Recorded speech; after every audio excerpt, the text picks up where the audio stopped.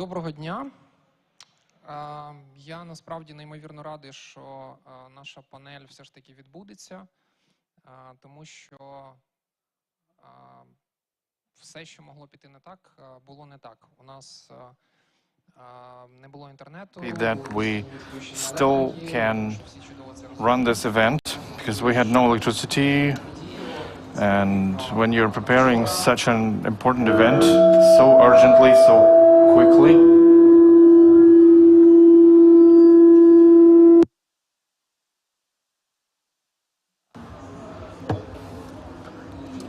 so I hope you can hear me now. So we've never had any occasions before where for 3 days nothing worked. A mouse, the computer, Bluetooth, electricity goes down. And so I came to my friends to the office with the laptop to work on presentation, and then the keyboard stopped working on the computer. And I came back home after days of work. The light was on, but no internet. When there was internet, again, some more problems started, and it was non-stop for 3 days, and I wasn't sure that this panel is going to happen. But I hope you're seeing me. The slides are ready, the speakers are ready and on Zoom. And we can slowly start. I'm Yaroslav Belinsky. I'm president and co-founder of Design for Ukraine Association. We participate for the 5th time in Creative Ukraine Forum. And this preparation was the most difficult one of everything that we've done. But I hope it's going to be the best, because it so happened that because of the war, we were all forced, we had to work, to fight this syndrome. I'm not doing enough. Everybody felt like we could do more. What can we do more? There was always a feeling like the colleagues or friends are doing more. They have more large-scale projects. They're donating more. They're bringing more humanitarian aid than I. But eventually, over the last 9 months, we actually done more than in previous several years.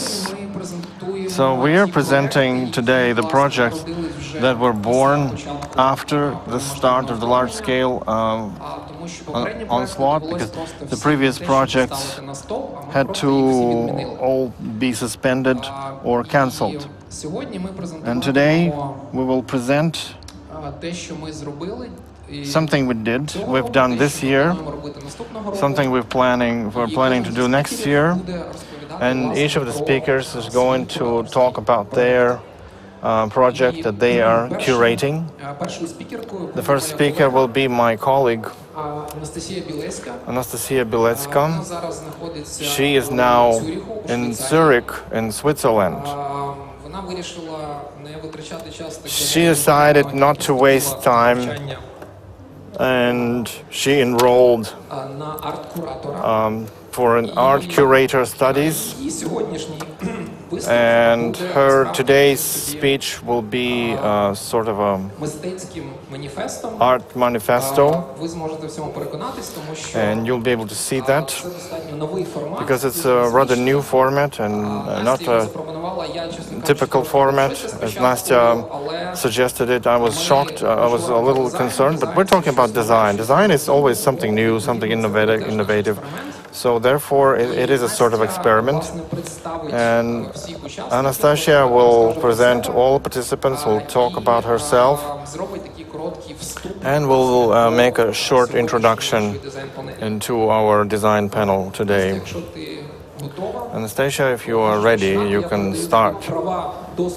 I pass the floor to you.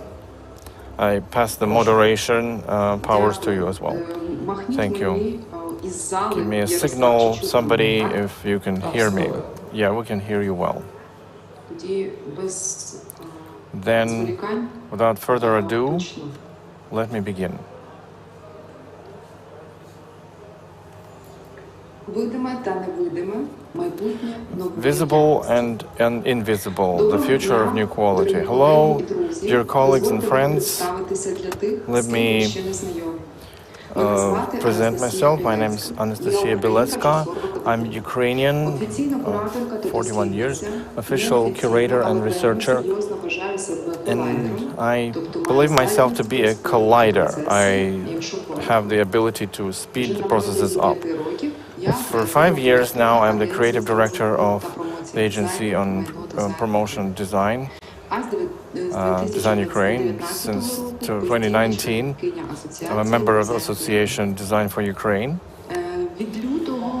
From February, I'm the IDP, internally displaced persons, a refugee in Switzerland. And I thank my colleagues for the trust and bravery to give me an honor to introduce the design change. And maybe there will be a lot of words on my slides, which is not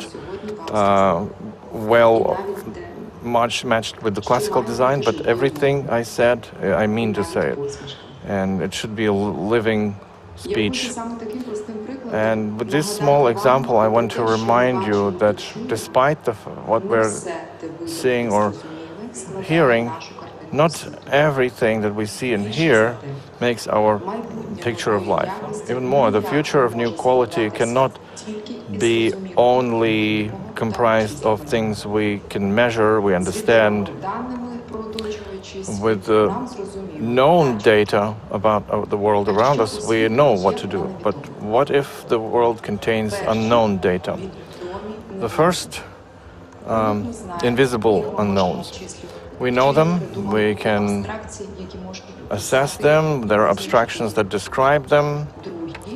Others, unknown but visible. The scientists suspect their presence, they hunt them with the known and unknown and invisible. The third, unknown and invisible, are those who Einstein was scared of, but the human mind cannot stay in fear for too long. The time is very important to see and to understand, to impact the visible and the invisible. You can do this from the current time. Remember, never you can wake up in tomorrow. Whenever you wake up, it's always today. Today is the time. In Ukrainian, there are two words that I like the most. Allow me to use this example to explain my thinking. So, two words: education and enlightenment. You know, enlightenment, you know what it comes from? Well, enlightenment is when from the darkness of unknown you shed light on the unknown. And then you put it into abstract data and words and figures. It's easier for us to understand that way. But when somebody is witnessing something, you expose your feelings, your intent, and your dreams, something you want to do together.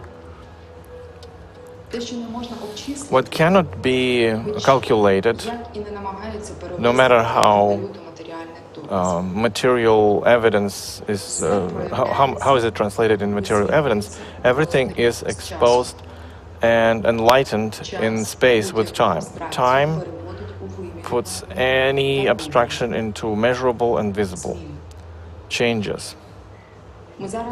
We are entering a very important part of the war that's been going on for hundreds of years. So like no time ever before, we feel the unity of dreams and knowledge, the light, unity in action and dreaming. And it would be great to be able to manage changes. And the university professor told me when I said that I will be research the collective body, he told me, you know, it's interesting how humanity will be able to manage the horizontal process of creation and managing. Collectiveness has not many examples of individual responsibility, how individuals take responsibility for all. But this collective body has body-mind has some benefits, because it's unity in the wish to create together without losing our unique individual qualities, merging together professional competences and the worldview, keeping the identity and uniqueness. It is now we are collecting experience of uniting communities and gramadas. It's important not only for our struggle, but for peaceful life and for rebuilding. And by uniting the worlds visible and invisible of the individual and the collective to be effective when working with the many, but unfortunately many unknowns. I'm not even talking about the big known things. It's been known for a long time. It is darkness. And the conscious unity helps our nation to fight and to win, where it's no longer just unique individuals are passionate about defending our nation. It is the collective body-mind. Ukrainians are a collective body-mind of the earth that is a merging together of the light of spirit, energy of light, and the permanent wish for freedom. I make a pause for a couple of seconds.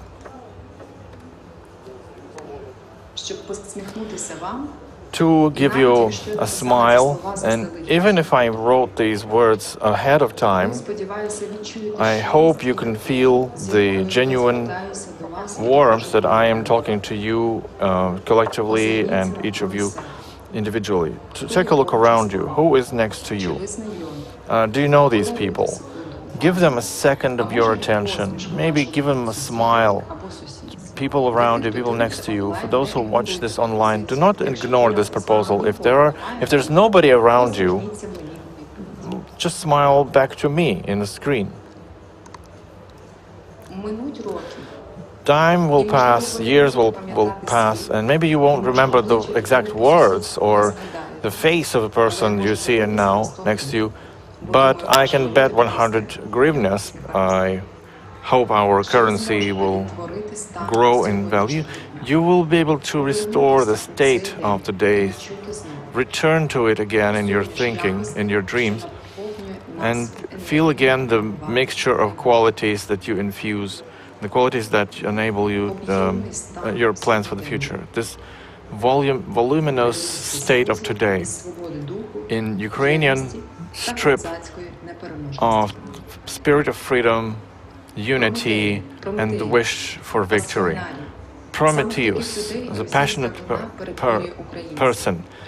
That's what the war made us turn into. People who are united in fighting for freedom, each on our own front line and each of our collective front line. We're fighting for our own identity, culture, we're protecting our land, which is not only a territory. Ukraine. This is the time to quote some well-known international philosopher or critic or an expert, but as you understand, it's not going to be so right. It's important now to talk about Ukrainian intellectuals. Well, let's quote some of our own. The attempt to understand the nature of the universe, its endlessness, its depth, this pushes us to a search of the right answers. Interest, curiosity, braveness, empathy, the wish for more, pushes us to share this knowledge. People like us are called passionate people or Prometheus, who are burning with the fire within, believing in positive changes, and if we believe, we can have influence, we can make important decisions, we can take responsibility in our hands. Yaroslav Belinsky, President of Association of Design for Ukraine. And about responsibility, about design and change. Types of design that developed in over 100 years in the world, and the theory of relativity in the scientific circles is suggested to rewrite it again. They need additional knowledge. According to life cycle of innovation, now is the time to share the tools we've tested, something that can be used in a separate type of design of changes. Цей дизайн сьогодні вам презентують Ольга Дуда та Ярослав Белінський. Olga Duda and Yaroslav Belinsky will be presenting that. Сьогодні презентуємо вид дизайну, що може So we will present the type of design that can serve to each citizen or nation together as a tool to develop the ability to understand the complex without distortions, to accept challenges from the unknown and correct our creation process, to be consciously motivating changes. The future. It's the sectoral panel of design changes will start with permeability of design in all the spheres of life, because it has become the part of our life. In the panel discussions, we'll hear real cases that were created through the time, and all the projects are designed from the holistic design of the needs of the community and the individual. We implement the approach to designing future by manifesting responsibility for the future. Projects we selected aim to open the parameters and dimensions of the dialogue of creating the future. Those parameters are a complex equation of different components, symbols of resilience, understanding the identity and its role in creativity, understanding the need to grow individually and collectively for the collective good, taking care and keeping the focus on elasticity of the memory, the devalued values, and many other aspects. There will be many presentations, but not too much time. So one presentation of our panel discussion we turned into exhibition. The collection of research designed during time of war is demonstrating on the TV screen during the whole panel discussion. So here's the agenda of Design of Changes program. After my intervention at 13:15, Yaroslav Belinsky will be presenting the Ukraine Identity Project. At 13:50, Viktoria Yakush will present the concept of developing the city of Chernihiv. Chernihiv is a resilient city, as well as the project of Museum Maria Primachenko. 14:40, Ornella Ostapenko will tell you about the studies of design changes. 14:55, Olga Dudel and Yaroslav Belinsky will be presenting the new type of design of changes, a shared product, open circle university generation and associations of designing for Ukraine. Between the presentations of participants, there will be breaks of 5 to 10 minutes. At the end of the panel, Yaroslav will publish the projects from the portfolio design for Ukraine that are planned for start in 2023. Please kindly pay attention to the long-lasting programs, the representatives of donor organizations and partners. We also invite for cooperation co-authors. We design Ukraine together, consciously uniting for designing changes for the future of the new quality, for Ukraine of the new quality. Thank you for the light, for shared dreams and the state of victory. I pass the floor to Yaroslav Belinsky now.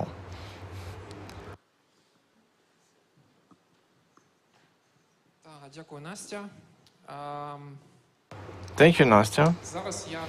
So now I will be talking about the project that I'm doing for the last 6 months or so. This project is called Ukrainian Identity.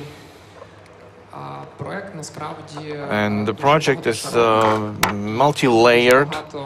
It has a lot of parts in it. It's a bad comparison, maybe considering the times, but it looks like a stack-up doll, or matryoshka. перших таких One кроків of the first steps in this project is going to be the things that I'm be describing. Every time with my colleagues or with the people who are interested in this project, we talk about it, and new ideas emerge, new sub-projects emerge in this project, and we basically have for 2 or 3 years worth of continuation of the project, how to do it next, what to do next. And the first part of the project is basically a development of the unified design system for Ukraine. Можна слайди, будь ласка? Так, дякую. З чого це все, власне, So what has it all started from? Можливо, ви бачили цей Maybe you've seen this відомий кейс. famous case already. Якщо не помиляюсь, це був, здається, квітень. If I'm not mistaken, it was back in Я April. побачив ці банери в I've seen those banners in my Facebook feed from the Ministry of Culture that they're launching the brand Ukraine now and forever. The idea of the brand was to unite all those projects that started emerging chaotically like mushrooms all over Europe, because all the people who basically left Ukraine,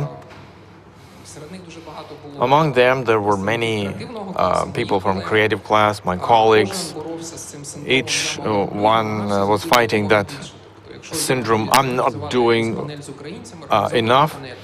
So whenever we could organize a panel with Ukrainians, we did it, or an exhibition of pictures, or a show with Ukrainian violin players. We do that, although the organizers have always been doing something completely different. So in this wave of impromptu projects, of horizontal cultural diplomacy, I would even call it,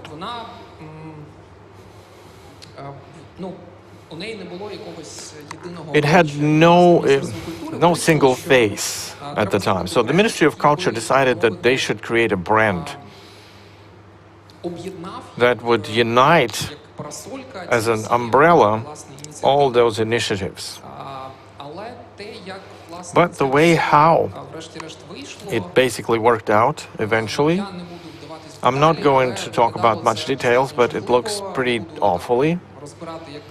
I'm not going to autopsy it right now as a designer. If you have at least a little taste, you will notice. The Ukraine should not look like this in a modern time. It's not the best design, I would say. The Ministry of Culture responded very quickly to the criticisms. We made calls several times and discussed how can we rework it, how can we make it as a brand that really represents Ukraine and we can be proud of that. And again, when we, as a team, we talked through all these problems, what can be done to avoid this kind of problems in the future, we realized that to fix this as a separate case is not effective. We should think, what should we do now? So that when similar situations emerge in the future, we could have a good algorithm of solution and implementation of new ideas. So after that, we decided that we need some kind of unified brand that would unite all these initiatives, not only in the sphere of culture.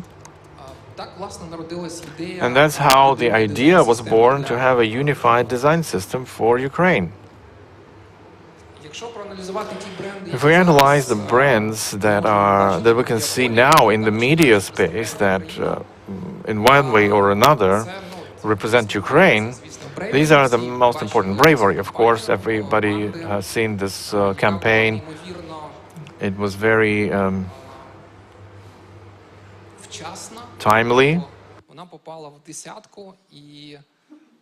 So it basically hit bullseye, and it drew attention exactly the way it should have been. I don't know. I don't think anybody could have done better at that time. So it worked well. It got noticed, and this campaign really successfully drew attention of most of the Ukrainian leaders to Ukraine as a country that can be trusted. Ukraine Now is a brand that started some 3 to 4 years before, as far as I remember. It still continues to be used, but it's losing its relevance. Other brands you could also see, I hope, but again, they are very different. There is no unifying theme among them, a unifying message that the international audience could recognize as Ukraine. When we talk about Paris, then we already have some pictures in our mind. Through communication, PR campaigns over decades, we've infused all that. We all know that it's a city of love, it's somewhere subconsciously. But when somebody says Ukraine, what is emerging subconsciously at an average American or European? Of course, nowadays it's war, but it's not the best image. We have to work on it so that we are perceived not only through our bravery and resilience, but also through a number of others cool features and powerful features and characteristics and qualities.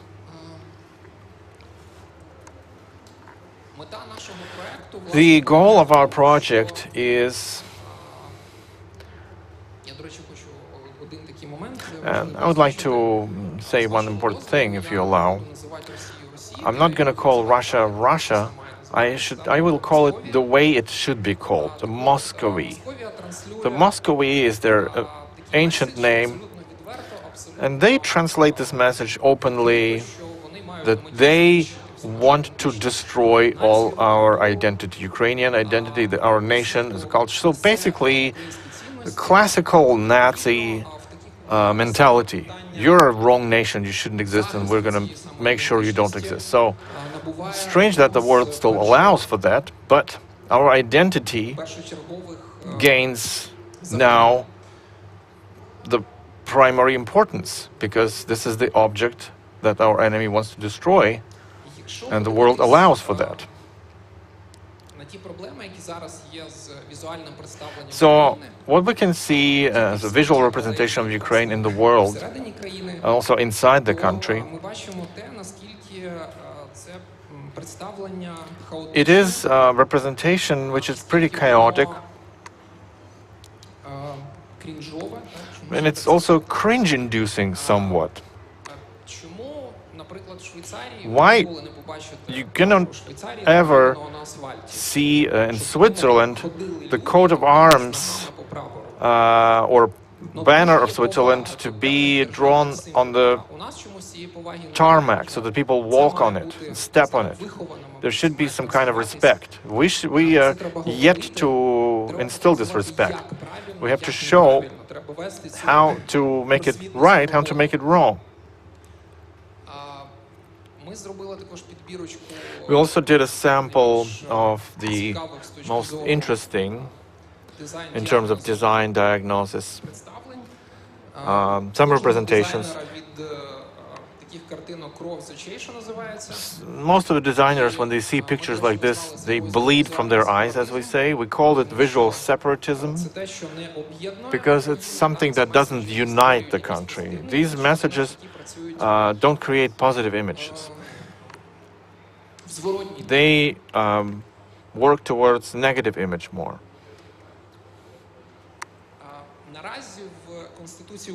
The Ukrainian constitution doesn't have any rules of how the national symbols should be used or should not be used. Everything we say is just a trident as a small coat of arms, and a depiction of the national coat of arms that can be placed on stamps, money, postal stamps, ID documents, etc. But how it should be placed on these stamps and blanks and etc., there's nowhere you can find this information. How do you use trident you don't find official guidelines how to use the trident. 100 років назад About 100 years дійсно ago, Нарбут створив айдентику, яка була актуальна до того the часу. identity was created Зараз by трошки інші Narbut, правила, трошки, which was relevant. Now the rules are different a little bit, the coat of arms is different a little bit, so we need to take care about this. Чомусь з запізненням вертаються слайди. Власне, розробка єдиної системи, єдиної дизайн-системи So the unified design system for governmental structures, для державних органів for the state power, буде такою собі демонстрацією it's going to be a demonstration of transparency, openness, між understanding in communication between the government and the citizens. Якщо проаналізувати So if we analyze the logos of state institutions, от що ви бачите what do you зараз see now на таблиці? on this picture? У всіх міністерств All the ministries have different logos. шрифти абсолютно They have різні. different types, different fonts. Тризуби абсолютно Tridents are also different. навіть кольори Even the жовті, colors, even абсолютно the різні у всіх логотипах. blue and gold colors are completely different Ви сьогодні in all the logos. побачите в Identity, наприклад, If you see the identity of Germany or the US, you don't see such тому що discrepancies там системи узгоджені. because the Там systems системи are harmonized there. They are дуже чіткими written, правилами і регламентовані. there are rules and regulations that regulate that. Кілька прикладів Some examples найкращих the best cases дизайн-систем of design systems, країн, як Нідерланди, Британія, Netherlands, Швейцарія. Britain, Germany, and Switzerland. Імідж держави, перш за все, The image of the country is created by, once again, through trust and through А respect. це ті речі, які неможливо Those are the things that you cannot get instantly. You have to invest in them. You have to invest decades into them. So this trust and respect should be formulated somehow Ось приклад or Нідерландів. formed, shaped. Ліворуч ви Here's можете example of the бачити, Netherlands. як, To the left, you can виглядали see how логотипи the logos державних should органів used to look раніше. Це like. приблизно як у нас зараз. Basically, the same Праворуч ви way можете we had it now. бачити, логотипи And to the right, you can see the logos of several чотири ministries. міністерства, але я думаю, що Some ви four ministries are there, розумієте, but як you виглядає understand решта. how the rest should look like. Чи це краще, чи це гірше? Is it better or not Ну, мені than it здається, used що to це be? I показує think певний, it shows того, some що в level Нідерландах все достатньо that the Netherlands have it pretty much є organized. правила, вони There are працюють, rules, and they work. Вони зрозумілі. Наступний приклад Next example, Британії. Знову ж Great таки, Britain. британська система уряду. The British system of governance is very difficult. They have a lot of departments, the ministries, but still it's all well organized. It has the same visual style, and every ministry has their own coat of arms and their own sign, but they still are very integral. And one of the best examples of the identities of governments and states is the example of Switzerland. But how surprising as it is, and we tried to find any rules written in any brand book or design guidelines, there's nothing like this. But still, when you see how Switzerland is represented visually, it's all pretty integral and holistic, regardless of whether it's used by private companies, state agencies. It's the same. The color is red, the same tint, the same proportions of the cross, no different interpretations, etc. So when somebody has been to Switzerland, you can see that the national symbols are present in no other forms but banners that hang all around the country, very clean and neat. There are no borders or fences depicting the national symbols. It's all pretty organized. And again, the state identity of Germany is also very close to the previous cases. Everything is clear, organized, and neat. And now let's talk about the coats of arms. Coats of arms also are changing. They are also... The time impacts, influences them. So, of course, there are questions of fashion, of style, and on these two examples of Germany and Poland, you can see how their national symbols were stylized and how their style has evolved into what we see right now. And so now regarding the trident, there are some aspects that can be corrected potentially. In no way we are calling to change the trident. It's a great symbol. And I think all the designers will agree that to make a trident any better, it's impossible. In terms of all the rules of the use, the branding, the logo building, it's ideal. But nevertheless, we and the team, we've found some shortcomings, and we did some restyling. I will show you and tell you a bit later about it.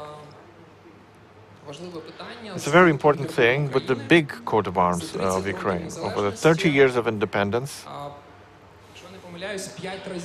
5 times the parliament had hearings regarding the big coat of arms, and still the question is unregulated and unresolved. I think that even if after 30 years and 5 public hearings and debates, it still hasn't changed, then maybe we don't need this big coat of arms in the first place. Why do countries need big coat of arms at all? It shows the united regions or lands that have become parts of the empire. Usually that was the goal. You can see on the British coat of arms, or Australian coat of arms, or the Dutch coat of arms, you can see territories that were united at some point. Do we need to tell now to citizens of Ukraine what territories comprise Ukraine? Do we need to say that Kharkiv is Ukraine, or Odessa is Ukraine, or Lviv is Ukraine? People in the year 18 of, or in the last century, in the year 1918, people needed explanation because Ukraine was split between several empires, and then in the year 18, the territories were united, and that's what the coat of arms showed. Now we don't need this kind of depiction. And the style of most of the countries and governments is now following the simplified scenario. The coats of arms are getting simpler, minimalistic, and all the opulent parts are removed. So this is the coat of arms of Ukrainian Independent Republic back in 1918 by Narbut. It hasn't changed much. The forms and proportions remain similar, but in 1992, the team of designers of Geraldics has simplified it a little bit. But nevertheless, me and my team, we analyzed it, the trident we have right now, and we found some shortcomings. Visually, it's noticeable that on the modern coat of arms that we have today, the trident is optically crawling downwards. It's not in the center. The lower distance from the margin of the shield is smaller than the space to the left. So we did this optical corruption. On our option is the right most, and now you see the trident is in the center. There are some small details, and if I'm not gonna tell you about it, you won't notice. The difference between the left and the right version would seem the same, but they're different. 5 months of work, and this is the option we came up with. This is our official position regarding the big coat of arms of Ukraine. Mikita Grechov was a designer working on it. So small coat of arms and big coat of arms, they should look like this. Regarding the big coat of arms of other countries, who of you raise your hands from those who I see have seen the big coat of arms of Switzerland? Nobody. Even I didn't see it, although I was interested. I had to spend some effort to find it. It is there somewhere, but nobody needs it anymore. Everybody's using the small coat of arms of Switzerland. It's the main one. And I think that this is an example that shows great... does Ukraine need a big coat of arms? What's the expected outcome of our project? We want to create a design system where the updated trident with the clear rules of its usage, of its depiction, different materials, different color, because trident can be used not only in the yellow color, but black, blue, etc. Strictly determined tints and colors, because there are many tints, and you have to find on the internet what tint you're talking about. There are different color systems where shades and tints are different, and you had to find the shade that is as close as possible to the main one. Also, the rules of using the banner, the flag, which are still non-existent. The rules, I mean.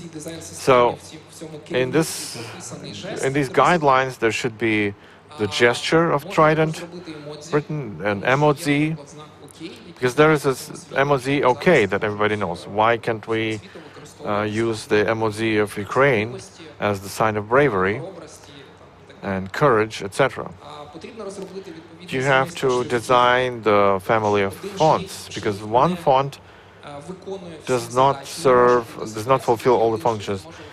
There cannot be one same font for all contexts, for accident types, for headings, for bold, for textual fonts, that is legible in small type, and navigational font that can be used for table, for placards, posters, something to quickly see and quickly read. It should be very readable. And we will also design templates for use in advertisement, in documents, so that it's all agreed and harmonized, and you don't need to spend much time inventing something. The main feature of our design system is going to be online generator of templates.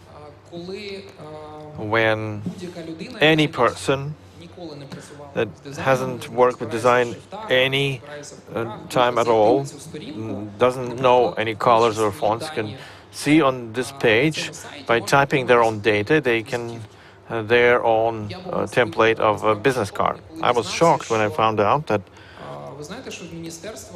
you know, that in the ministries, they don't print the business cards for their employees. Everybody's doing it on their own. If you're working in the ministry, you have to go to the printing shop and print your own business card, because there are no rules at the ministry.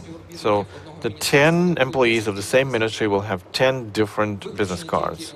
Only the Ministry of Internal is an exception, because they do have their own style, the only ministry. And the last example is the design system for web.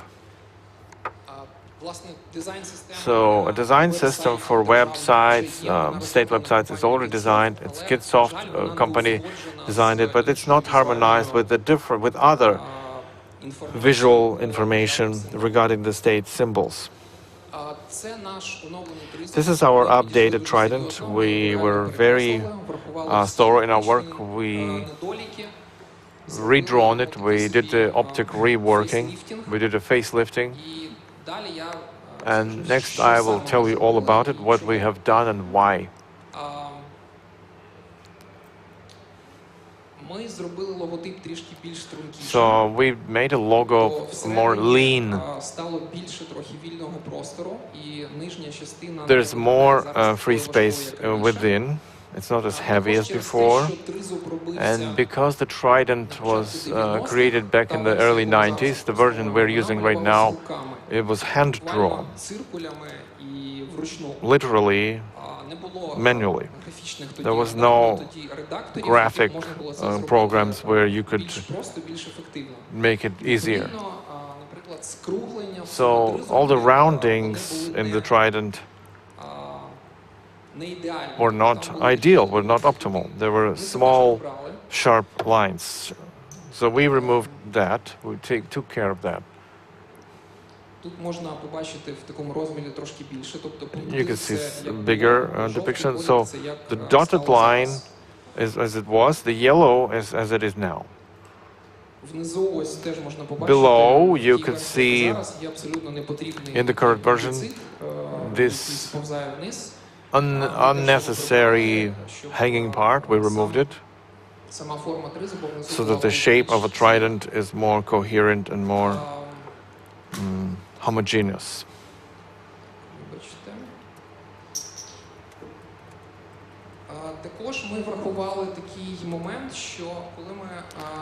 So when we place a logo in a small size,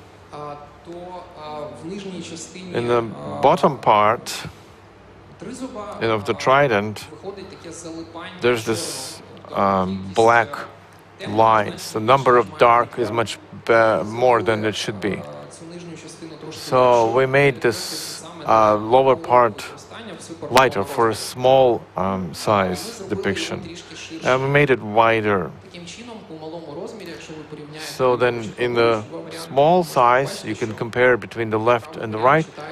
The right option is more readable, it's leaner.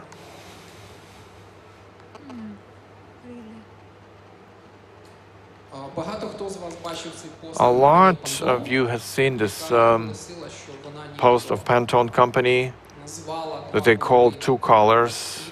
It's Freedom Blue and Energizing Yellow.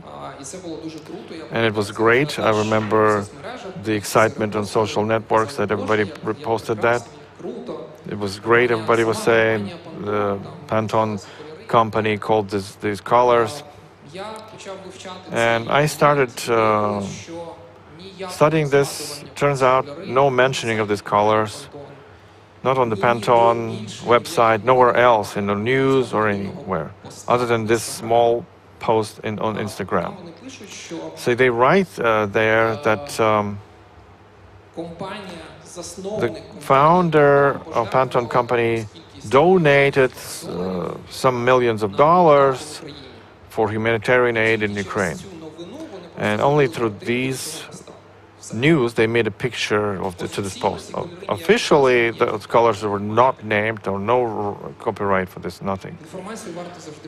You should always check and corroborate your information.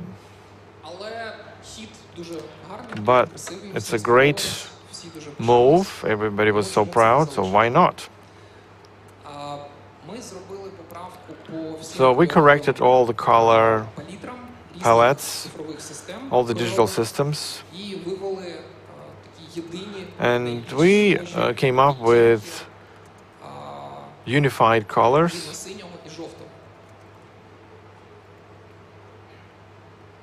of blue and yellow. So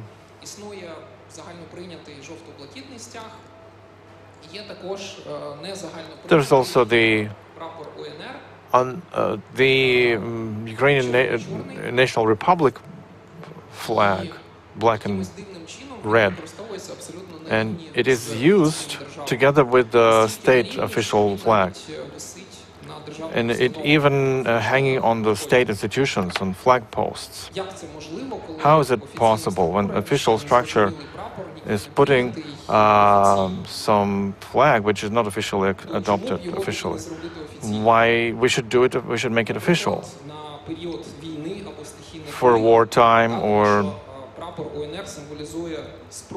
because this flag symbolizes unity in fighting against an adversary or a crisis. And that would be a great message. You shouldn't have put red strips to the flag. We just add additional flag, and that symbolizes that there's a trouble in the country.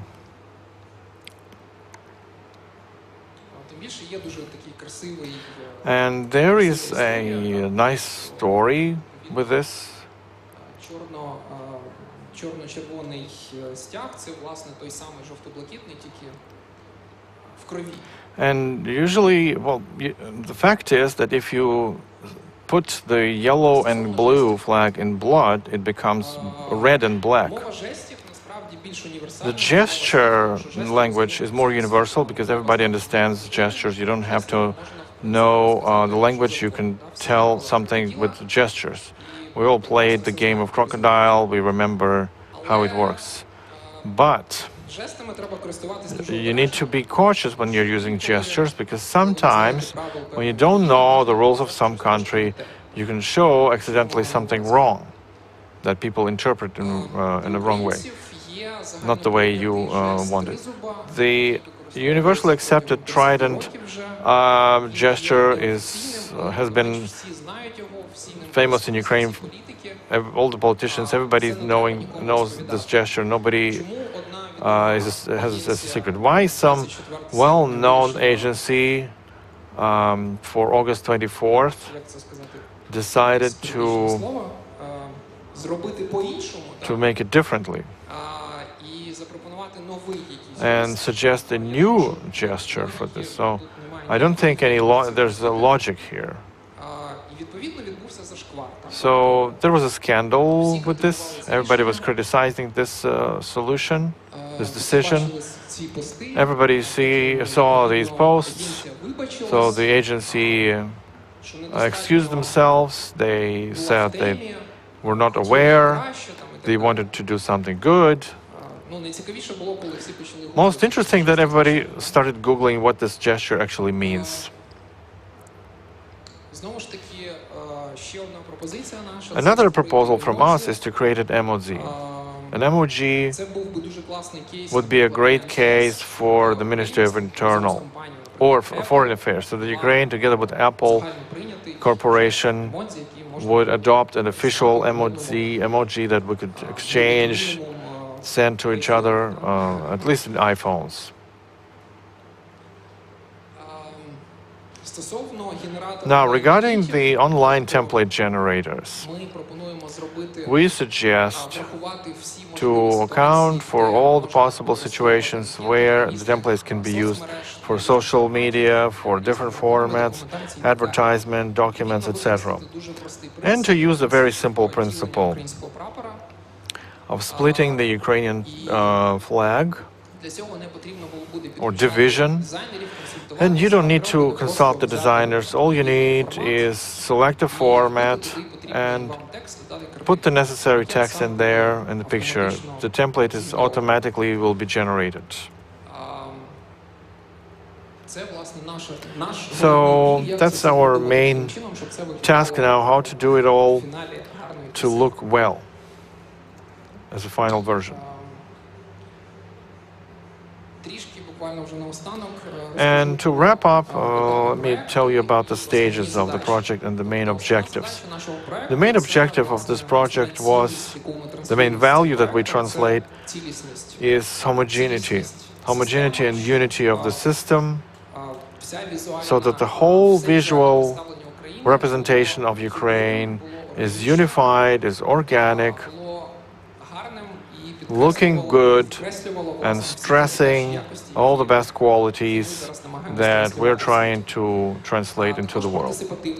Also participation, so inclusion, algorithms of interaction between professional design community, governmental people, and basically society. There is no dialogue like this at the moment. That's why we always run into conflict situations where a brand is created, it's then criticized, it's not accepted by communities. So if those algorithms would go through some procedures, that would be much better. Creating a positive image in the world, when the brand looks well, when it looks nice and neat, it's always a big benefit. So when you're looking great, there's more trust to you, you're better perceived in the world, and you shape a positive image about yourself. And it's a significant economy of money. The Dutch government, they say that when they implement their design system, it saves annually €7 million. This is significant, especially for a country at war.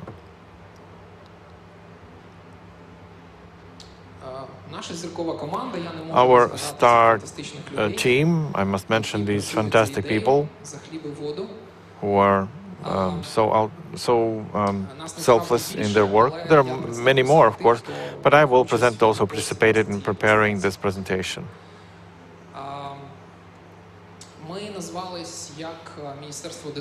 We call ourselves the Ministry of Design because it talks how serious are our intentions. It's not just a company of people coming together to do something temporarily and then go on doing what they're doing.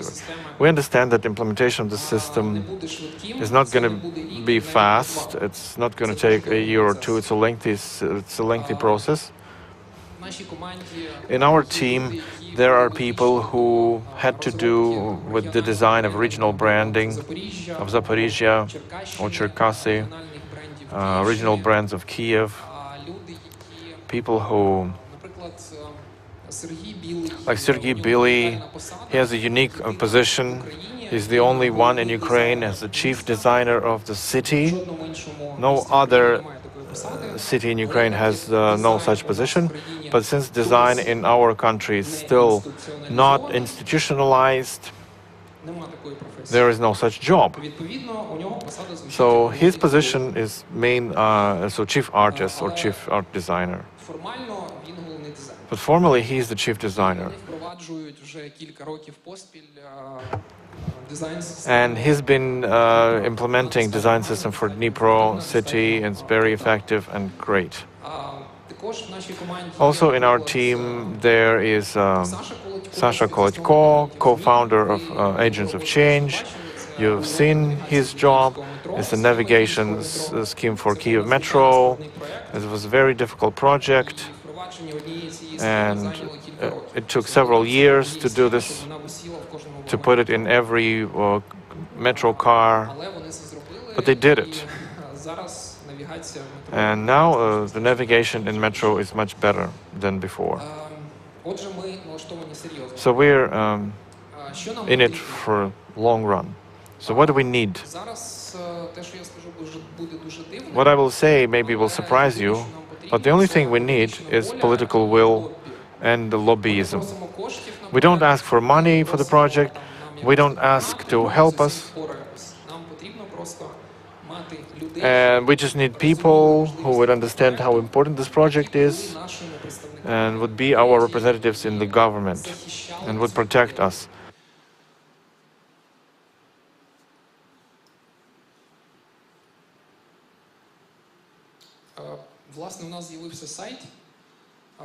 We have a website. You are the first ones. We ran it yesterday. With no electricity,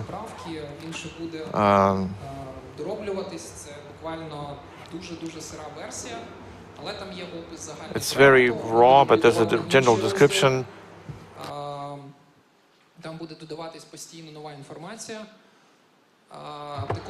So we will add information. There's a page on Ukrainian identity on Instagram, and you can find great pictures there.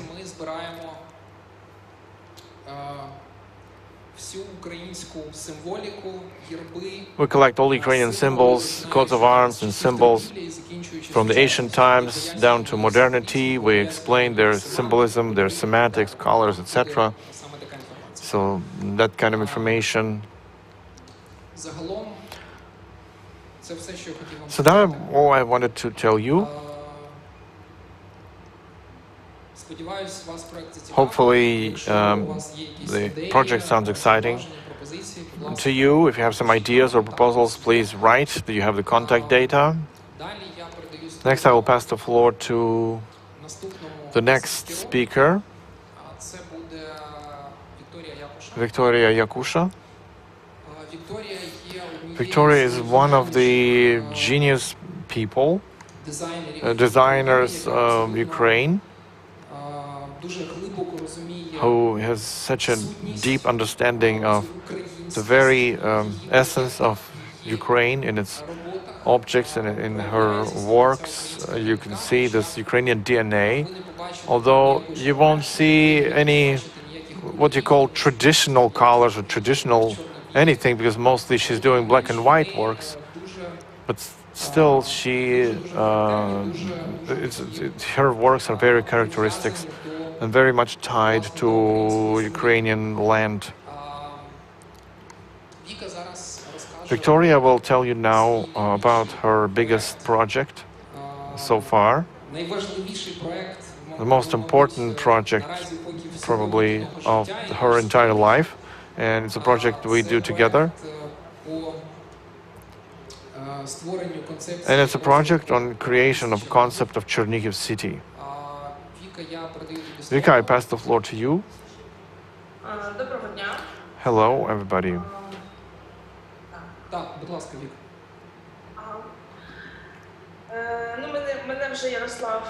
So, since Yaroslav has already presented me, I do architecture design,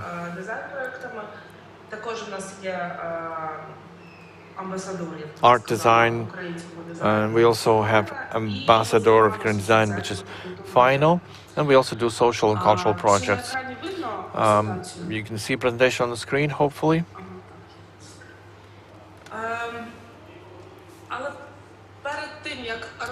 So before we talk about the Chernihiv concept, I want to say why I'm doing what I'm doing, and it's a key question here that I'm asked often. It's very important for me, and it will give us the understanding of the way forward. So the values. Values is something that moves me through all my life. And just recently I've outlined these two values that are part of each of my projects, and it is something that is very important for me. There are two answers. Who am I? And what I leave after me, after myself. Who am I? My roots, my heritage, and it's something that I felt from childhood, and it was always there. What I leave after me, environmental attitude to nature, that is something I realized much later when I started learning architecture, because architect is a very conscious profession. It's like a doctor, because what you're doing, if you're really designing, you're doing this it's a job for life. So you have to keep asking questions, what next? And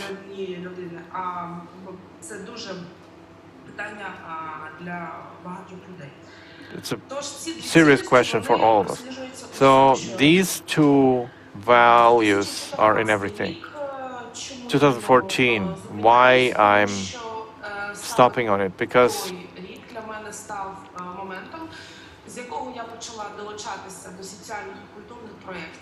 that's the year where I started engaging in social and cultural projects. At the time, we had a well-known architecture studio. Everything was okay, but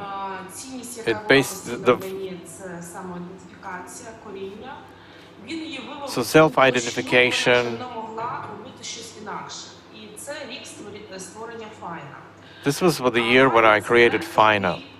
Finer is a project that from the very start it was not about the business.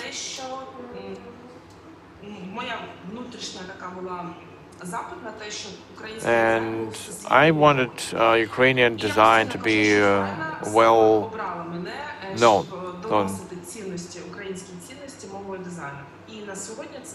So, translating Ukrainian values through design. Between 2014 and today, thanks to FINA and all our initiatives,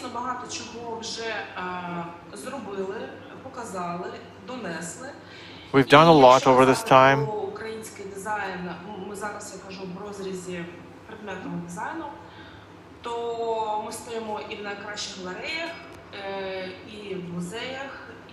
We are now showcased all over the world in the best galleries, best museums, so people understand what Ukrainian design is. It's not about ethnicity, it's not about inferiority complex.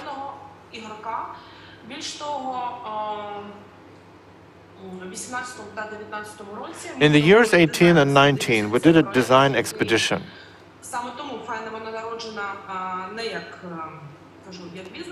So, FINA was not born as a business. So, we keep doing.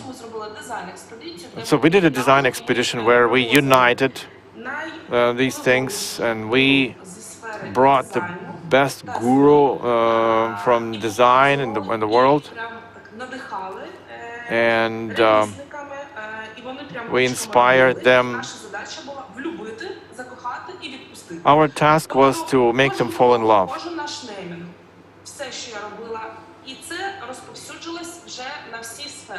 And that covered all the spheres: architecture, interior design.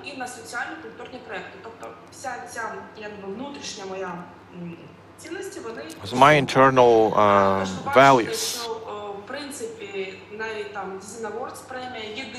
Design Awards is the only award so far that a Ukrainian designer has won, somebody from CIS at all.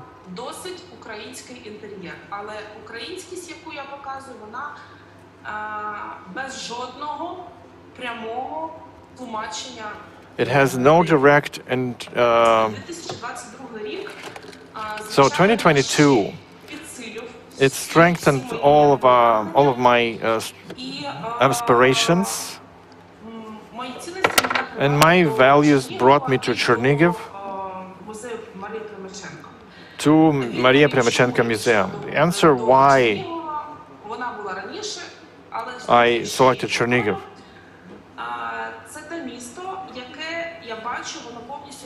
It's the city whose vision matches it. It has a lot of cultural heritage and it has a lot of environmental potential.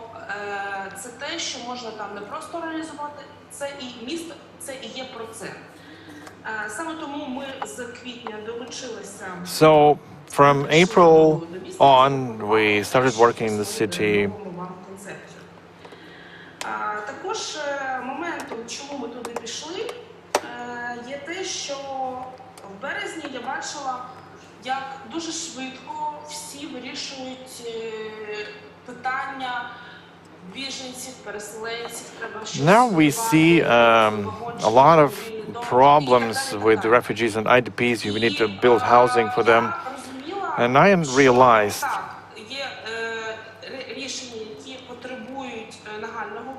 there are solutions that need to be found. Each architect has to understand what comes next.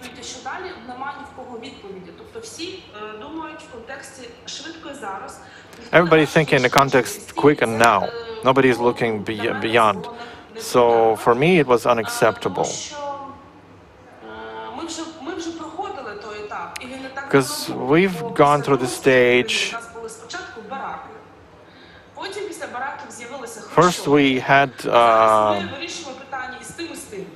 Khrushchevka buildings or barracks type buildings. Now we create some kind of mixtures. Because temporary decisions or solutions are never temporary. They're always long-lasting.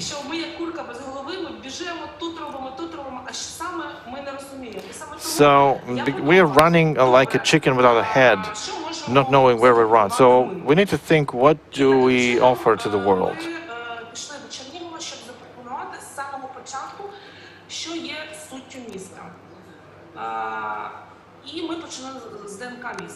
So we started with the city's DNA, and that is something I wanted to communicate as a case, as a model.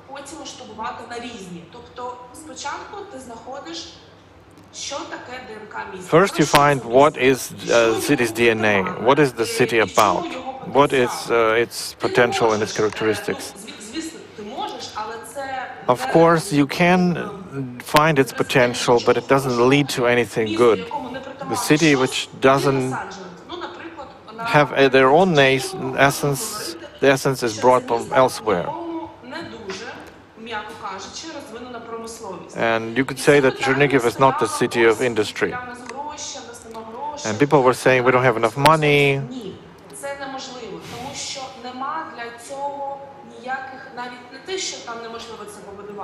And it was not that it's impossible or no infrastructure, but it's a city that has a different DNA. And it's just not going to be part of it.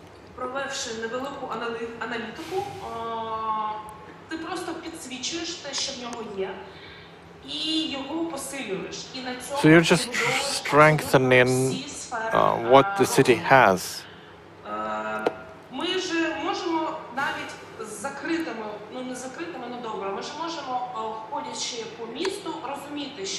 Ось це місто, там, наприклад, ну там Одеса, да, воно має якийсь смак. І він, навіть незважаючи ні на що, ти завжди будеш розуміти, навіть не знаючи, що ти в Одесі, по різним... So, like Odessa is a simple city to understand, or Lviv is a simple city to understand, or Chernihiv, every city is unique. So what we discovered, for Chernihiv, it was two key things. It's historical, they're proud of their history, and it's ancient city, and it has, I don't know if it's true or not, but from our sources, that 1/3 of the heritage of Eastern Europe comes from Chernihiv as a cultural heritage. So history, heritage,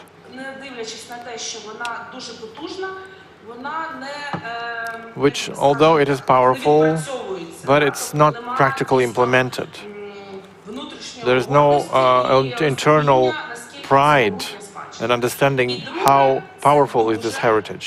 And secondly, it's a very green city.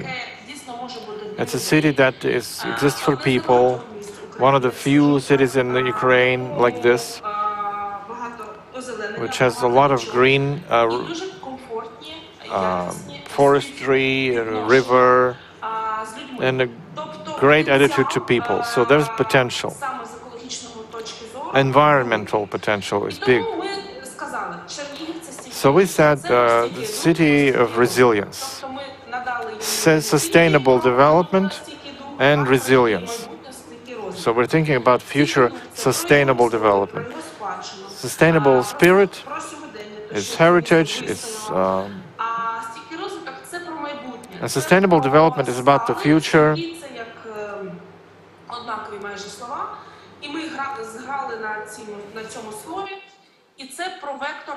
And stable and resilient are synonyms, and we're trying to play with these words to figure out what we strive for.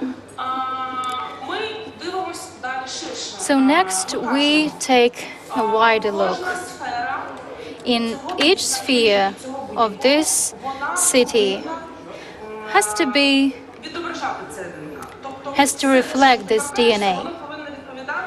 Whatever you take has to have something from the city's DNA.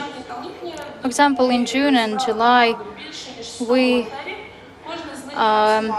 had a team of more than 100 volunteers. Every one of them was working in their own dimension. It's a huge amount of work. And what we learned, it's good to differentiate between vectors of work. And when we consider the city's DNA in the aspect of its infrastructure, we want to have ecological construction sites and environmentally friendly construction plans. So we're talking about green economy, eco-friendly economy. Looking at this particular city, and we try to figure out what we can offer to this city in this respect. Talking of the sustainable environment, we understand that permanent solutions include recreating industrialized, previously industrial areas. And if in some time city resident would like to benefit from the city, to relax, to go to some recreational spaces, it's harder for Chernihiv than, for example, for Kyiv city resident.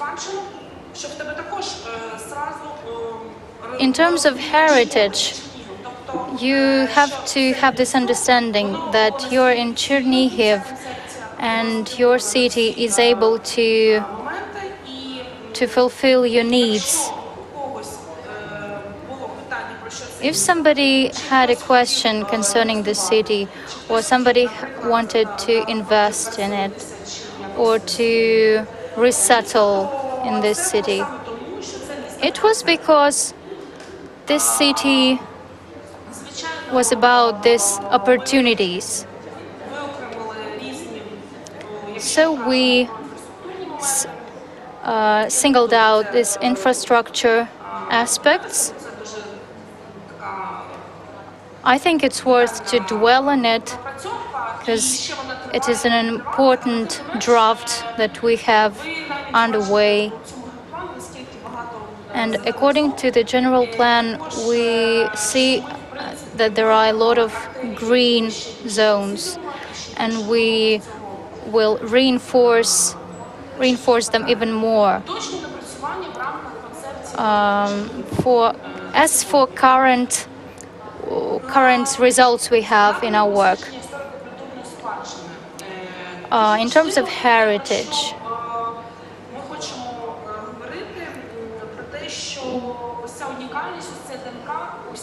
talking of DNA and the city's identity, we mean that as any person has it, so does the city. And it is of crucial importance not to lose it, not to give it away. And we can say that we have to cooperate with international architects. But once they thread upon a new architectural site, we have to make sure they understand the local context. And there is a risk that with the course of time, it will become massive and remind of some sort of colonization, and we risk to lose our identity. So we have to be very clear about our suggestions to international architects to suggest energy solutions, sustainable solutions. Our international colleagues surely do have a great experience in this area, but we have to contribute our local knowledge. In terms of decentralization,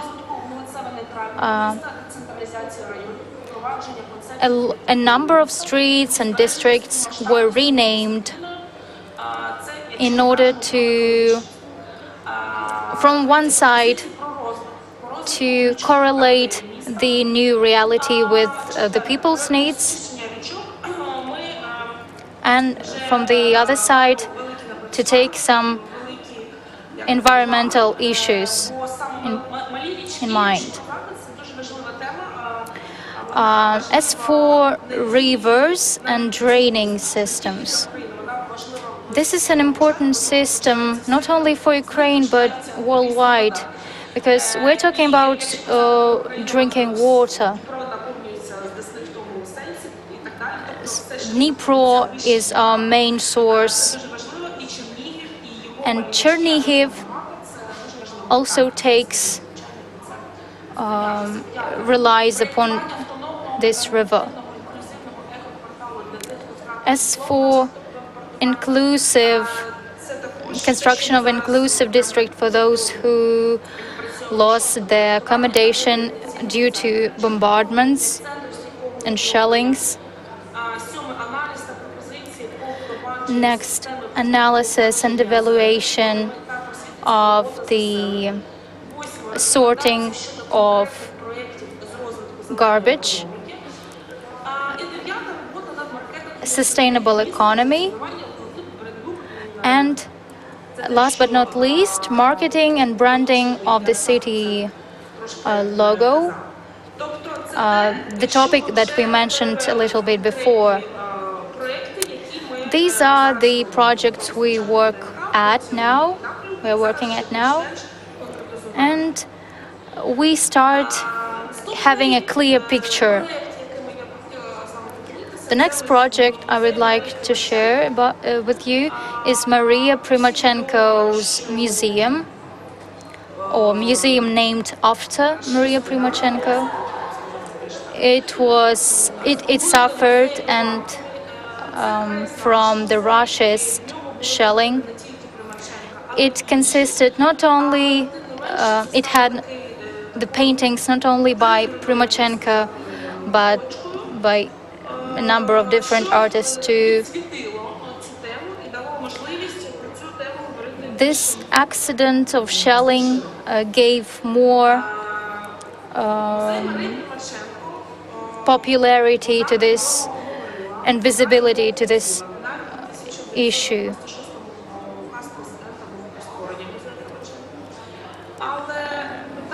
This museum has been funded a lot of time ago, and now we are cooperating with Maria Primachenko Foundation, with the children and grandchildren of Maria Primachenko. The foundation stores the original paintings by this artist. The village where Maria Primachenko lived and was born is Ivankove. Probably not everybody knows it, but Maria Primachenko nearly stayed in that village for all her life, nearly all her life. She lived there with her husband, and that is why this village, which turned into a town, is just vibrating with her energy. And you can see the apple tree that inspired her,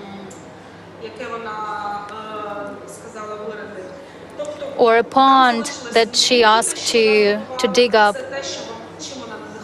This is all that inspired her to create. There are a lot of personal belongings, and we couldn't even imagine that her museum can be founded in a different location, different venue, because there it's just her nature, her personality, her house, the neighbor houses. So we made a suggestion as to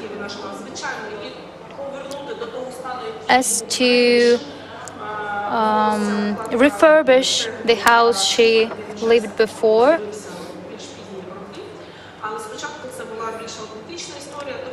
It used to be more authentic before, and we would like to have it as authentic as it used to be now. And on this general plan, we can see that to the left is the building that exists now. Next, we see a very long stretch of land, and this is a very hard story for me, because Primachenko Foundation said they were worried. They didn't know what to do about this narrow stretch of land, how at all it can be useful. But we made up with the idea of Primachenko's path and made it into an exhibition.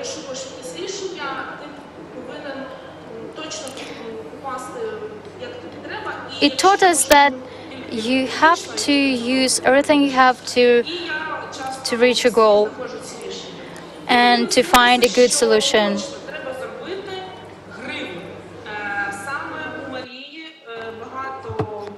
So we decided, and this idea came to me in a dream, just like many other things I dream up, to make it look like a pack of hair. So it's, or a wave.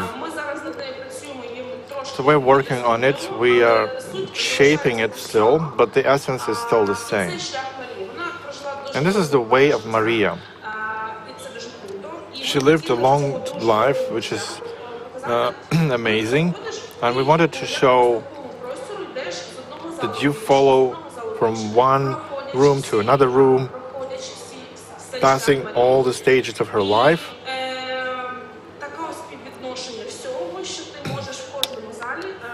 And the balance is such that you can see different exhibitions of Maria Primachenko in different rooms. Some of the pictures are two-sided. There's a picture on one side and a picture on another side. On the flip side, and it's a unique thing also, we should showcase in our museum. And plus, in some of the rooms, you can make video recording. She's also famous about her embroidery. So it's all of her creativity. From the start to the end, you follow her way to understand better what she was about. You can feel it. And besides, all the light comes from the top of the building. It's lighting the central part of it, where the exhibition is. So as you pass along, you understand, you get into this spotlight. For me, Maria Primachenko is really a spotlight, a ray of light.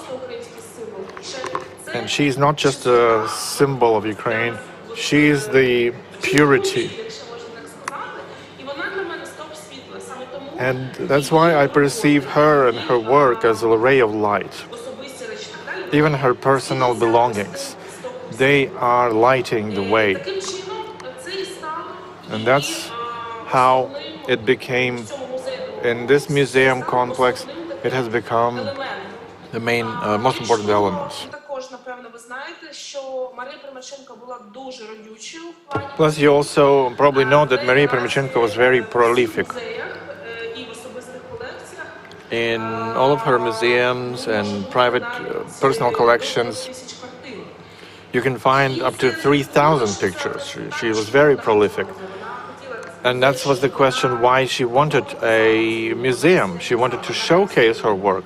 She wanted people to enjoy her work. And a lot of it was stored in archives.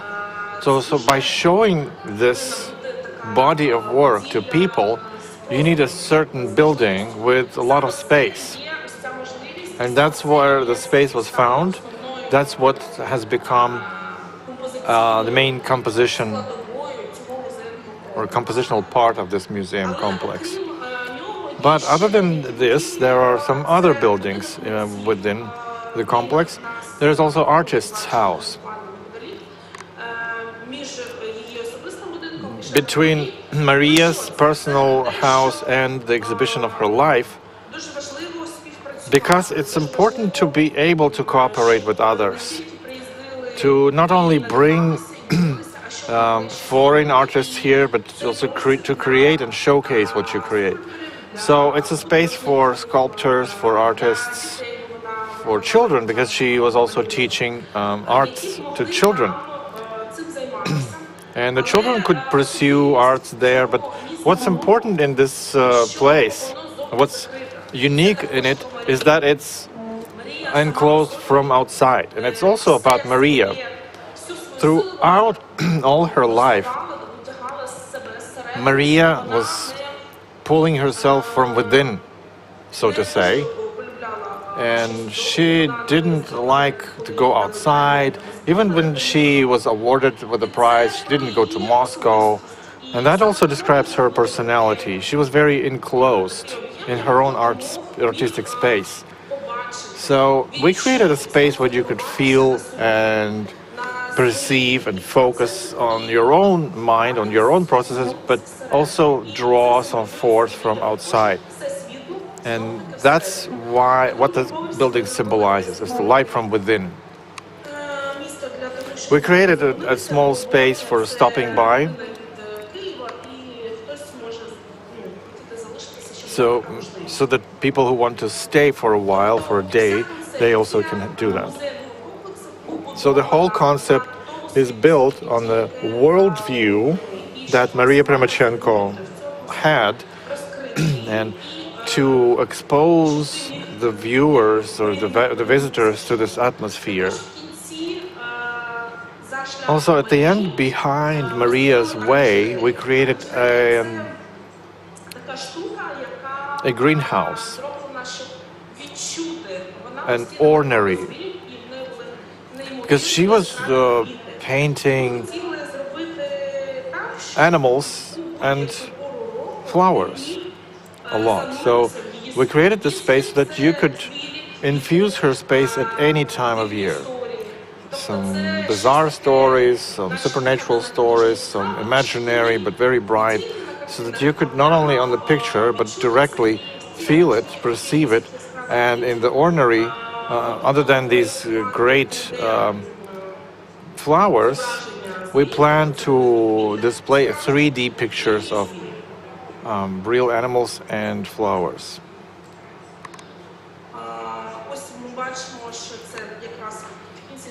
So this is at the end of the exposition of Way of Maria. Upon completing Maria's Way, you get into the greenhouse or the ornery. At the end, next to the lake, we create a small cafe where all the menu will be based on Maria's recipes. This is the cafe, and this is the entire complex. So this is the kind of solution we've invented. Basically, I was asked to speed up a little bit, so I tried to tell you as much as I could in the time that I had. So the values that I started with are reflected everywhere, in both projects. Of course, we need assistance, so we are very much open to suggestions or initiatives or any assistance. As for the museum itself, of course, the Maria Primachenko's foundation started a fundraising to design and implement this museum, and it's a powerful idea. It can become one of the main things in terms of identity and otherness for Ukraine, and it can really become a very important part of this cultural space. Thank you very much, and if there are questions, I'm ready to answer. I understand there will be Q&A at the end, but I'll pass the floor back to next speaker, Ornella. Thank you, Victoria.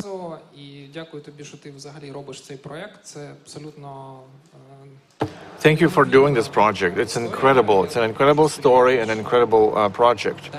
I hope very much you will be successful in completion.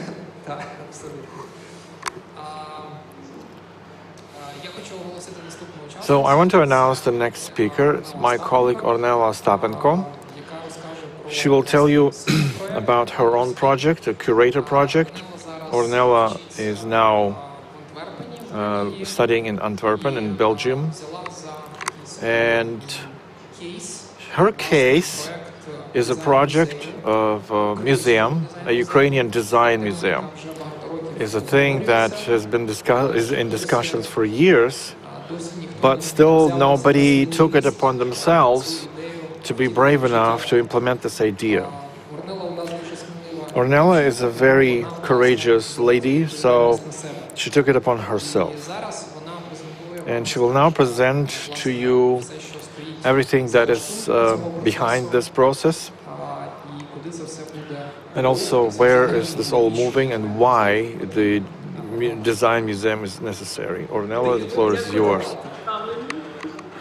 Thank you. Greetings, everybody. Thank you for Yaroslav's representation. I'm one of the co-founders of Design for Ukraine as an organization, and we put it as a goal for ourselves back in 2019 to open the design museum. But first there was a COVID pandemic, and that suspended us, our activity, and it was one of the most difficult tasks. I will show you how our system looks like at the moment. To tell you all about the background we had.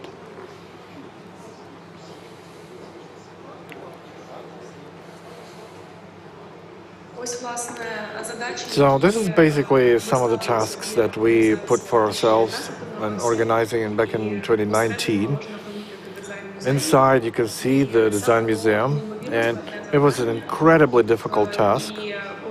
And when we distributed the tasks with among the participants, who's going to be doing what, who's going to be leading which of the areas, the design museum was one of the most difficult ones to decide.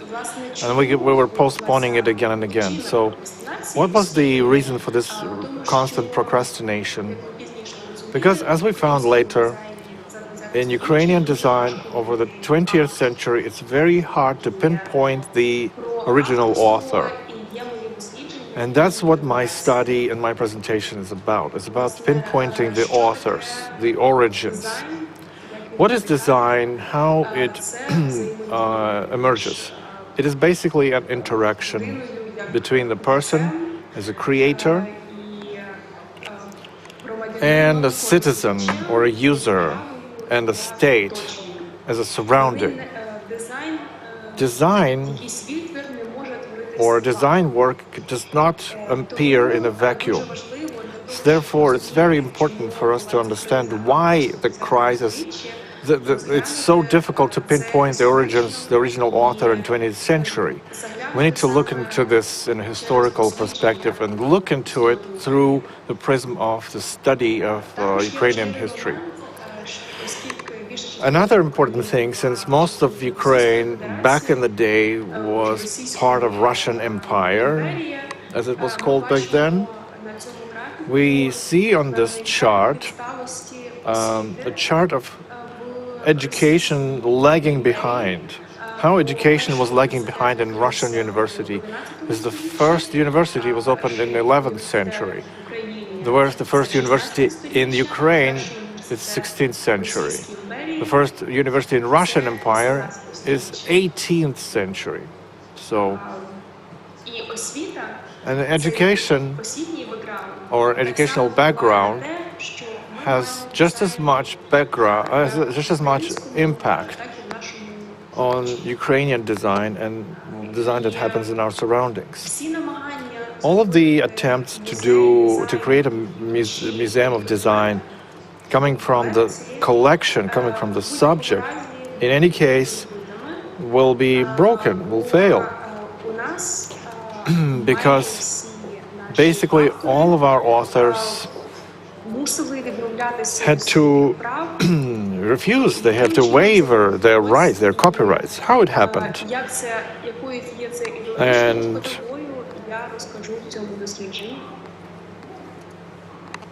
I will tell you about this in my research. The next chart shows the surrounding that the Ukrainian designers had back in Russian Empire, and as Ukraine was part of the Russian Empire, it's very important to talk about it, that the dissolution of slavery basically happened only at the beginning of the 20th century. Because from the cancellation of slavery at 1881 till the slavery was really abolished, only 40 years had to pass, and most of the slaves did not know for a long while that they are no longer private property. And it took 40 years for most of the Russian Empire to know that. What design means? Design is an industry. The level of education, the level of the industry. Unfortunately, Ukrainian occupation under Russian Empire had very little chances to create something for creative industry. In the Western industry, the Western society, this industry was created in the industrial transition. The Russian Empire was lagging behind 1 to 10 from the US in terms of production, in terms of industry and progress. So we say what was happening with Ukraine, we usually know about authors who were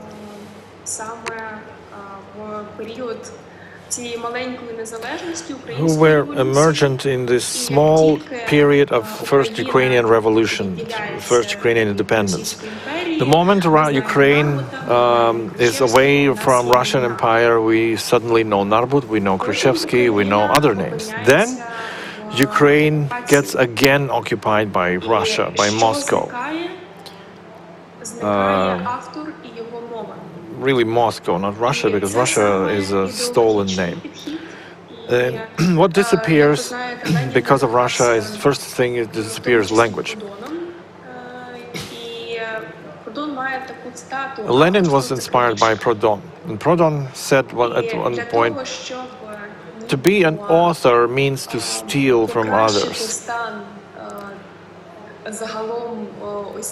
So in order to improve the situation of the working class, they had to destroy the understanding of the author, to destroy the origins of the art, of industrial design, so that the newly created state owns everything they took from everywhere, from everything. But by destroying the original authorship, they get a society where there is no motivation to create anything, because the state will expropriate everything.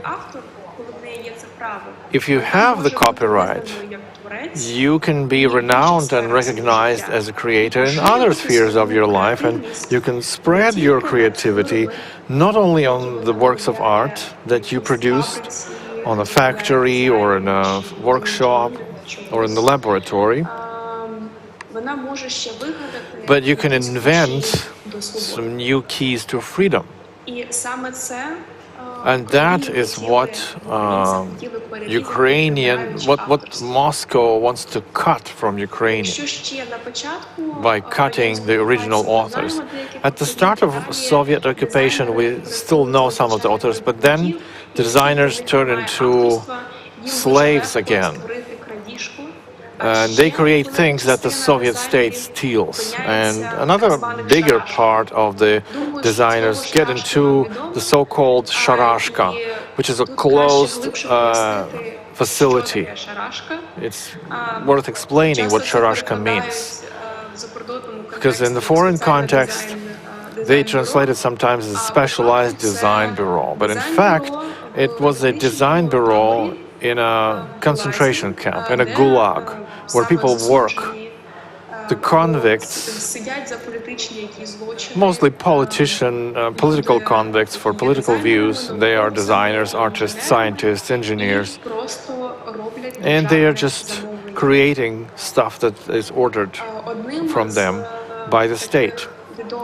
One of the prominent people who created like this in a sharashka, but then they were, of course, heroes, is Sergei Korolev, one of the founders of the world's missile and rocket science. One of his spaceships was basically designed while he was still in the prison camp. But Korolev got a bit lucky because he still retained his authorship, his original copyright. Most of the authors were not so lucky. All of their inventions, all of their designs were either stolen by other people close to the Communist Party or was published without authorship. In the project of Design Museum, I set two tasks for myself. The first, to restore the notion of authorship, the name of the author, the voice of the author, of the original author, and then the understanding of the author. What is the Ukrainian visual language? And luckily, over the years of independence, we have a great number of authors emergent that after the imprisonment in the 90s have woken up and started creating again, and we have a great collection, and I'll show you later. And the second part is to show the historical reconstruction of what was happening with Ukraine in occupation back when Ukraine and Ukrainians were deprived of the original authorship. They were forced into plagiarism, stealing designs from other countries, basically.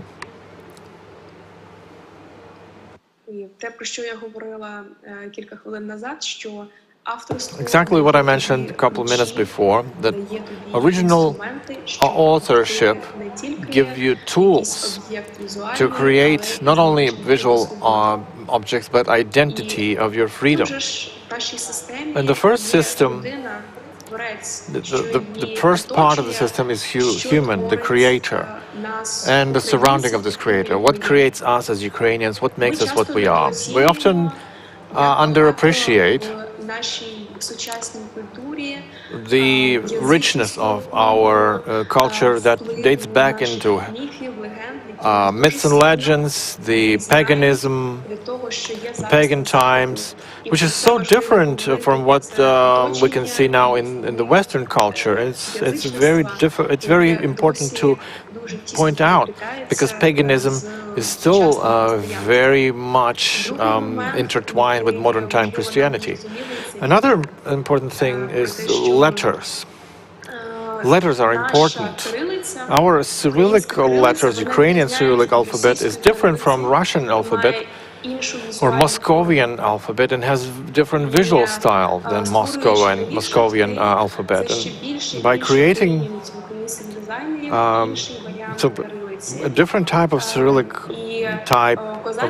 fonts, the Cossack skoropis lettering historically has the strongest authorship, because each scribe wanted to invent their own letter and want their their lettering be recognizable. So for Ukrainians, the style, your original style, which originates from the word stylus, which is the tool of the scribe, is our inherited feature. So this is the historical studies about. And the next step for myself, I see as an MVP, or a minimal working product,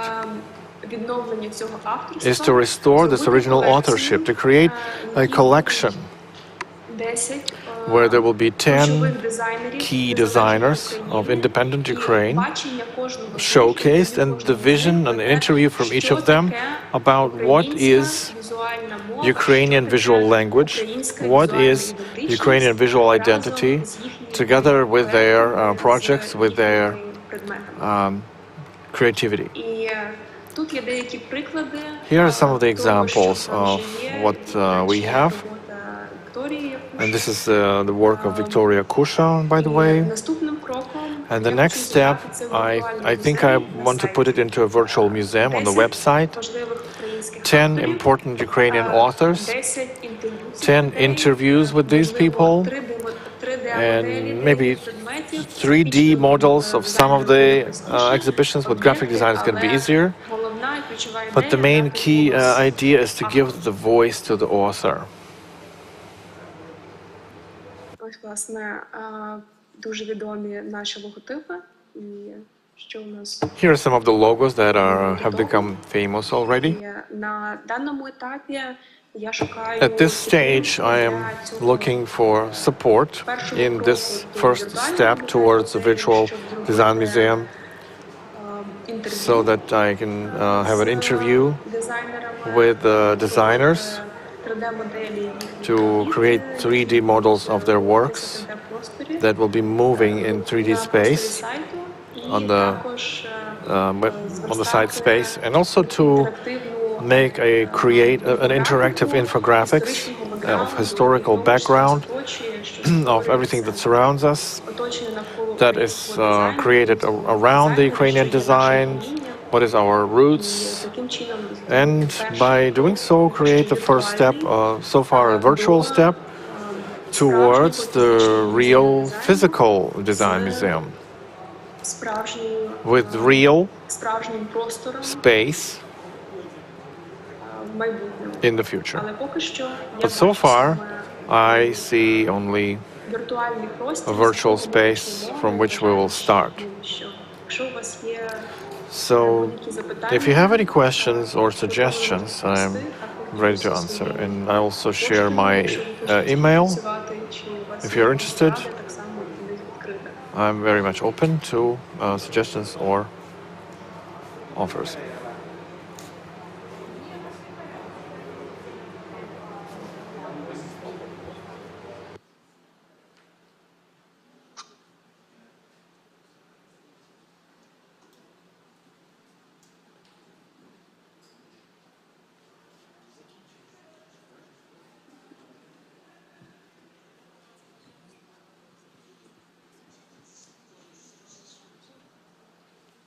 Орнелко, дякую за презентацію.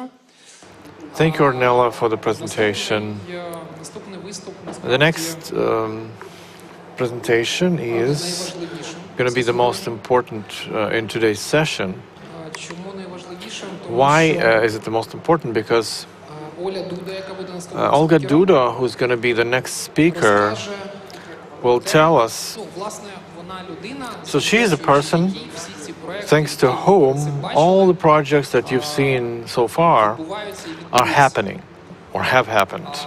Оля розкаже, Olga will tell you what she knows, що це дозволяє неможливому відбуватися.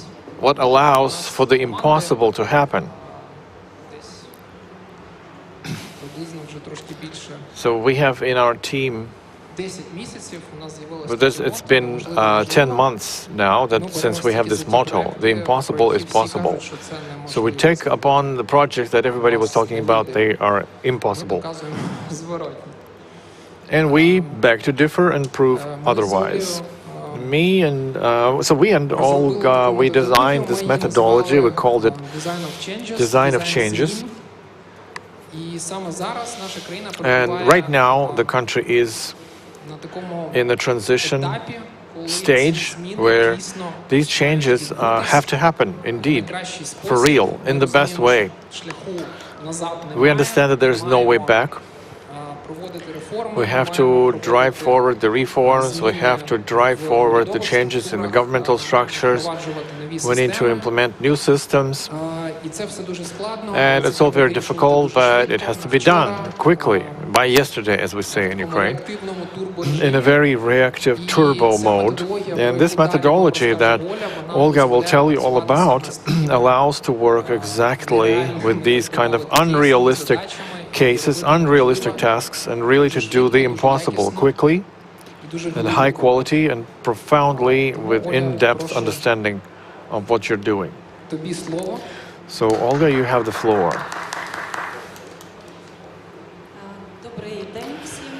Greetings, everybody.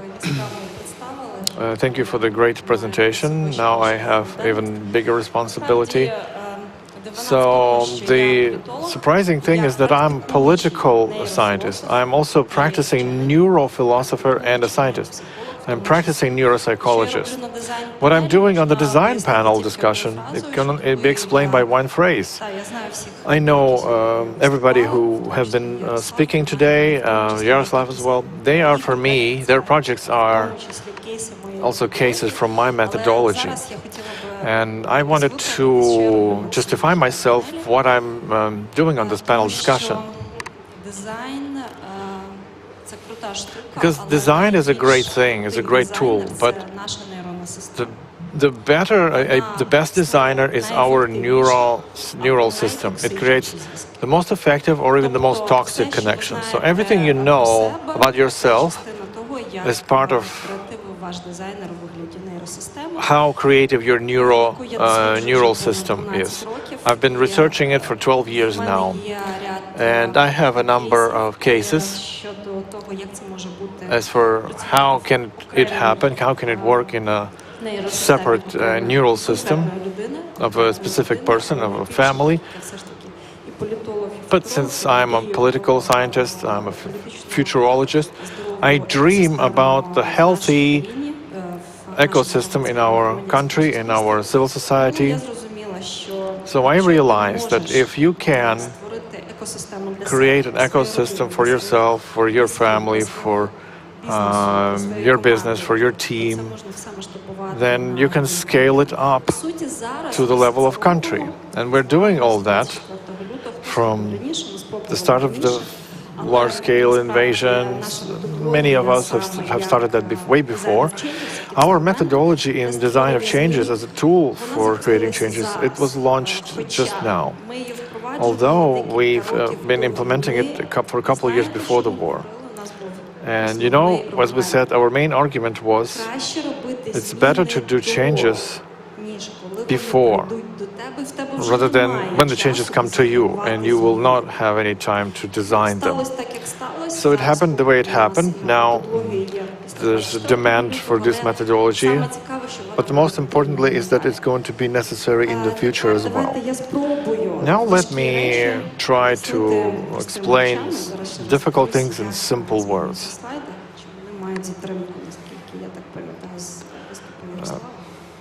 Let me figure out how to switch the slides.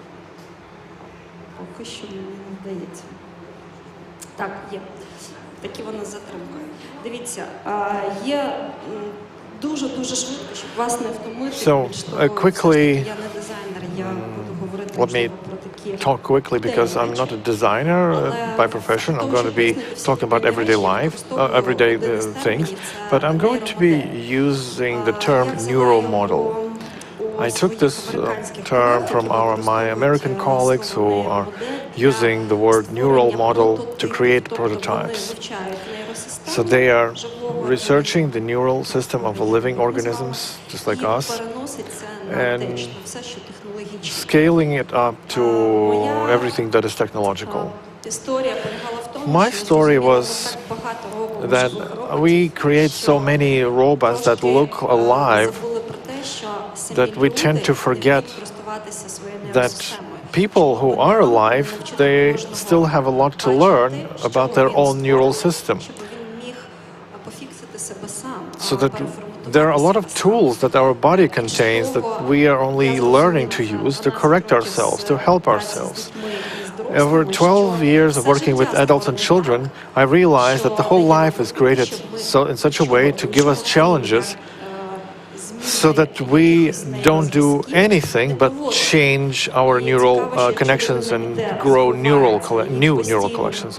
If you're learning all the time, you need more and more neural pathways. So that makes your evolution in a light version, so you don't have many problems.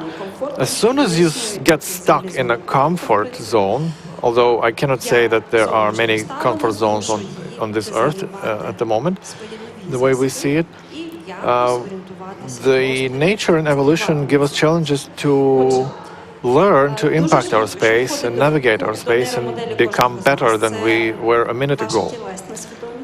So your body consciousness, of course, our body has its own consciousness. There is the consciousness of feelings and emotions, some in-depth emotions. There's mental consciousness, the mind. In Ukrainian language, there are different grades. So the mind and spirit. So Sapolsky, for instance, does not believe, does not distinguish between soul and the spirit as if they are non-existent.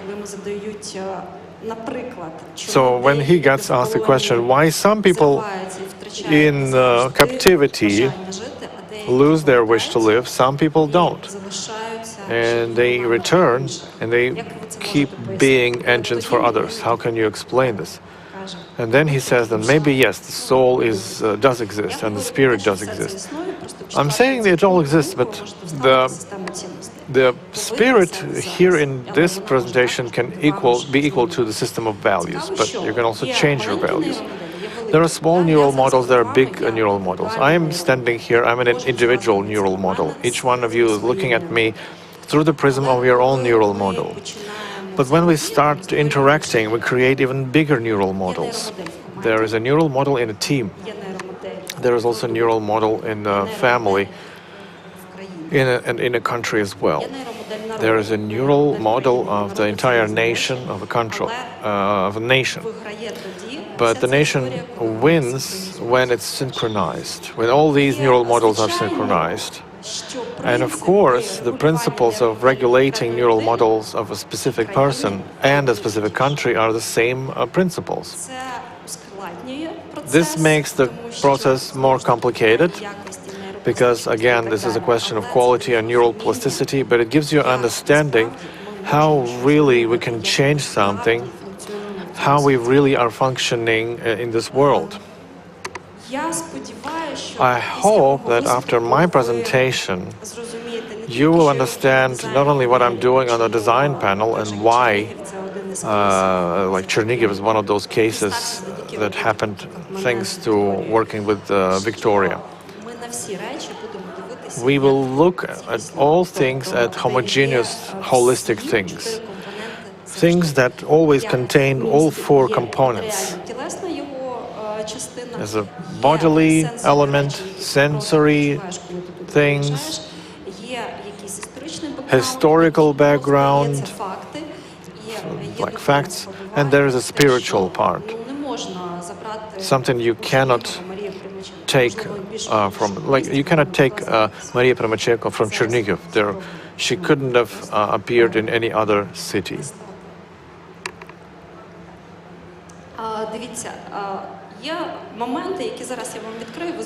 So there are things sometimes that I will try to explain so that you understand that in a neural reality, since we're all neural models, neural systems, there's no time in that system. It's a great gift of the nature and evolution. We invented the time. Our neural system has invented the time to arrange our life. But for neural reality, time is wherever your attention is. Every time is now, basically, in reality. And in the neural reality, there are always aspects of the future. The moment you sit down to decide about anything that's happening right now, You already create alternative answers, not because you're trying to catch it from an information field or from the unified field, but because all reality contains the past and the future and the present in one reality. Thanks to this scheme of Albert Einstein, you can understand the specifics a little bit. Why am I explaining it, and how Albert Einstein invented or discovered it. Time passes through us. We are the observers in this time. Why am I saying all this? And Einstein's scheme and the way he unites the individual I and the space and time. I can explain it using simple words.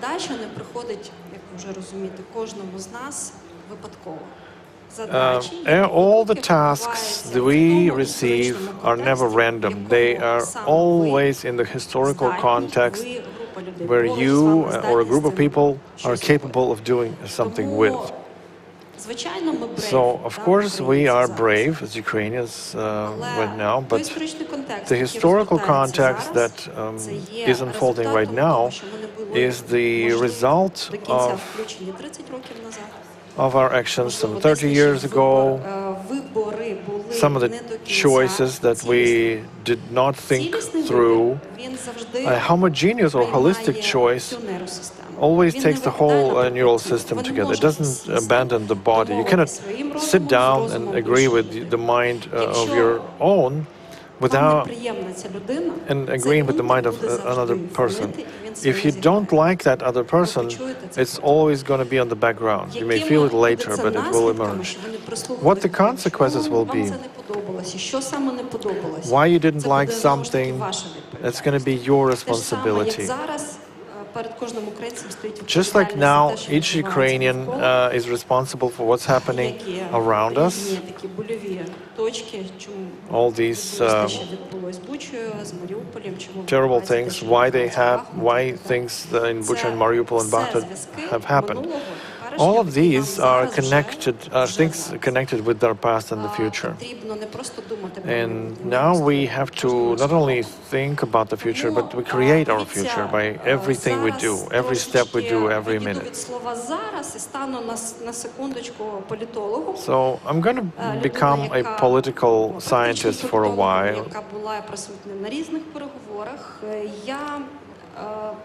A practical political scientist. When rational people tell me that, well, neurons are great, but there is a social contract. There are people you can agree with, there are people you cannot agree with. I say no. Me as a political scientist, I know many things. In this case, it's a picture of Budapest memorandum signing. Some of these people, on behalf of their countries, were guaranteeing prevention of things that have happened since February, in exchange for very concrete weapons and even nuclear weapons and commitments. If you read some things that these people said during the signing, you will see that behind the scenes, it was clear that it doesn't work. People distrusted each other. They didn't trust each other one bit. So when I'm told that, yeah, you can agree about everything, you can understand everything, yeah, if you agree with the neural system, but if you know, words are great, but if you remember neural model, words are just one of the aspects of signal system, how our neural system perceives things. You can say the same word to one person or the second person. And if you say truth, people feel it.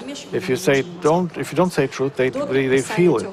Before the signing of this memorandum, there were a lot of interesting things happening behind the scenes, and it was clear from the get-go that all of this was a mine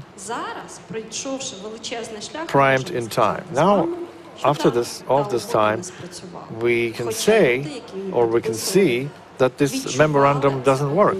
Although people were feeling that back then, they understood it back then. They understood that everybody was so different in the background and their emotions and motivation, but it happened as had happened, and this is the consequence of what we're having right now. So if we only look at this from logic and rationality, you will lose the future, because the past has shown us words are not everything.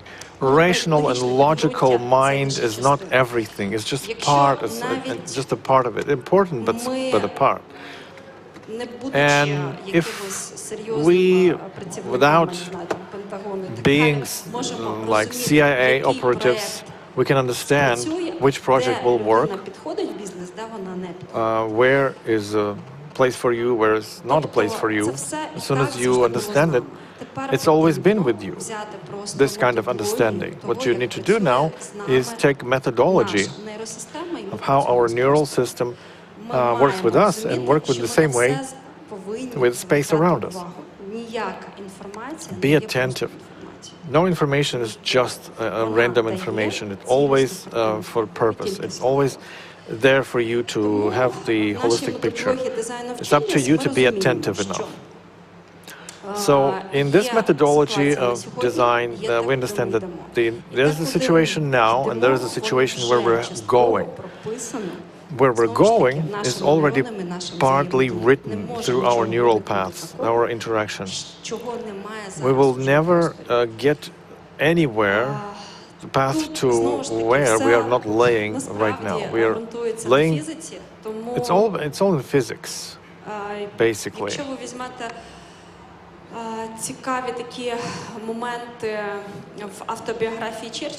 Winston Churchill's autobiography shows that he stresses a lot is one thing. It's not important what I'm looking at during negotiation. It's important how I'm looking at it.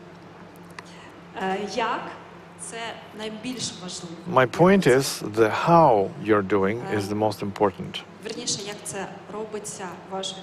How your neural system is doing that. Are you perceiving the signals you are getting? So the information always comes to us holistically. It's up to us to recognize it. You always know the answer, whether you want to sign or the agreement or not, whether that person passes into your team or not, whether that person has oppositional thoughts of what the person is really saying or not. Or even, do you love the person or not? You always know that subconsciously, even before your mind wakes up to the fact. But the only one problem, sometimes we don't want to feel it. We just choose some aspect that seems convenient to us, or we are in tune to it right now. So read some Churchill. He spoke for himself. It's not important what I'm looking at. It's important how I'm looking at it. Am I ready to see the whole thing, or I'm ready to only see the part of it? So the focus of your attention, understanding how you perceive a format or a fact, a person. It all depends on homogeneous and holistic attention. Do you turn it on 100% or only 10%?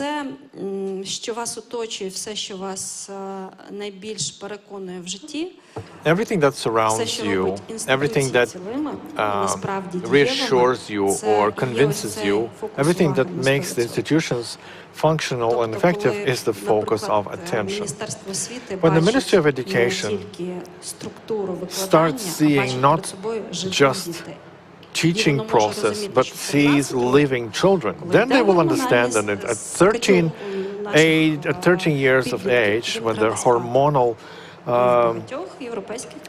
drive, they need to sleep more. And in developed countries, they come to allowance to come a bit later to school. The system adapts to them, because if they don't sleep enough, their neural systems will not have enough rest. They will be slow thinkers at 16, and at 18 they will be problematic people who will be abusing alcohol, etc. When the system sees people doesn't cut things of people. If you take again education, as soon as the Ministry of Education will see finally children and parents understanding that they work with them, not for the plan that they design, then it's going to be the system with different face. I remember the start of democratic education in Ukraine some 15 years ago. It was still a Soviet system with a stereotypical outlook and how should education function. It was not human-centered, it was not student-centered, it was plan-centered. Everything was plan-centered. So if you're attentive enough to notice smaller things, then you are capable of making small things move the way you want. Like in this experiment, if there is no observer, the particles are moving chaotically.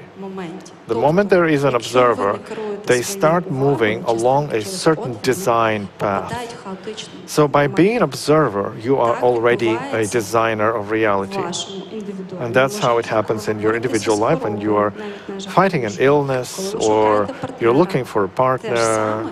The same things. Your attention directs the stream of particles. The same it works in the team, the same it works in the civil society. The movement of volunteers in Ukraine is an observer of processes. And this is how the particles get into the slits you need. Before, there was no question and the particles didn't get. По різним кейсам, де можна використати, те, що ми працюємо постійно з різними проектами. We constantly work with some projects. You've seen only part of the projects that are connected with design in one way or another. I can just quickly share my own projects, my own cases, the smaller cases that happened over the last 3 months, just 3 months of time. There was a case with infrastructure. I cannot give you names. We worked with some specific people on the nuclear power stations who spoke about the forthcoming crisis, because the nuclear power stations can be privatized not for correct goals, and even in the military time. This was a wake-up call that I received in March and started working.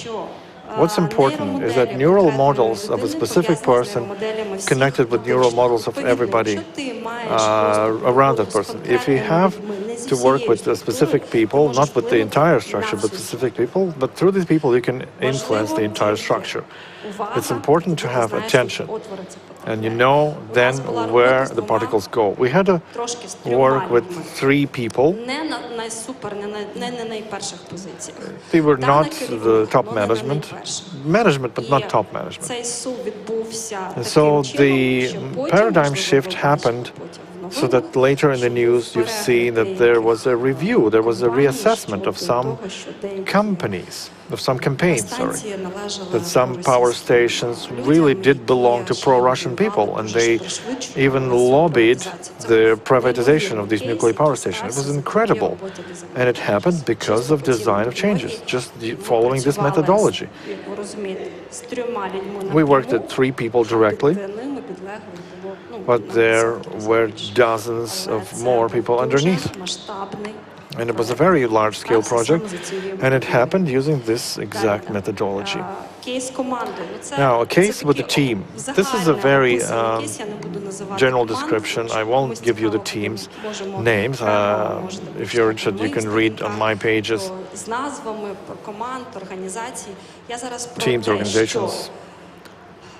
My point is that a successful project, a successful team finally receive serious funding, serious support. Their work was finally generating revenues, because чого? З нуля, да? All startups begin from scratch. They invest their own resources. So finally, they get a big budget for the entire team. Починається те, що часто починається. And the things start. They start dividing things. They start splitting things. It's a terrible thing. It leads to nothing but loss of what you've accumulated so far. Because of some solitary ambitions, the whole thing can be falling apart. So when using design of changes as a methodology, well, we put some more work into it, some 5 months of work. It's just some people wanted to leave the team. Nobody was pushing them. It's just natural correlation. Who needs what and who wants how. One of the team members left, opening their own business and leaving the entire project to go. If they had stuck together, they would lose the project. Although healthy ambitions, they had to follow the individual chart. They only need to provide the resources and the space, so that the person took it upon themselves to open an alternative way, what they wanted. It was long overdue, but it just took one step. And in fact, we have now 2 great products, because even the person who left the team feels great.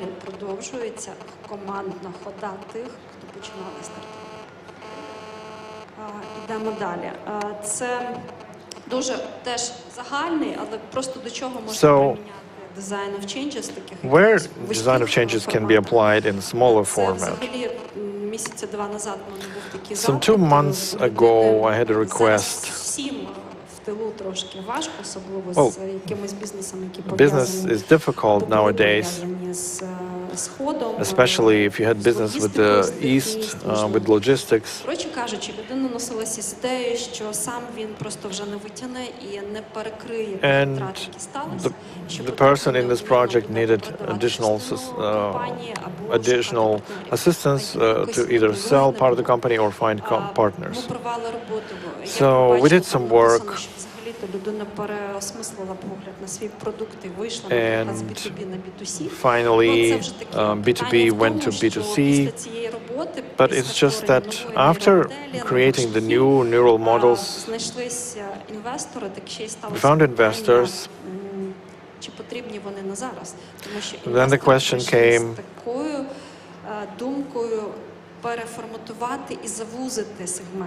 so to make the segment of the product narrower, but the person didn't want it.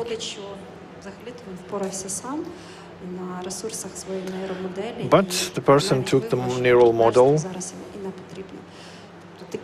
and turns out he didn't need the partnership. He could do on his own. So small miracles that each of us can do when applying this concept.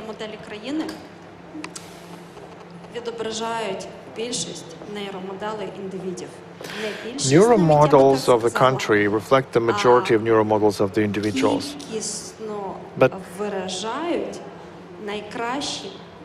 or rather, quantitatively reflect the best qualities of the individuals. So, roughly speaking, people who feel the need in this country to change something, and people who are ready to do something, during the regrouping, as we did after the February 24th, they are creating the new neural model of the country.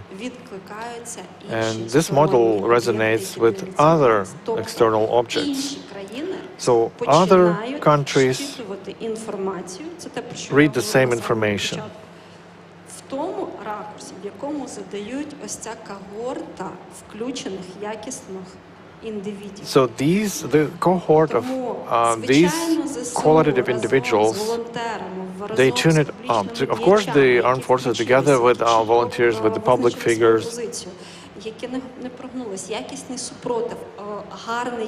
high quality and holistic fighting back, understanding what we need now, understanding what we need tomorrow, understanding that there will be a lot of more challenges, that the language thing is a serious thing. It's there for you to understand what the Ministry of Culture should do, what the Ministry of Information should do. All of these successfully created a neural model of the country, and now, only now, we are living through this unique time where the neural model of the country and people who live here in these great qualities finally correlates. So whenever you come to France, you will either be comfortable or not, regarding what your neural model correlates to the neural model of the country where you are. That's why there are a lot of political aspects here, but there are also a lot of aspects that you understand from everyday life.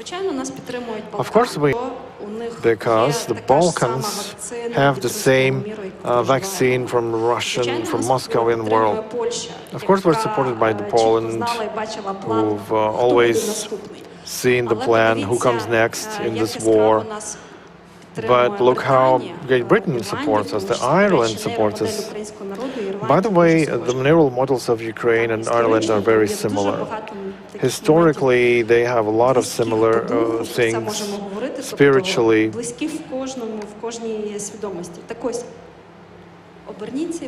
So turn around and see who supports and how, and what do they share, these governments.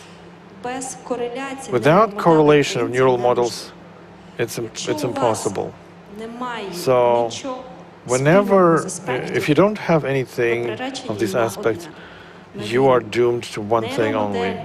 More neural model of Moscovia and Ukraine are now doomed for struggle, because in one of them they stress slavery and centralization. We focus on freedom and decentralization. That's just the light version. We can talk about it for a long time, but we are now doomed to fight this war, and we are doomed to be victorious in this war.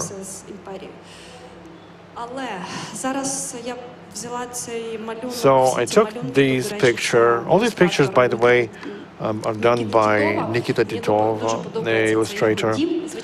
I like this house. Of course, it's not as ideal trident as Yaroslav showed, but I wanted to show we've never been so close to having neural model of each Ukrainian, even living abroad now, influencing the creation of the world within. Це все ми можемо робити. Ми вже показали, що ми інтуїтивно включаємося в правильну методологію, як працюємо. So we are intuitively trusting each other. Працюємо іноді без зайвих пояснень. Sometimes even without extra explanations. До волонтерського руху в перші 2 тижні. If you look at the volunteer movement in the first 2 weeks, rest assured what I've tried to explain in the US, how cooperation leads to coordination when the first 2 weeks you saw the volunteers capturing everything, transporting everything. They were not talking almost. They were just reading each other. They were operating with numbers and needs, but they had nothing. It's like no questions. How do I trust you? I understand where I can trust you, where I don't. Where I do have questions, the time will tell.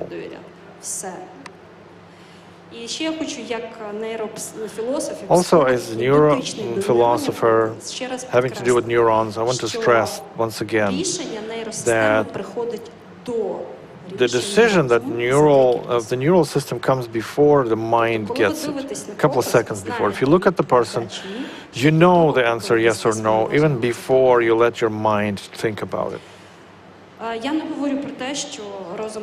I'm not saying we should disregard the mind. No, it's a great tool.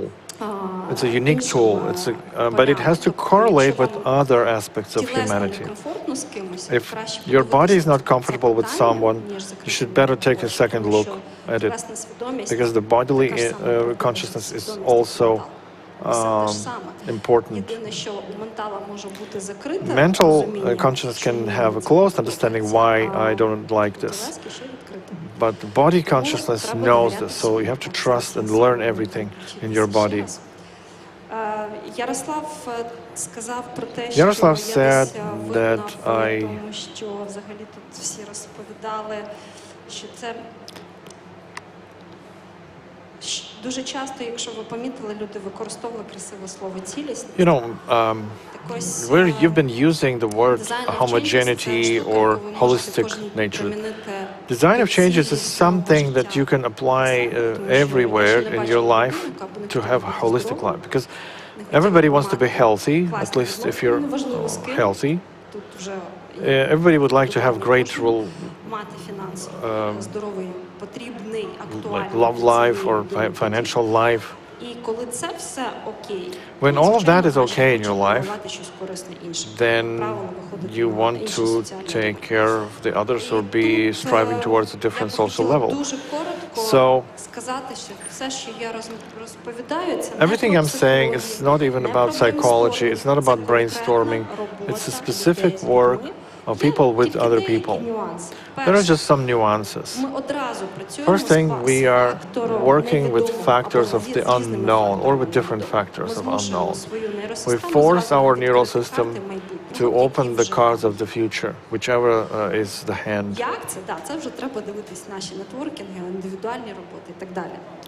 Networking, individual work, but the factor is still correlating immediately to what we know. Next, we are attentive to all of your signals of information. You don't ignore things. If there's networking, if there's work, nobody's ignoring anything. You don't ignore the signals. If you want to get a super result and be as effective as you can. Next, we account for all participants as the one dynamics. Even if there's a team and somebody wants to leave the team for a while because they don't understand what you're doing, they don't understand the sustainable city of Chernihiv, they leave the team, which is also part of the dynamics of how this project will materialize. Or if it's a group of people. In neural network, there's also a group that will oppose the project. But it's important to understand how do you work with this group. So everything is joining in the shared dynamics.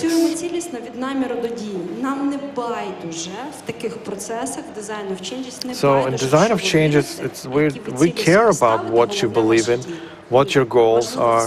Everything is important. Actions and intent. Actions and intent. Sometimes my husband gave me an idea how to explain it. Якісь моменти, і ми просто переписуємося. Він каже: "Ти знаєш, я отримую від тебе ні, нічого не треба." І ці ні, нічого не треба можна прочитати мінімум в 5 варіаціях. Do you need anything? No, I don't need anything. Here comes the answer. Or thank you, I don't need anything. Just come home. So the intent is how do you read this phrase, no, I don't need anything. It has the same strength as the action. Ось цей ключик, про який сьогодні багато говорилося, Ярослав підкреслював, як зробити неможливе можливим. And that's how Yaroslav said to connect the impossible with the impossible by merging the intent with the action.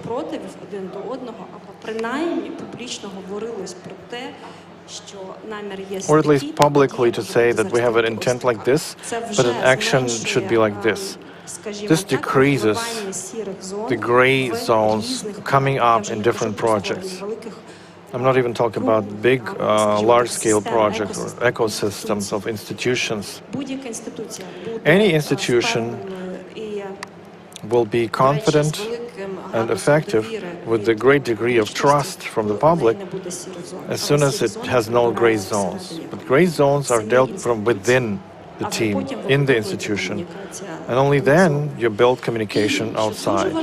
Also, what's very important, because I'm a leader of the project, or an author of a project, University of Generations, exactly because when I started my research work, I realized that the past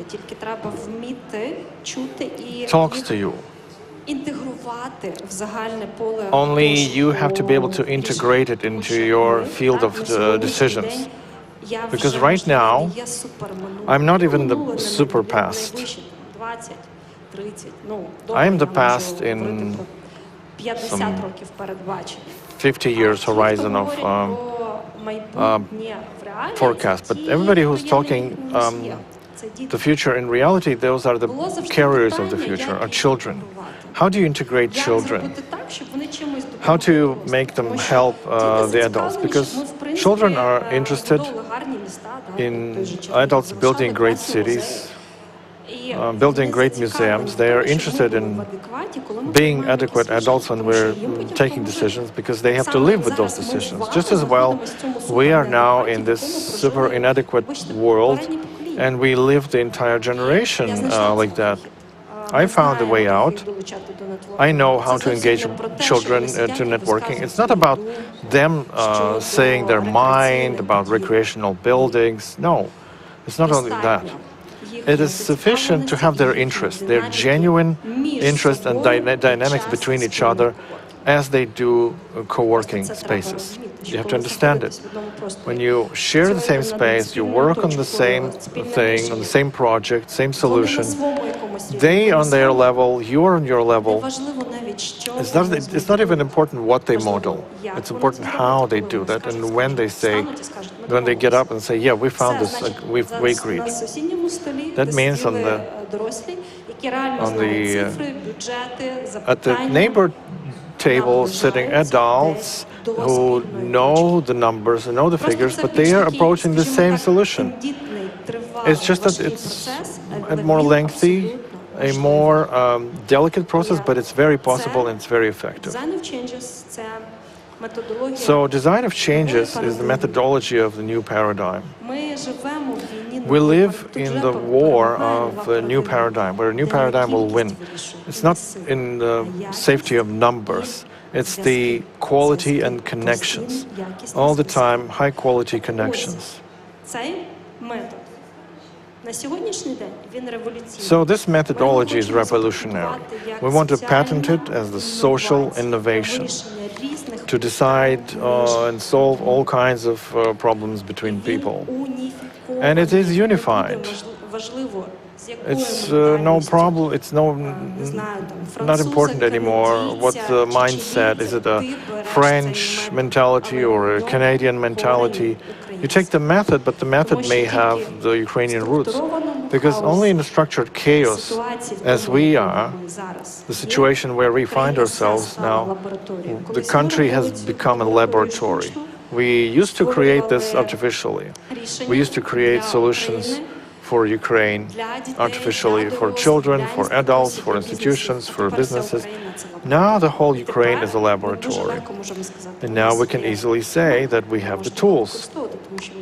You can now use it because it's working. Thanks to it, we win. But it's just that most people, they use this tool intuitively. We just gave it our name, we structured it, and there are brave people in the team who took the structure, took it upon themselves and presented it as a project with a big scale, understanding where we move. And it's not important what project it is, Ukrainian identity, or is it Chernigov, a sustainable city, or design museum.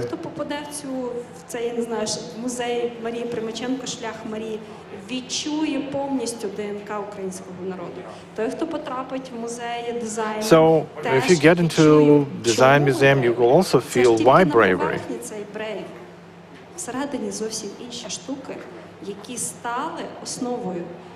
І ці, до речі, штуки ніколи не були пов'язані з So all these меншовартістю. things Це are взагалі not ніколи не about inferiority complex. It's about understanding who we are. Тому я не знаю, чи я справила зараз свою задачу, яку на мене поклала команда. Я можу одне сказати, що я дуже щаслива, що I don't know if I такими managed to do the сміливцями. task that my team laid upon myself, but I'm so lucky to have this team of such brave people that we've accomplished so many projects, changing the space and people around us for the better, accomplishing titanic efforts and institutionally, publicly. But there's one more thing. They are brave enough to invite me for a design panel discussion where I have to talk about design the way I see it.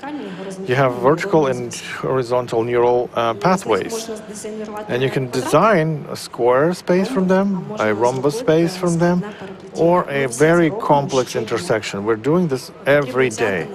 All you need to do is take responsibility upon yourself. We have an annual program of our events, and you can join in order to learn the methodology, in order to say, well, look, I need this methodology in my team, I want to learn it. Our task, we set it for ourselves to learn and to let go. The method has to happen, has to...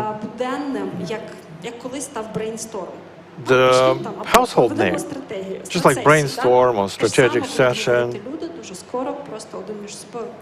the same design of changes will be a household name. That's how we're going to think. Я думаю, що ви можете знайти багато форм співпраці з нами, як для того, щоб навчитись, так і це використати. So you can cooperate with us or learn. Так і для власного життя. Дизайнерувати зміни можна і в власному життя, і це було б чудово, тому що це роблять люди. Ну, я вам So design changes is for the people, so please make use of it. Ось хочу нагадати, що нейрони – це життя. So neurons are your life. If the neurons are traveling a certain pathway, they create a program. Я вам, як нейрофілософ, пораджу. As a neural philosopher, Буду рада за вас, якщо ви ніколи не будете знати, що таке програма. even if you don't know what the program is, is when you're following the same pathways, where everything's going in circles because there's a trajectory.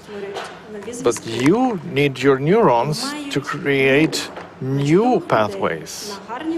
Then you have the hints of great people to find great projects, because you will never lose that hint, because you don't cut yourself down to size of everybody's expectations. You need to make use of your life and design your life. And also then scale it up to institutions and projects, making those institutions alive. Thank you. Дякую, Олю. Thank you, Olga. Наша панель добігає кінця. Our panel discussion is closing to an end, and at the wrap, Я хочу, до речі, I два слова want to сказати, say a couple of words about one more project, and then I will present a project for the next year and maybe 2 years that we're doing together with Estonian colleagues. Once again, we are very tight on schedule. We had to put one of our projects outside of the panel discussion. You can see it, at least those who are present in the room, they can see it on the screen. It's a project, Design in Time of War. We were collecting for 8 months, for 9 months, different cases. In the same presentation, there's only 40% of what we collected. I think we will add to it. And it's basically, we're planning to make a mobile exhibition and to showcase Ukraine and abroad. Maybe it's going to be an album later. So, till the start of the next panel discussion, for 10 more minutes, you will be able to see it. Наостанок, я хочу два слова буквально розказати про проект Design for Ukraine нашої асоціації і наших колег з Естонії. So, Design for Ukraine is brand manual. Він надзвичайно важливий.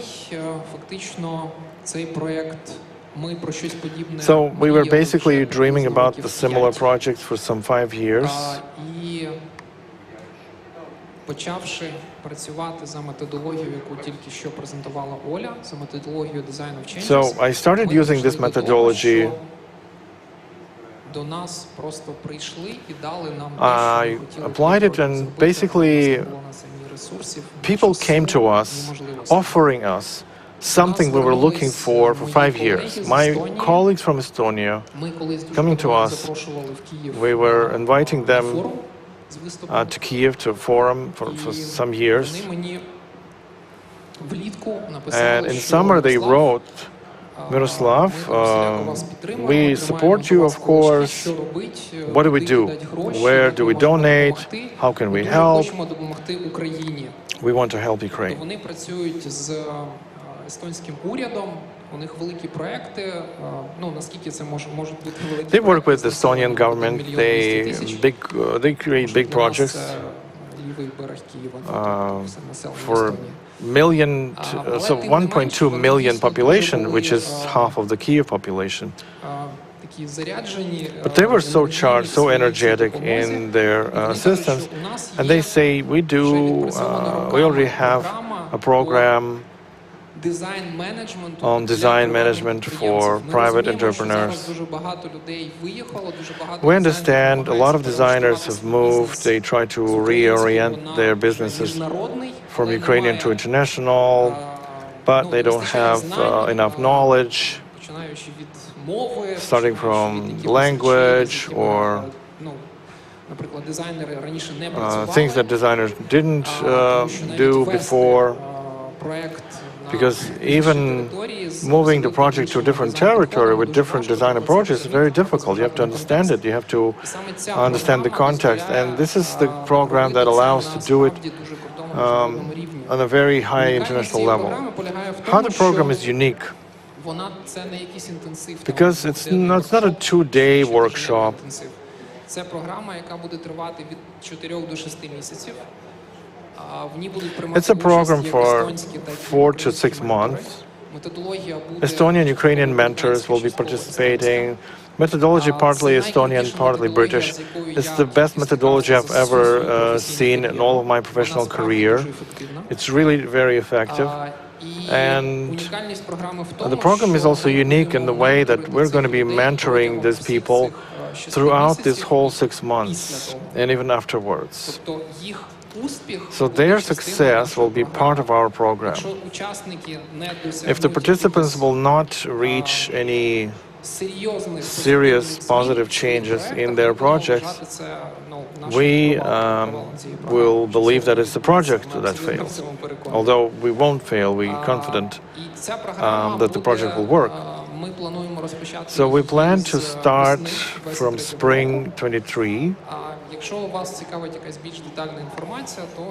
If you want any more information, follow us on Facebook or contact me. Дякую всім, хто нас дивиться в онлайні, хто нас буде дивитись в записі. На цьому ми завершуємо. So thank you for attention and see you later. See you again.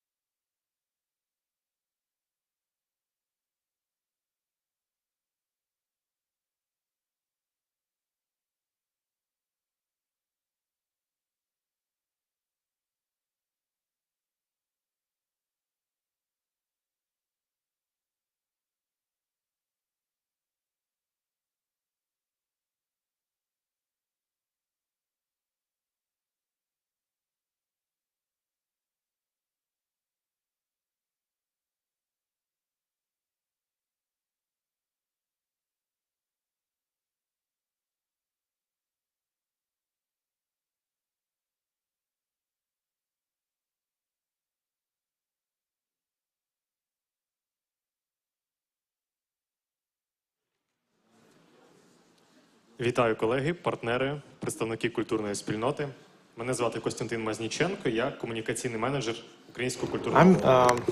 Ismail Mishchenko. I'm the manager of communication forum. So, opportunities from Ukrainian Cultural Forum and partners. Two parts. First, opportunities for Ukrainian Cultural Foundation and opportunities of the partners. So we have clear typing, 2 hours, and we hope to use that time as effectively as we can.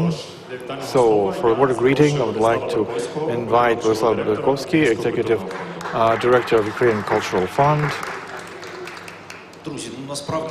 So, dear friends, word of greeting is not entirely word of greeting. I just wanted to, in this format of word of greeting, to say what we've been doing, because we've all, in this terrible situation, a terrible period after the February 24th, although the war started way before.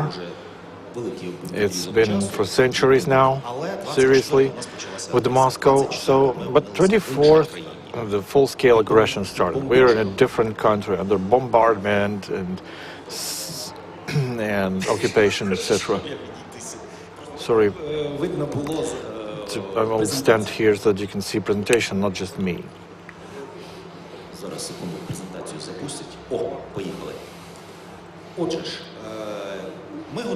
So we were preparing to the new season. We had big plans for the new season, what we had to achieve, and how do we have to move in the following year.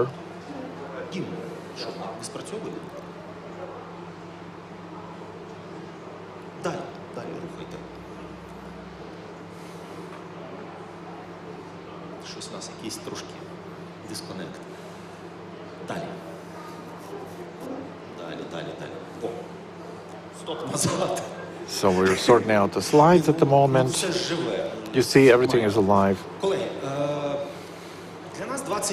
For us, the year 22 was also significant that it's been 5 years since the Ukrainian Cultural Fund started working. It's a very important event. The first 5 years, we were transitioning from small kids age, where we had to go to school and prepare to the first grade, so to say, if we compare this to school grades. This is the effect of the activity of Ukrainian Cultural Fund.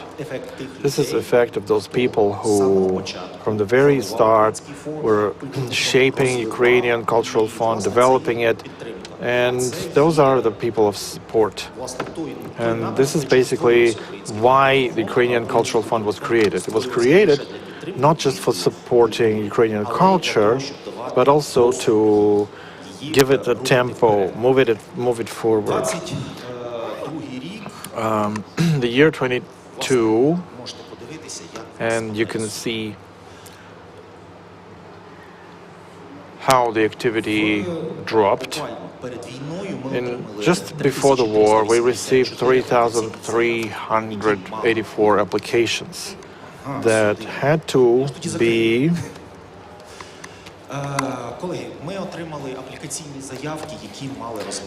which we had to review, and we had to implement them in 2022. But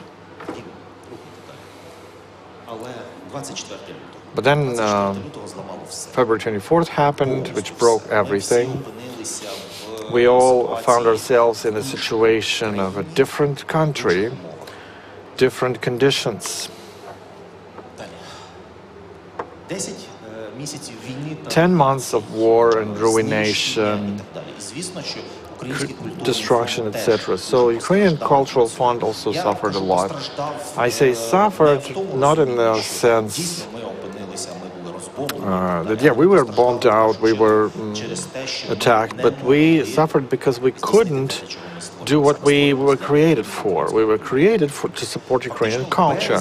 So somewhere in March, we had the first sequester. The government decided that almost all of the grant money will have to go to support the armed forces of Ukraine. I believe, my personal opinion, that was a right decision to do. Back then, you had to defend Ukraine. You had to defend Kyiv, because the enemy was standing at the door. we had to get rid of them. In the subsequent months, just before mid-April, there were several sequesters more, and as of April 4th, there were only 4% of the entire allocation from our foundation. Not only grant money, but also the money that was allocated for the fund's life and existence that was sequestered. But that's how the whole country felt like. So therefore, we selected the main types of activity.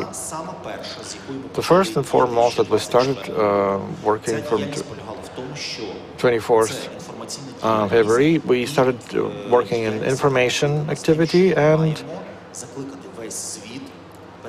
to urge the whole world to stop working with Russia, with Russian culture. Russian culture should not be present in the world arenas because we don't celebrate terrorist culture who are strive to repeat again the Nazi crimes. So we were calling different organizations and demanding to exclude the Russian representatives from that structure. I'm very happy that many of the creative unions responded to our requests, and so we managed to do that. There is no Russia in the international space anymore. So that's whom we addressed to. The next element that we initiated was an informational element, but basically from the very first weeks we planned an online map.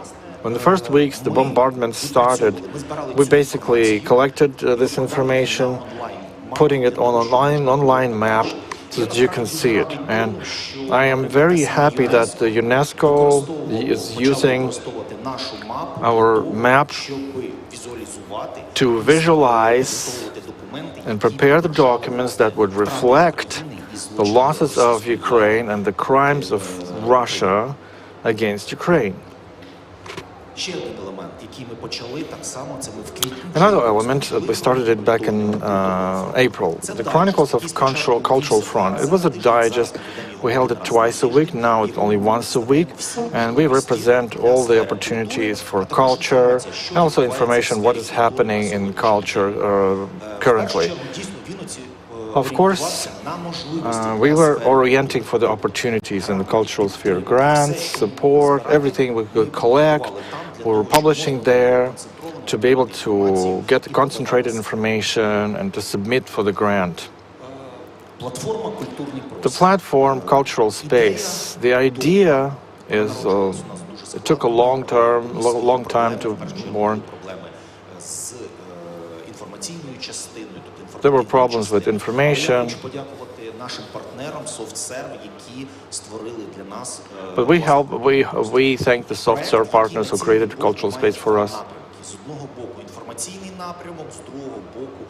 First, an information aspect, and secondly, humanitarian aspect. Information aspect, we were collecting information what is being done in the culture currently, who needs help. So the platform, the grant providers and businesses. So we were not asking for the money for culture. We were asking money for specific artists, specific projects, for specific company or organization. They need our assistance. Please help them. And I think it was one of the most important missions. Of course, art portal, the art of victory. War moved the artists to a different vision of how they see the war. And we attempted to collect in one space different types of art, from caricature to murals, to collect everything as reflected by artists at war. And basically, currently at the art portal, Art of Freedom, the Art of Victory, there are 2.5 thousand verified pictures that that relate to the art of victory. The important element was a fundraiser company, and basically cultural space is also part of it. But this part of our fundraising campaign, which we and our partners organized, is a Charity Hero project.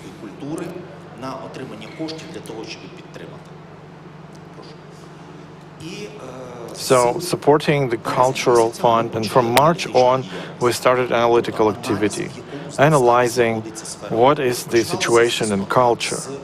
Of course, we started with simple questions. There are shellings, people are dying, artists in the entire institutions are being destroyed. So, collecting information, what is being done. In March and April, we needed that, so we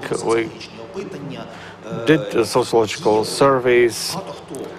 A lot of other organizations used our data,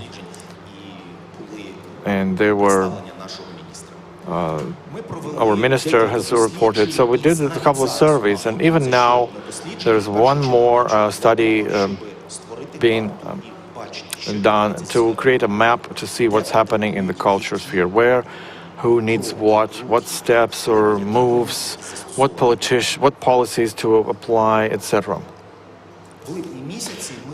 Back in June, we found an opportunity, 4.5 million hryvnias to allocate to restore the cultural arts scholarships.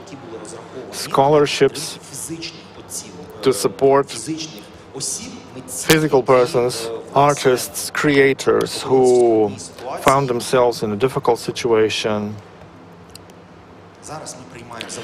Now we receive reports.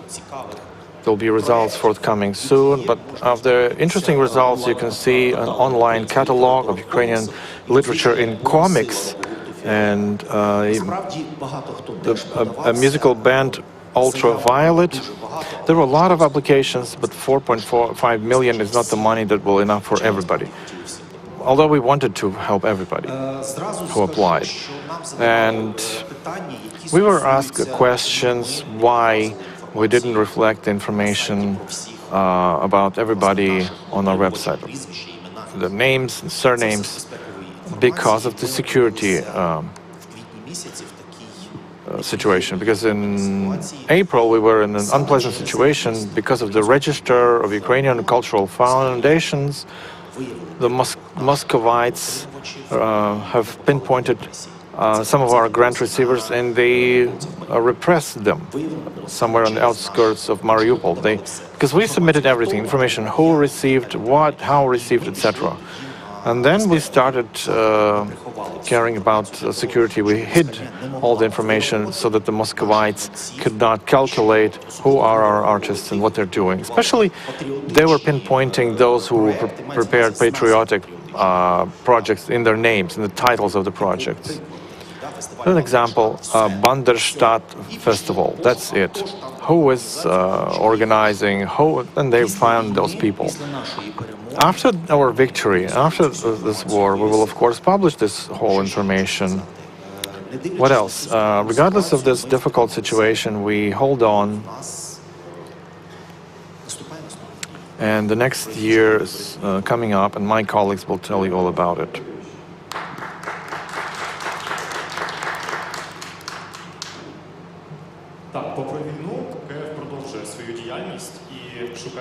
So, the foundation is still looking for ways to support culture. So we present the result of strategy, the strategy of adapting creative industries to wartime. Lyudmila Kozhekenko, head of the analytical sector of UKRAINIAN Cultural Foundation. Hello, everybody. Хочу представити до вашої уваги результати нашого свіжого дослідження. So here are the results of our study. dedicated to the strategy of adaptation of culture. та креативних індустрій до умов війни. Коли ми запускали це дослідження, ми ставили In the conditions of war. When we started this survey, we wanted to identify successful cases of adaptation of cultural workers in the wartime, зрозуміти, якими можуть бути перспективні шляхи відновлення повоєнного to find ways to restore Ukrainian culture after the war.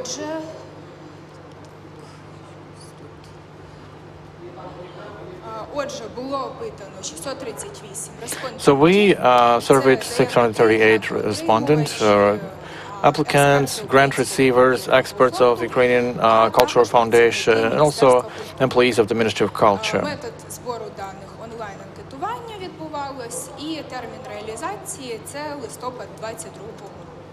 Отже, переходимо до результатів дослідження. So let's go to the results. України. Як ми бачимо, близько 6% респондентів оцінюють стан культури як поганий. And you see how many respondents assess it as negative. About half of them, 6% say it's negative. 45% say that the state of our culture, oh sorry, 5.5% said it's okay, and 45% said it's bad, which is quite understandable. Якщо говорити про розподіл коштів для розвитку культури для тих регіонів, які найбільше постраждали від війни, culture for those regions that suffered the most through the war, we see the respondents, majority of them believe that funding these regions has to be done according to a separate program. There should be a special program for these territories. As for the hindrances that stand in the way of Ukrainian culture in the wartime, we see that most of it is lack of financial support from the state. 73% of respondents said chose this option, and the low level of salaries in culture area. So if we talk about the hindrances on the way, we see that respondents believe that main hindrances lie in the financial factors.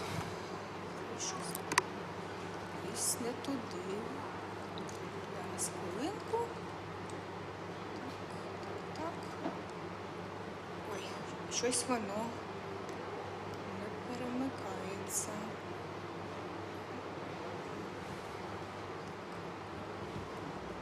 Затримується? Тому що воно назад.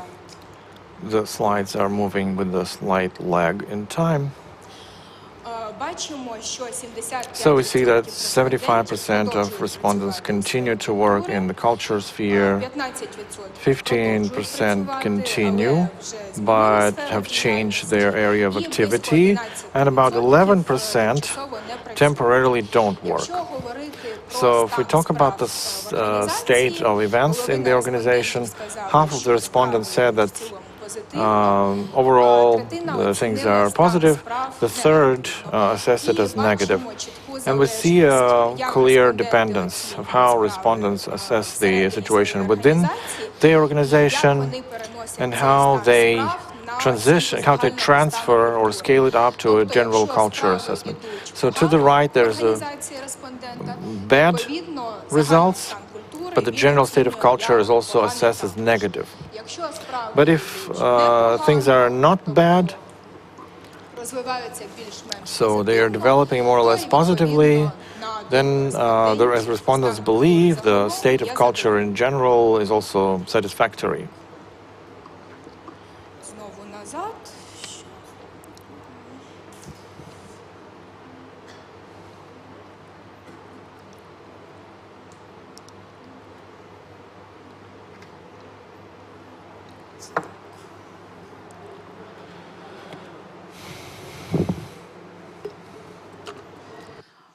Бачимо, що у порівнянні з першим півріччям We can also see that compared to the first 6 months, for 23% of respondents, the situation has improved in the second half year.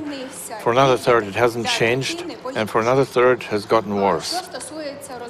As for the designing the crisis plan of work in the wartime, we see that almost half of the respondents pointed out that this plan of action in crisis situation is available.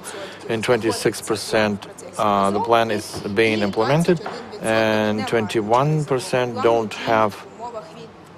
І бачимо чітку залежність адаптованості респондентів від наявності кризового плану. Якщо план є 88% є адаптованими, якщо ж плану в організації немає, тільки 62%. If the plan is absent, only 60% they said that they have adapted, and the third said that they are not adapted.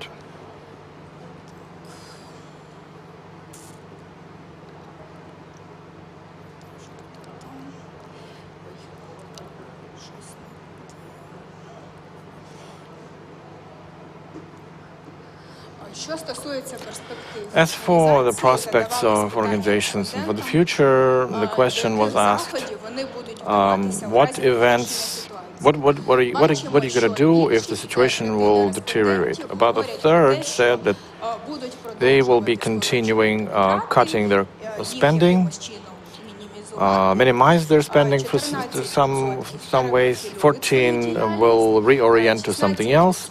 16 will cut their numbers of employees, and most probably some pessimistic people who expect that the organization will shut down. They are insignificant percent, or just 12%. And assessing the prospects of organization in general, we see that about half of the respondents believe that this current situation will continue. A significant percentage of those who believe that there will be expansion of activity and the revenues will grow, and about 10% are pessimists who believe that organization will either close down or will discontinue. До її закриття.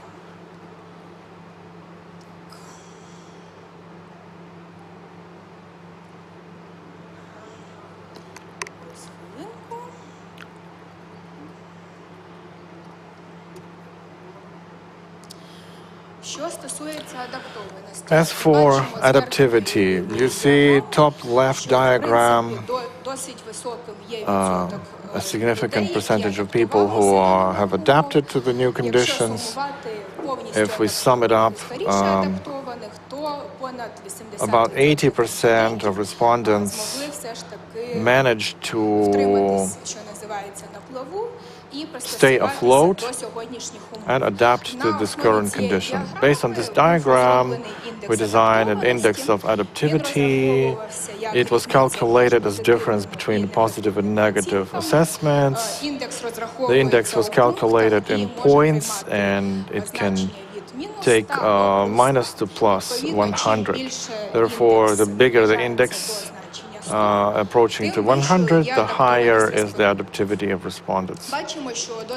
You see that indicator is not bad, 65 points. But at the same time, we have groups of high adaptivity, where the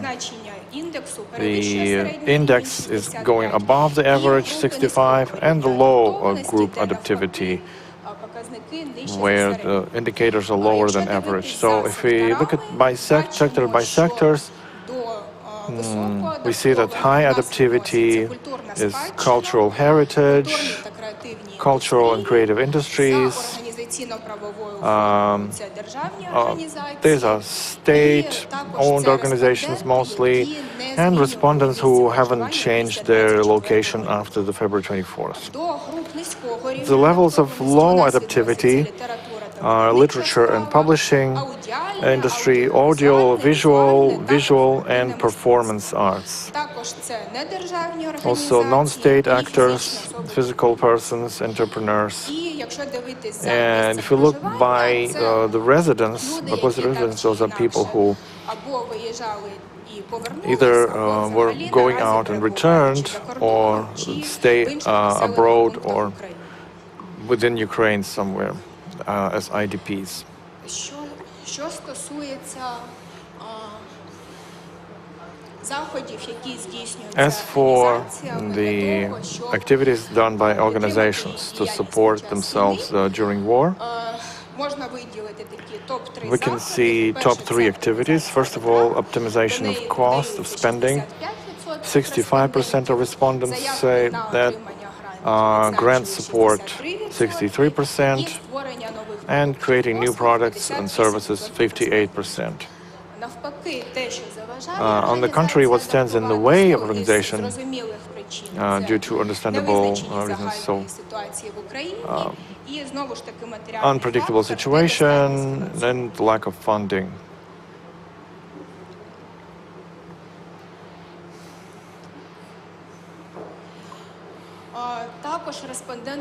Also, the respondents were asked a question as to how their activities are supported by different institutions.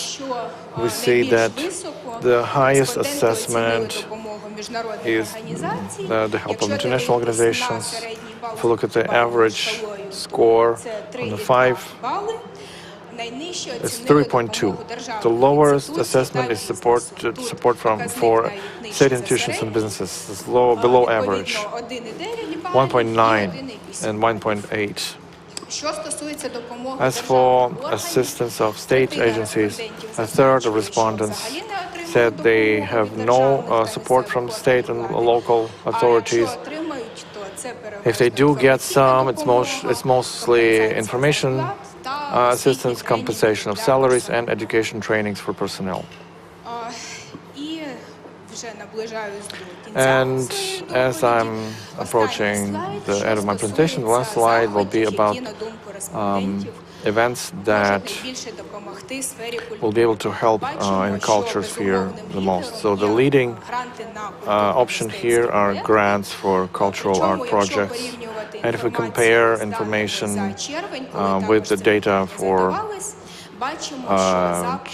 June, we see that requests for cultural projects, grants has increased 80%, and also respondents, as an important supporting measure, select the state strategy of rebuilding the cultural sphere, and we see that compared with June, the demand for this kind of assistance has increased.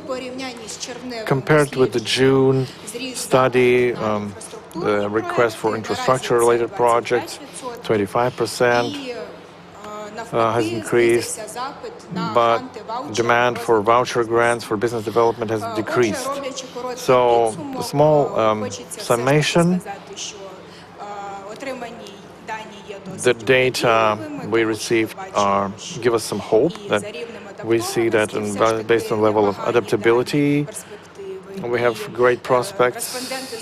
Respondents were optimistic, mostly about the future of their organization and cultural development in general. So we can hope that these trends will continue, will be strengthening, and we will see that in further studies. Thank you. Thank you, Ludmila. We'll expect further studies. And now we move to grant opportunities for Ukrainian Cultural Fund for 2023. We will present them to you, so I invite Dmytro Shevchenko, Deputy Executive Director on Project Work. Greetings, colleagues. Happy to see you here. I'm happy to present to you the following grant year. We all hope that it's going to happen the way we planned, or even better. We're doing everything for this. We believe in our victory, and the cultural sphere will restore. There will be additional resources. So currently, we have allocated for a cultural arts project for Ukrainian 152 million hryvnias. For the next grant year, We plan to have 3 programs. 2 of them are moving from 2022, Culture Without Borders, Audiovisual Arts, and 3 new programs that will start: Restoring Cultural Arts Activity, Cultural Heritage, and Regional Culture.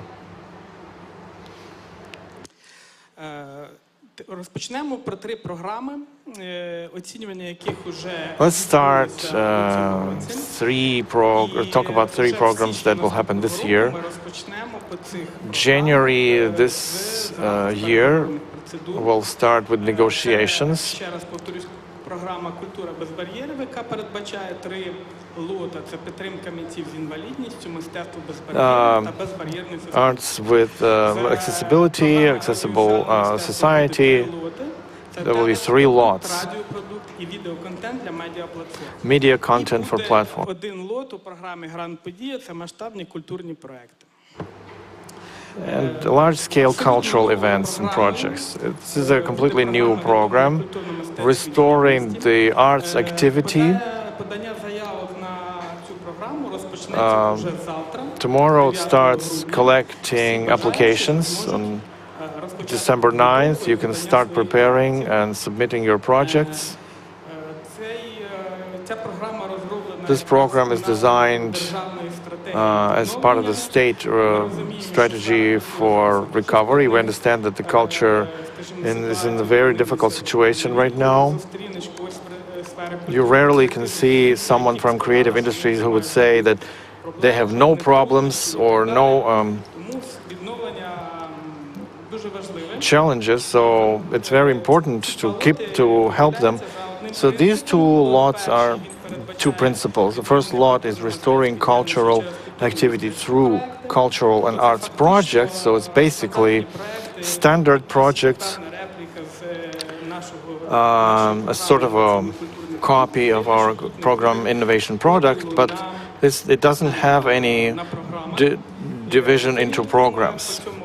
The only exemption in this lot is the Cultural Heritage Program, which does not account for this sector in this program. The second lot is scholarship for restoration of arts activity, which accepts applications from all sectors of culture, but only physical persons and only in Ukraine, who reside in Ukraine. So it's mostly support for those artists who remained in Ukraine to help them recover. Next program is Cultural Heritage. That's why I didn't have the sector in the previous program. It's standing aside. We understand that the cultural heritage in very difficult conditions. We verified about 100 different 100 different cultural objects destroyed or damaged. There'll be many more, fortunately. So cultural heritage is part of the digitalization effort to restore or keep what has survived in order to restore it later. And so cultural heritage is planning to collect applications from January 16. 3 lots: digitalization, cross-sectoral cultural heritage, and designed by the Ministry and Cultural National Memory Institute, the program of researching the historical cultural heritage. What is the difference between the 2 lots? The digitalization is more about applied arts, digitalization of museum exhibitions, etc. So moving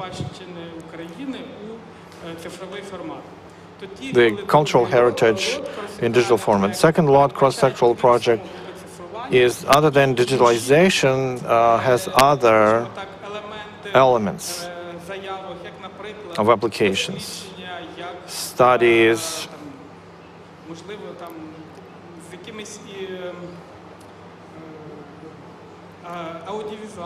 audiovisual elements. So a wider project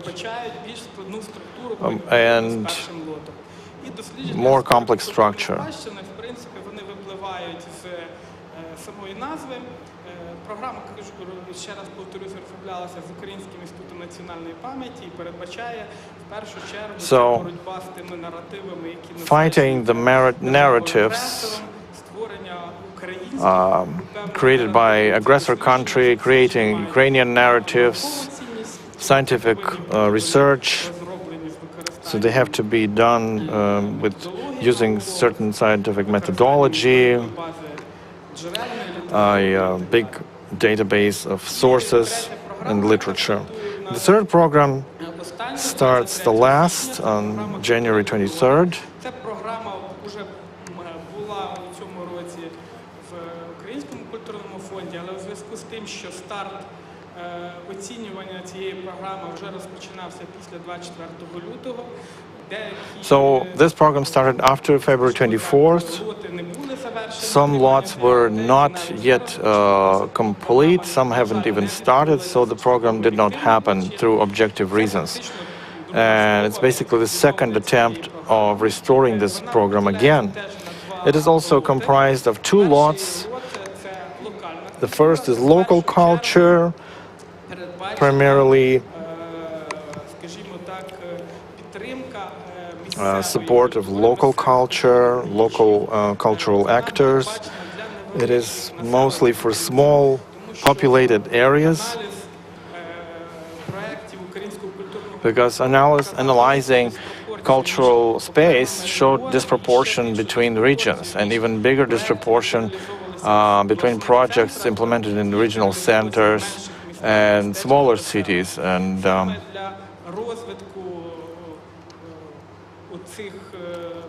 so задіяні були в попередні роки, створена програма «Локальна культура». Також вона передбачає додаткове співфінансування у розмірі 10% з місцевих 10% from local budgets. донорів і так далі. І друга програма, яка у нас розроблялася... And the second program that was designed with the representatives of Majlis and ethnicities is a program of culture of local aboriginal cultures of Azov and Black Sea regions, Majlis and others. So it's a package of programs. It's been implemented since 21. In 22, it was also suspended. We did not finalize application, except if some of you have seen the famous project YO that was implemented within this lot. It was very successful.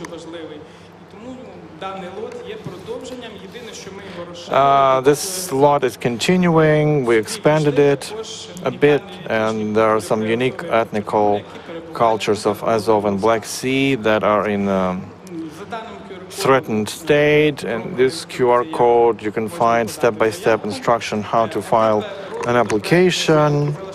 The stages remain the same.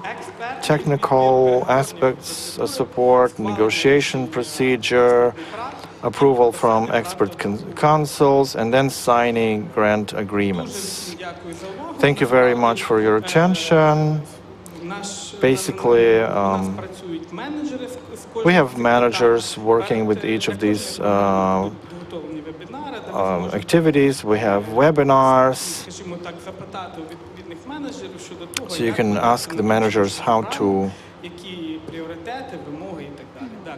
submit for this program, what are the priorities, etc.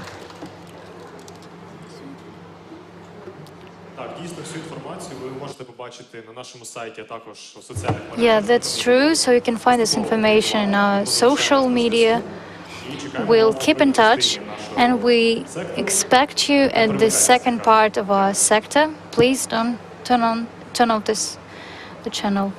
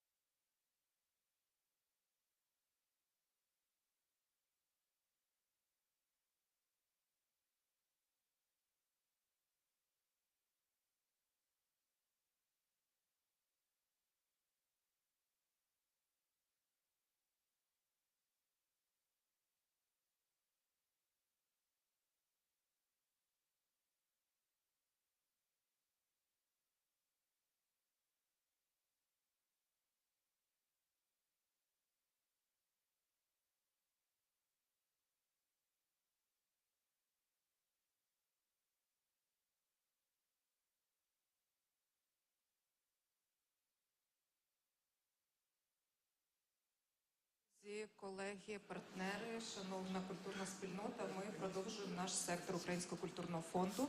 Мене звати Ірина Осадча, я заступниця. Hello, my name is Olena Kosach. I'm the director of UCF in cultural development. I would like to start with what Władysław Berkowski has already mentioned, that from the beginning of the war, we've been leading some chronology of our activity in the wake of the Russian aggression. We were speaking about different actions and support events to support Ukraine around the world. We collect all the available financial and resource opportunity in our side. They can be reached by anyone who is somehow involved in the culture sphere. I would also like to add that during all this time, we have sent out more than 9,000 appeals to various institutions to support Ukrainian culture. A lot of foreign institutions responded to our appeals and support us through civil initiatives, non-charitable initiatives, by providing sub-grants. More than once, we've been talking about opportunities in our digest, and now we have a chance to listen and to hear this information from the representative from the cultural sector. Tetiana Kalita, assistant of the Minister for Veterans, Yulia Olenina, representative of Insha Osvita NGO, Polina Nyukhina, director of Zmina 2, Fund Isolation, Yaroslav Dyakiv, director of National Bureau Creative Europe in Ukraine, Ilona Temchenko, manager of infrastructural grants and international cooperation and Goethe Institute, House of Europe, Alexandra Yakubenko, grant coordination, Artist Connection, Band America. Dear friends, we all understand that culture demands deep societal transformations and cooperation between stakeholders. More than ever now, we need to integrate our efforts so that everyone fights their own battle. We have to operate in a new reality, new identity. Yulia Laputina, Minister for Veterans, mentioned in one of the press conferences that veterans have to be integrated in the cultural context of Ukraine. Veteran art, it may not be separated from all the cultural scope of Ukraine. And what is the state activity in respect of veteran art? Greetings, colleagues, participants. I'm honored to be with you today and to talk to you about veteran art and its points of contact with the state cultural activity. There are various battles, cultural, economical, political, and we all understand that every one of us working in their own place tries to to do their best Ми проговоримо про те, що to bring our victory closer. які впливають на формування What are the aspects that influence після 24 the development of culture after 24th of February?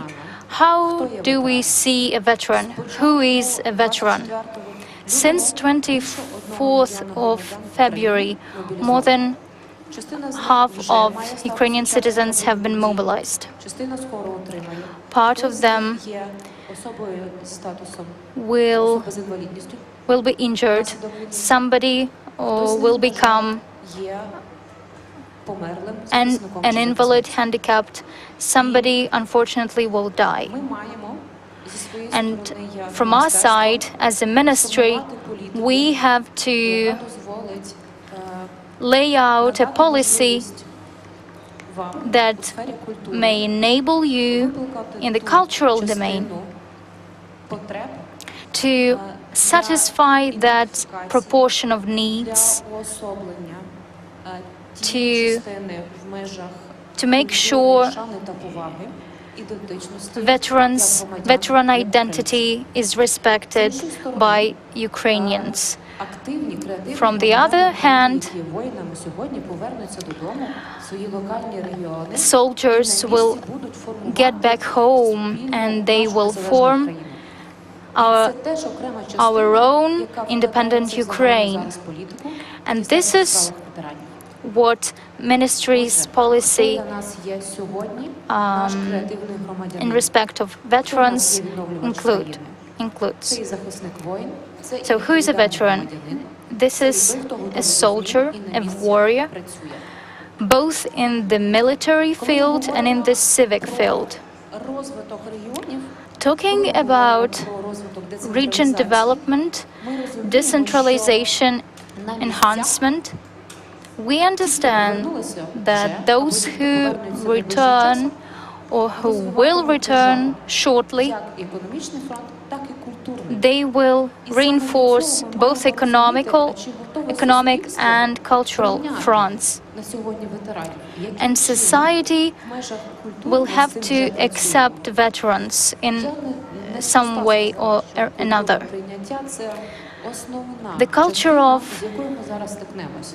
Acceptance, tolerance is key now. Наскільки на локальному We рівні, see на місцях that at the local level, зміни, in the regions, які вже запроваджені, або які мають бути there are запроваджені, changes вони or доцільні. there will be Наскільки вони changes that готові, still і наскільки вони будуть are being сприйняті implemented.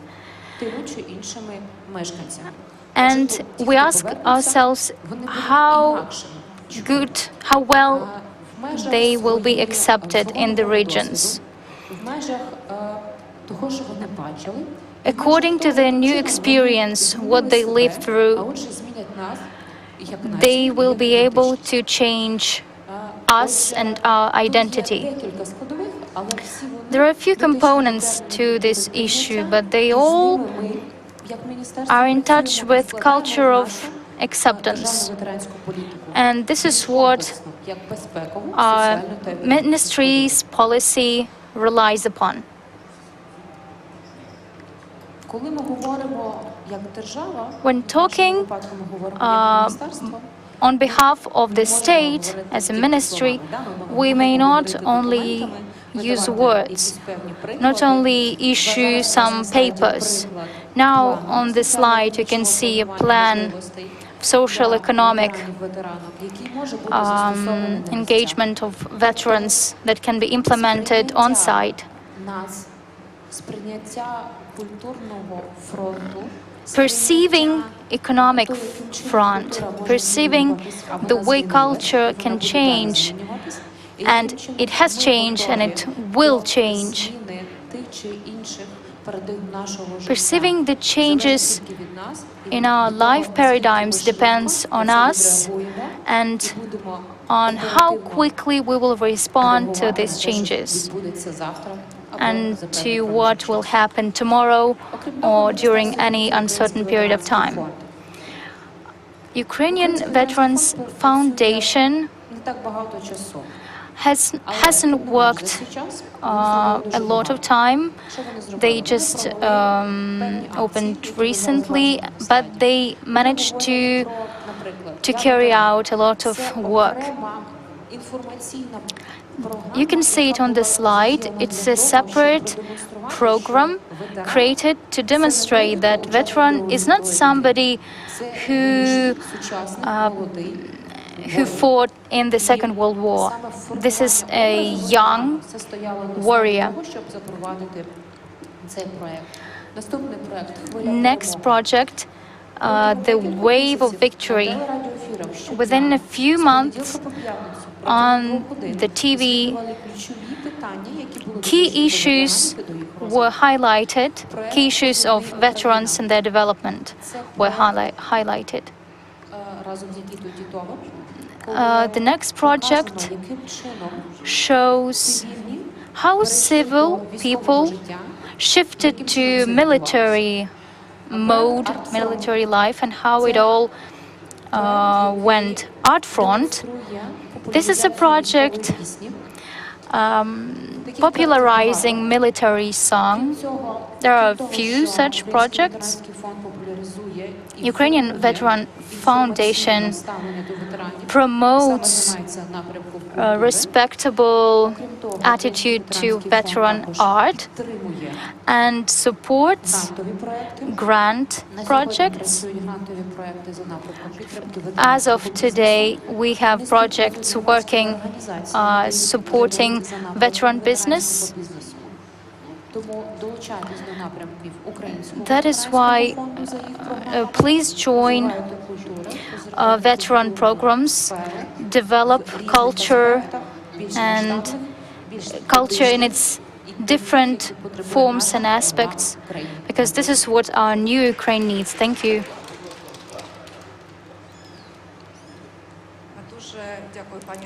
Thank you very much, Tatiana. I believe everyone has something to take away from your speech and to reflect on what you said. So everyone battles on their own front. And now I would like to move on to state support to non-governmental organizations. We've seen plethora of organizations that shifted the direction of work to support artists and cultural institutions. Non-governmental organizations are very quick and flexible in allocating funds from international partners. I'd like to invite Yulia. Please tell us what were you doing and your team during this time. Hello. Thank you for this opportunity to share the results of our activity. As Irina mentioned, non-governmental organizations are more flexible because just us who decide what we do and how fast. Which sectors need support most, and we can have a different qualification quicker.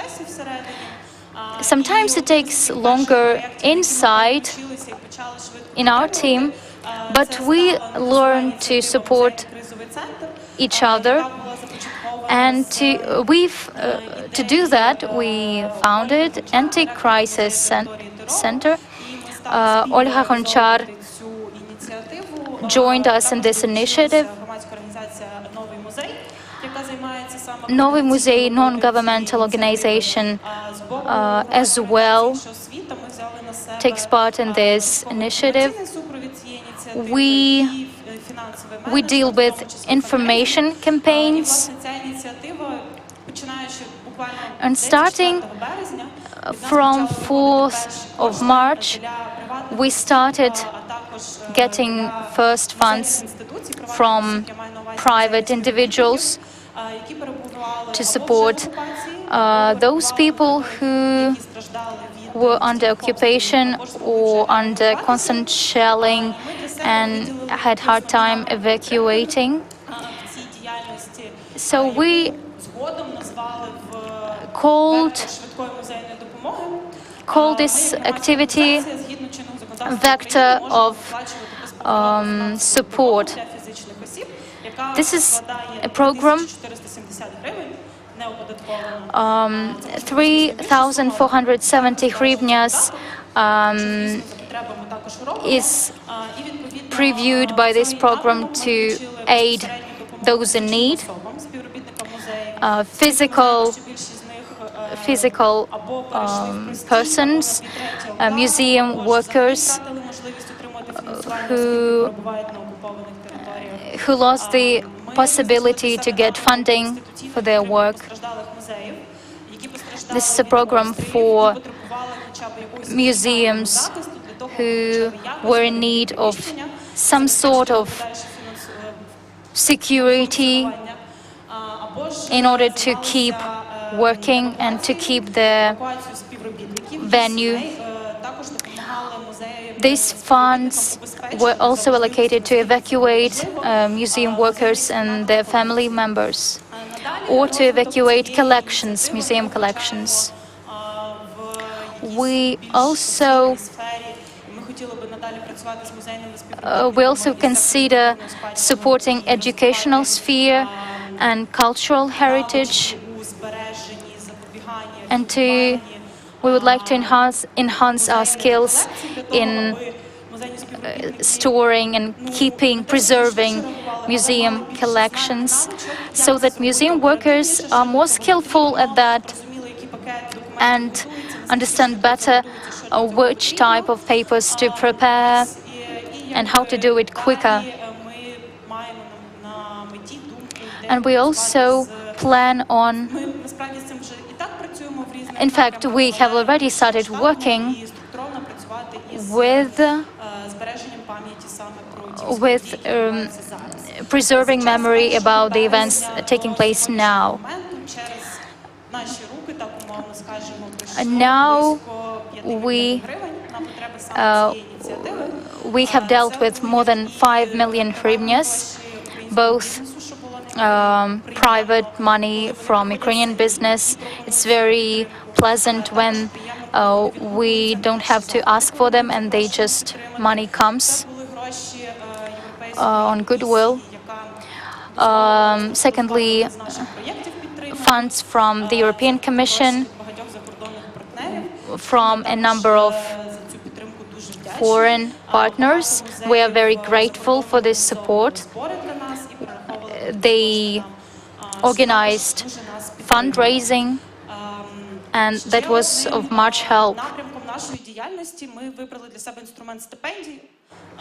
Another instrument that we use is our scholarships. They aim to help people resume the activity in Ukraine. One of these projects is art fellowship, 45,000 euro as a budget. We managed to support 25 cultural managers that worked in non-formal education, with media, in social business before 24th of February. Were forced to leave, but had a very strong intent to return before October 2022. Within 3 months, they received 18,000 hryvnias to move on implementing their projects.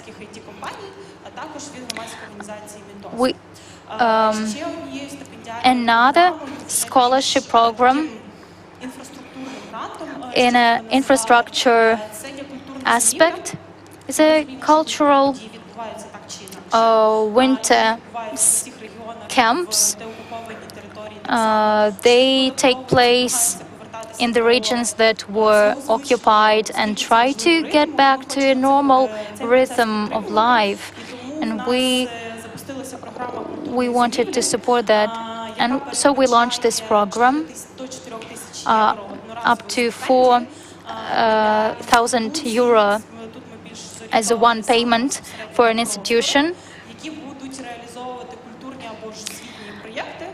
to implement cultural projects. This grant can be also used to prepare for the winter, prepare the venue for the winter. Perhaps the venue needs a refurbishment and renovation after shellings. And we received around 80 applications of the kind. There were a lot of applications from Chernihiv region. It's very great that people are interested and motivated to carry on. So as I said, scholarship is one of the favorite instruments we have because it's very flexible and immediately reachable. Since artists may no more plan for long term, we are glad to help with some short-term solutions to help them develop further. Another scholarship project that we will have will start in January. Unfortunately, we have stopped accepting applications. It's scholarship. For this scholarship, participants were eligible until the end of December, and it will focus on continuing work in progress. Another interesting means of help is just to provide some support to keep working at your project after you spend your residency. In the future, we would like to help 12 artists. We had 105 applications, so just imagine we have to choose 12 to fund their work. So I think it will be hard. As Irina mentioned, I'm a manager in proto-production agency. I also work with educational projects. And there is a cultural dimension in this agency too. This year, we launched a scholarship named after Arto. There are 4 participants. They have already received their scholarships and carry on their work. For us, this is an opportunity to get to know those artists who stayed in Ukraine and to figure out who we can help and who can need our services, our support. This scholarship was funded by the British Council, and this is how we work in the cultural sphere to create new cultural products. In early December, we premiered a play. It will be repeated maybe in the end of December. Now, we have also received approval for one of our grants to organize residencies for artists in different countries in order to support them and provide them a safe space to create, to share ideas, to implement the art products on condition that it will be funded by Creative Europe, and there will be information support as well. We understand that the most acute question is financing and safe space. While we are waiting for being able to return to our homes. So we try to build cultural links, cultural connections. The first open calls are expected in April and May. Follow the notification. Stay tuned if you're interested. And just to sum up, scholarship instrument for non-governmental sector turned out to be transparent and efficient enough. By transparent, I mean cooperation with donors, since we have a lot of money by fundraising, and donors are ready to cooperate and willing to cooperate and ask for some minimal accountability from our side. And for us, it's very important that we create added value in Ukraine by supporting creative industries. For now, this remains one of the key aspects why we'll keep using scholarships, because it is transparent and efficient for both sides. Thank you very much.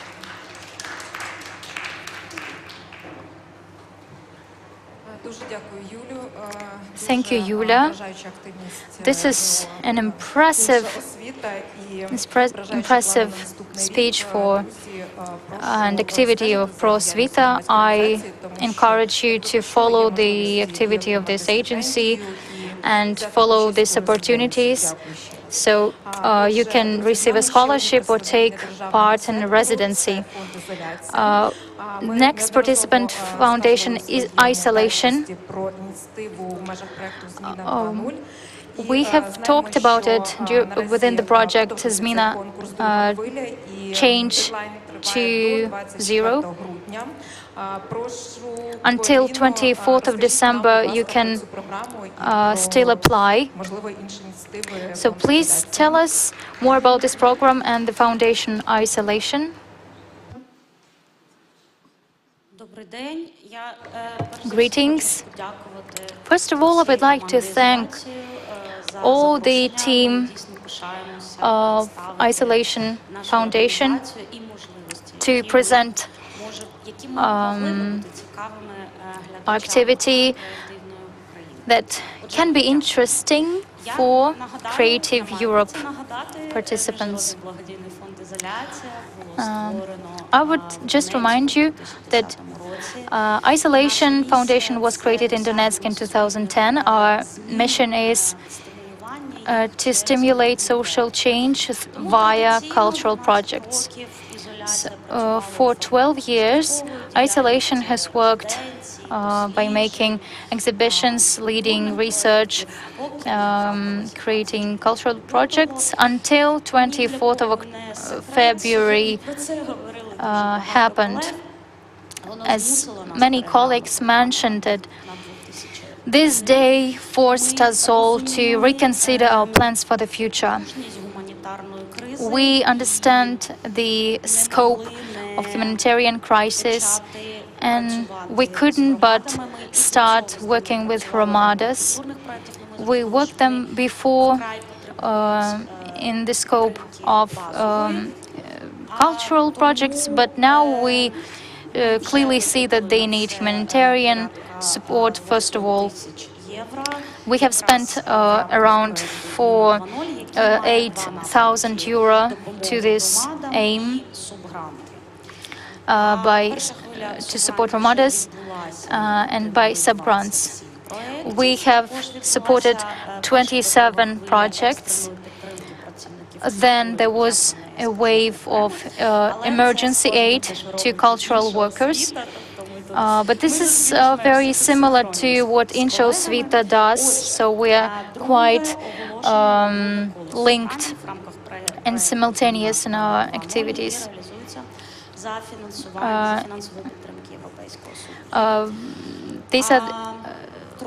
We work in connection with Zmina 2.0, thanks to foundation from Creative Europe.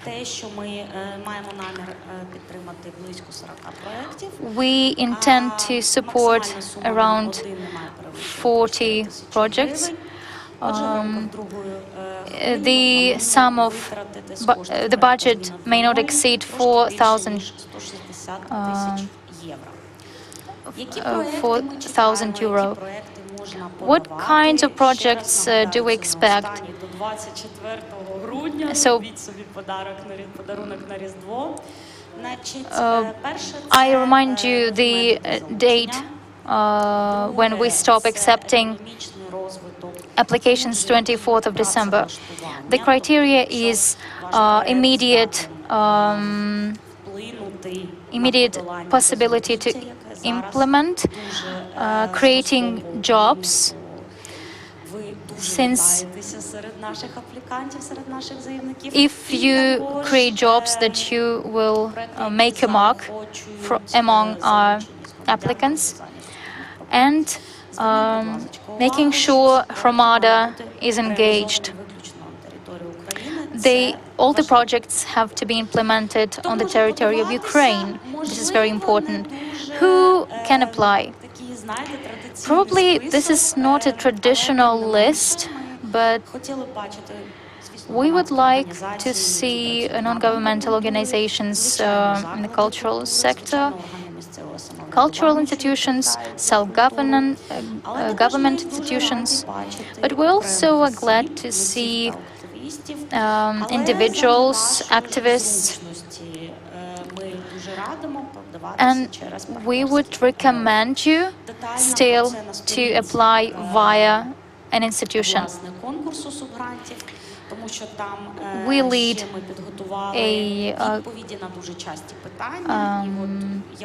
we select. I encourage you to read frequently asked questions.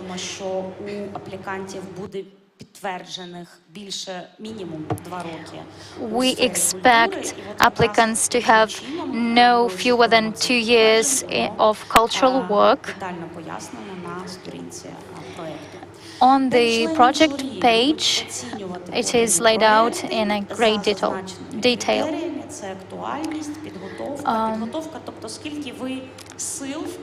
As for criteria, we evaluate if it is pertinent, how well you prepared your project, your team,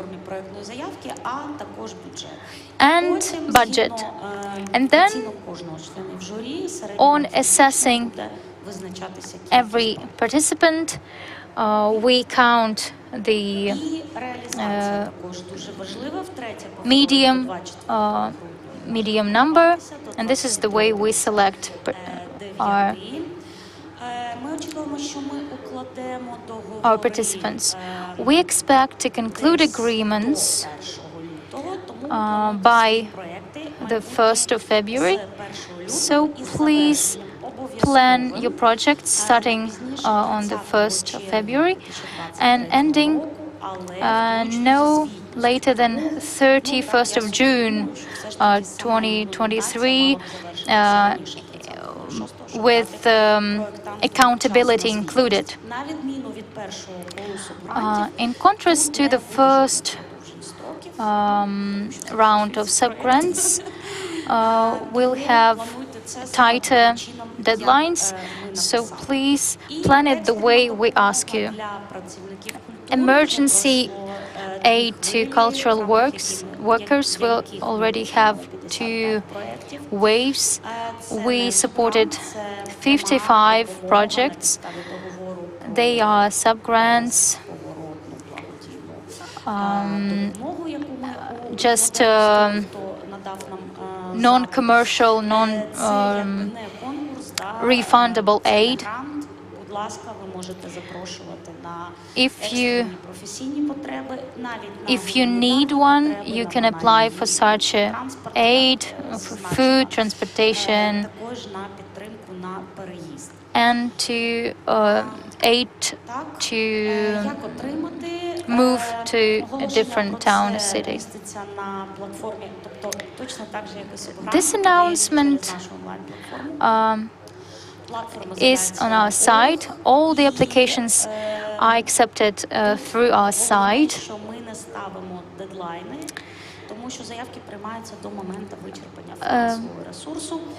And we accept applications until we have funds.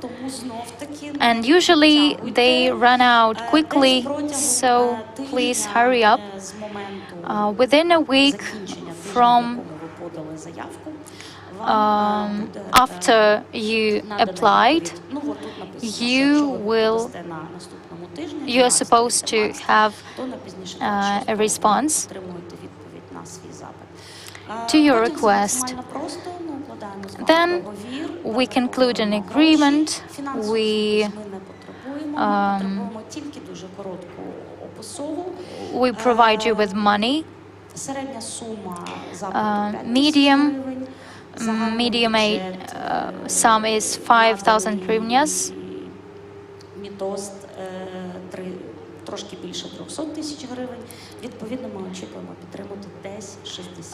And up to 300,000 hryvnia. So please apply to our grants, apply to emergency aid, and follow us on social media. Thank you very much. Thank you, Polina. And I would also like to highlight that non-governmental institutions and artists, the deadline is 24th of December to receive a grant from isolation. These grants are supported by the European Union. Now we move on to international opportunities and foreign donors. In order to move on in this flow of European Union, I would like to invite Yaroslav Dyakiv, Director of Ukrainian Bureau Creative Ukraine. So please present your bureau and the plans of Creative Ukraine. Greetings. I will talk about Creative Europe. We're still working despite the war. We are a representative party of this program. And today we're going to talk about what Creative Europe is and what kind of contests are open now. How much money was allocated by European Commission. So we'll start Creative Europe, the program of European Union working in more than 40 countries. 2.4 billion hryvnia from 21st to 27, the years 21, 27. This program promotes cultural diversity and cultural heritage, building cultural capacity as well. Our tasks are diversity, gender equality, Перша підпрограма – це the культура, three вона охоплює всі sub-programs сектори культури, окрім аудіовізуального. На is неї виділяється 33% від are загального the бюджету. first Друга підпрограма – це includes every медіа, фактично це aspect весь аудіовізуальний apart from сектор audiovisual, second Найбільше media, виділяється 58% television бюджету. and І третя cinema, підпрограма – це and міжсекторальна співпраця. third is Вона в собі intersectoral поєднує перші два, cooperation, а також туди відносяться журналістика, embracing партнерства та journalism інновації. На неї and виділяється innovation. 9% відповідно бюджету. And 9% Тут на слайді of видно, budget які сектори is культури allocated to взагалі, this program. напрямки And they, here on the slide, you can see different directions of these programs. Now, let's move on to the contest that you can take part in. In the culture sector, there are 4 contests. On this slide, you can also see the 5th contest. На даному етапі завершився перший етап. Now we've ended first stage of this contest. In subprogram culture, we have mobility for artists. Deadline to apply is 31st of May. The operator for this program is Ukrainian Institute, so you can find all the necessary information on the site of Ukrainian Institute. Second program is music for Europe, for music industry. Here, there will be a consortium that will allocate money. The deadline is 19th of January, so you still have time. Third program, European cooperation projects. It has been recently launched. The deadline is 23rd of February. It's divided into 3 parts and is aimed at and accordingly is aimed at big, smaller and small projects. This contest is quite popular in Ukraine. There are a lot of winners. The deadline is 21st of January. I encourage Ukrainian publishing houses to take part in this program. Media. Unfortunately, not all contests Creative Europe offers are available for Ukraine because according to our law, organizations may be accepted, are eligible only for a few directions. The cinema, the deadline is 30th of March. Then we have festivals, cinema festivals, film festivals, which is also open for Ukrainian organizations. And for intersectoral cooperation, we have innovation laboratories deadline 20th of April. And shortly we will announce 2 more contests in media literacy and journalism partnership. Now I'll stop briefly on mobility for artists and specialists. This is a next step of successful program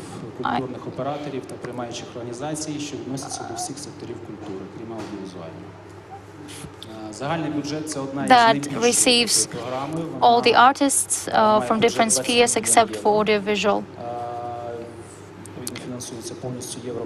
It is funded by the European Commission, and according to this program, up to 7,000 artists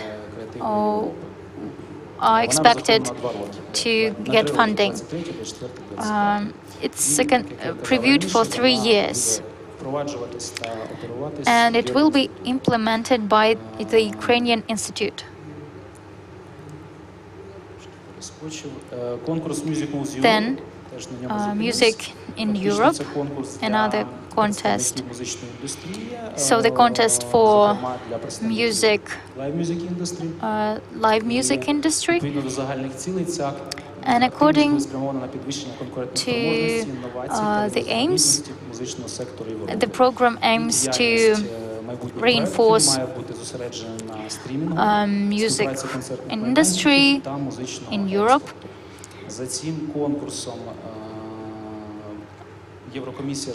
The European Commission is looking for a consortium to allocate grant money, €4.5 million,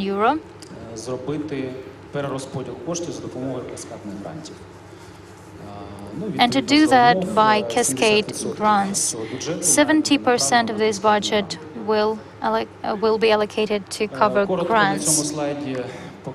On this slide, I will explain briefly what cascade grants are. This is a mechanism of allocation of grant budget to small organizations. For example, the European Commission gives a grant to a consortium, then consortium allocates this money through cascade grants to cultural representatives. And on this slide, I will tell more about contest of developing film education to stimulate the audience interest to European films. €6.5 million is the budget for this program to develop film literacy of the audience. 30th of March is the deadline, so please apply. Now, the criteria and conditions. All the criteria can be found on the site of the European Commission. You can select the contests you are interested in according to the direction you work. In order to take part in the contest, you have to register on the website and register your organization and to pass through verification. The main requirements are almost all the applicants have to be entrepreneurs or judicial entities, legal entities. They have to apply as a part of consortium in cooperation with other European countries. And to apply for Creative Europe contests, you're required to have administration skills and have good fluency in English.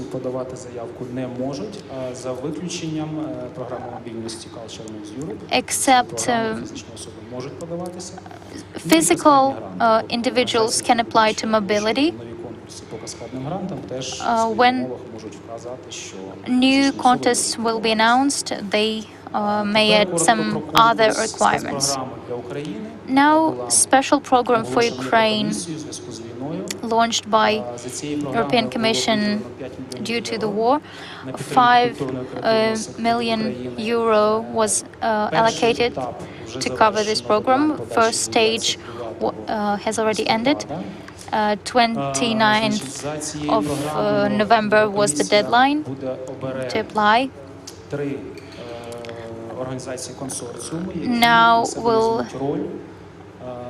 Now the consortiums will be organized to allocate money via cascade grants.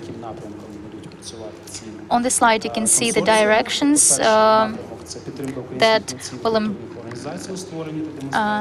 embrace these consortiums.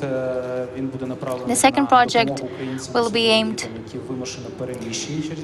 at Ukrainian refugees due to military aggression. And the third project will be preparing to restore Ukrainian cultural sector and to preserve cultural heritage. As I said, the budget is €5 million, will be allocated as follows: 2 million for the first consortium, 2 million for the second consortium, and 3 for the third. So please follow the notifications. Winners will be announced in 2023 in all our social media. New contests are expected shortly to support artists and foundations. All the information and just pieces of advice how to apply you can find on our website Creative Europe. You can also follow this information on the website European Commission.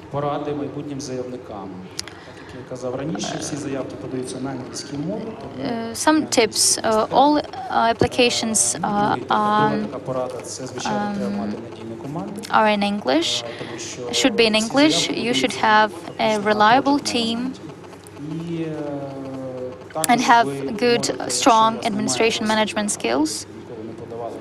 If you're freshman and fresh in this business, please look for partners and apply together with them.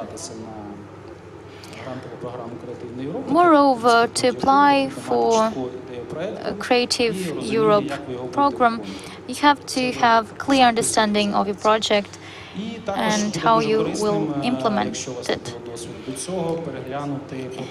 It's useful to review what you've done before, the projects that you yourself implemented or other members of your team implemented, and also to look through the projects who won and received the grants from Ukraine. This is our YouTube channel. Please subscribe. We have a lot of information there, webinars related to contests and programs are there. So please subscribe and follow. And you may find it useful while applying. If you have any questions, I think I will answer them now or maybe later. Yeah, so later. Okay. Thank you.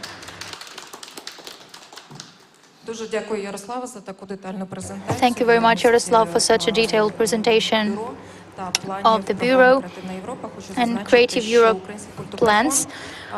Ukrainian Cultural Foundation has also applied to one of the programs, a special program for Ukraine. We will be waiting for the results in February.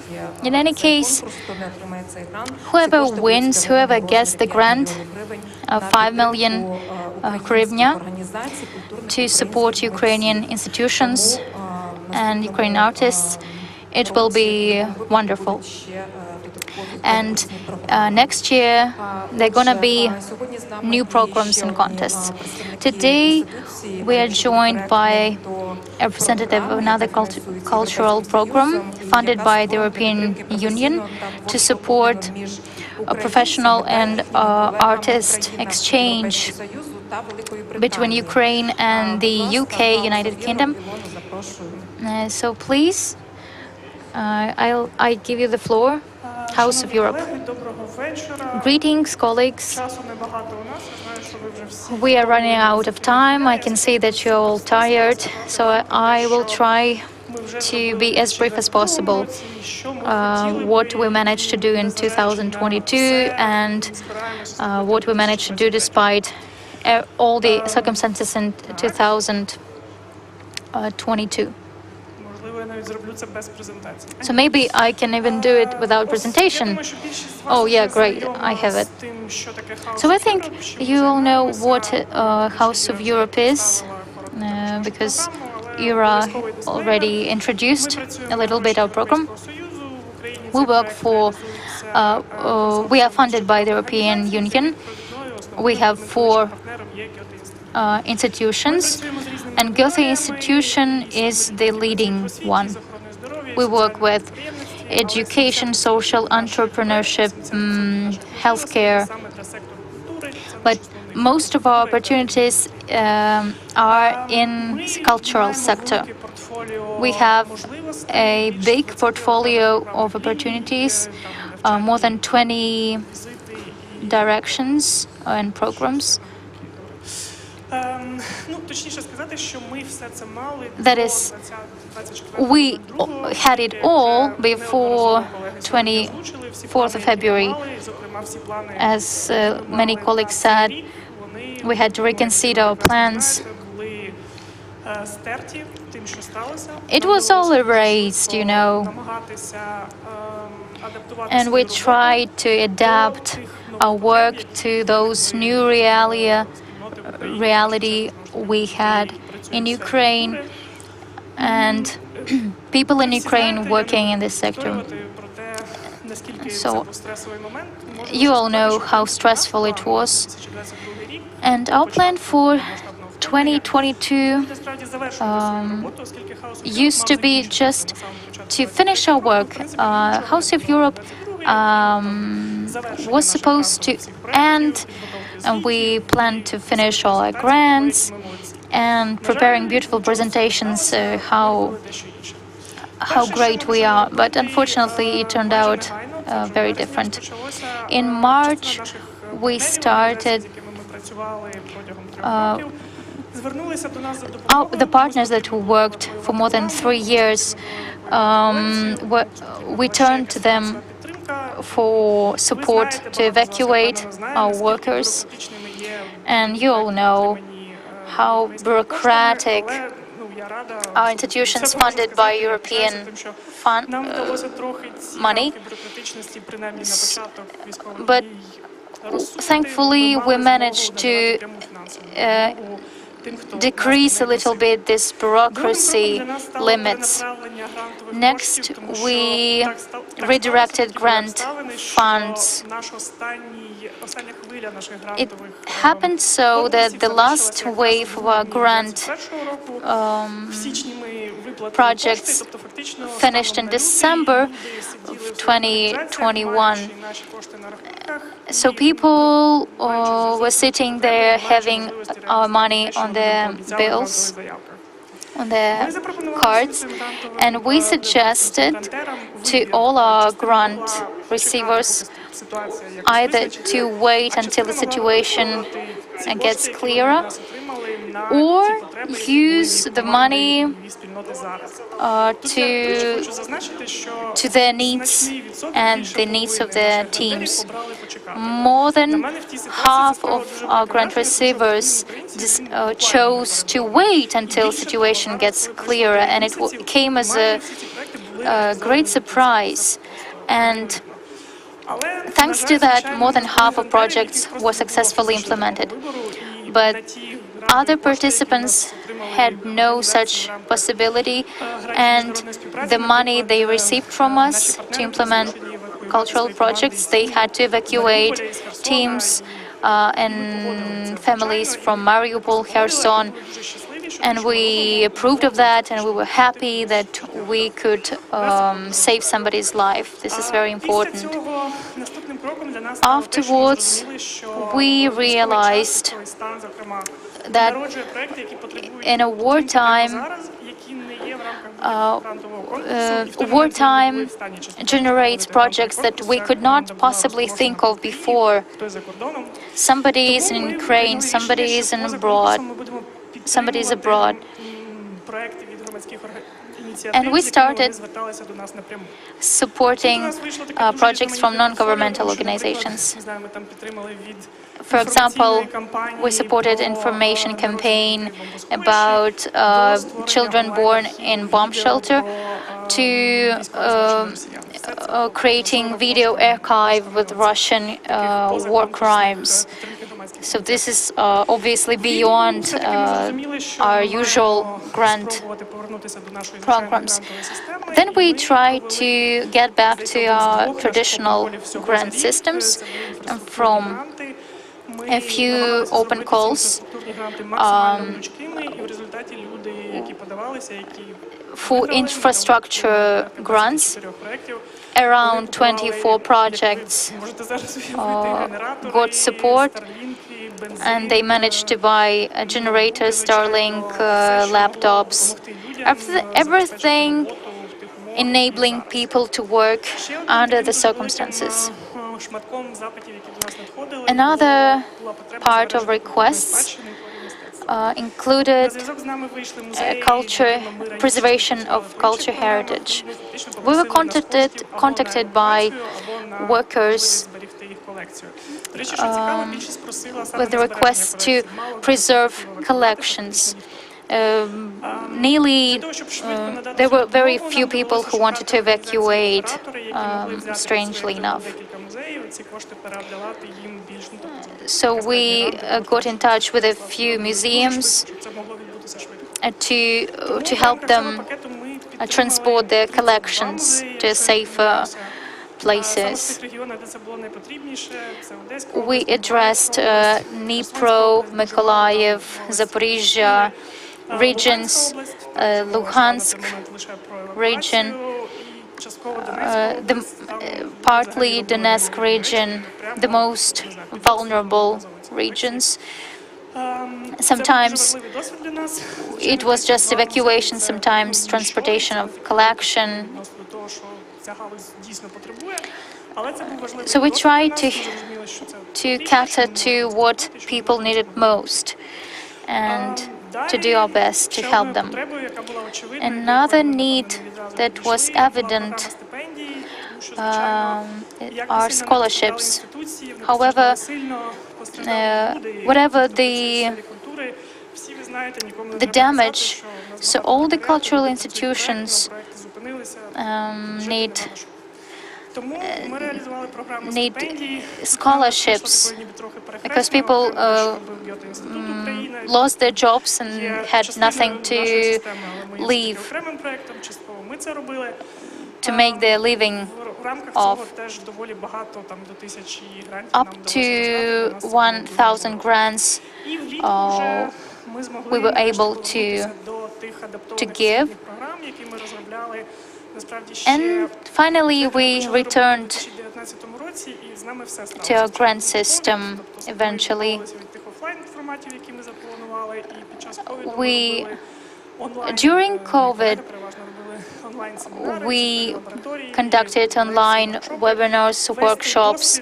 We stopped all offline events, and this COVID experience came in handy during this situation too.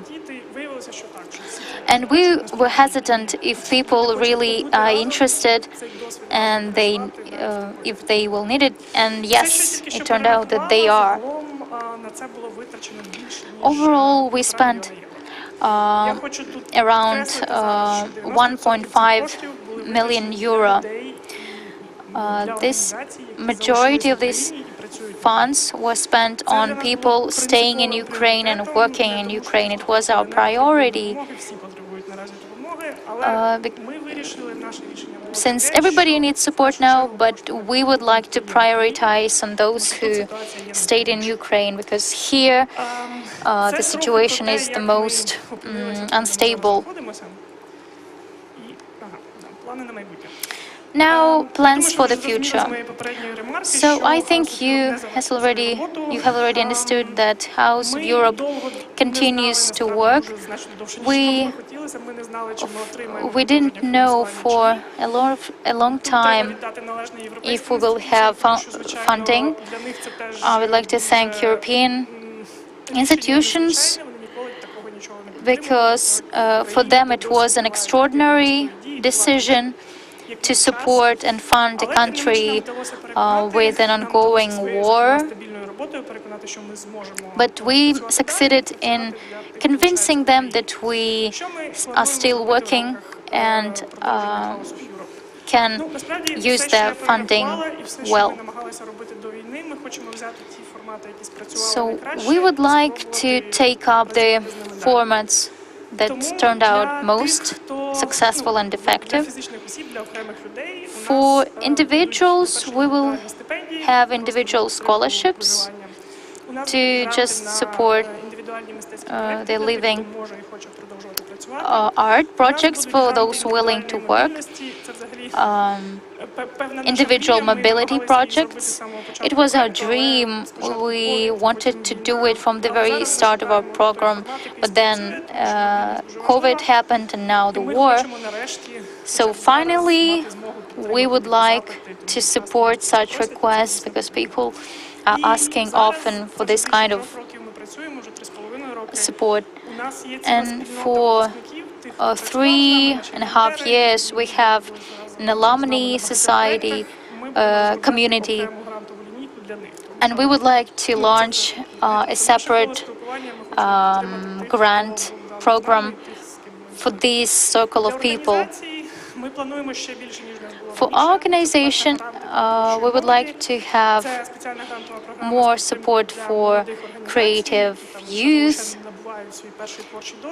for organizations only beginning to gain their creative experience. We would like to increase the spectrum of our support, translation, grants for translation. A lot of books have already been translated into European languages from Ukrainian. We also plan on elaborating grants for innovative startups. We just touched once on these projects in terms of hackathons, etc., but we would like to do it more.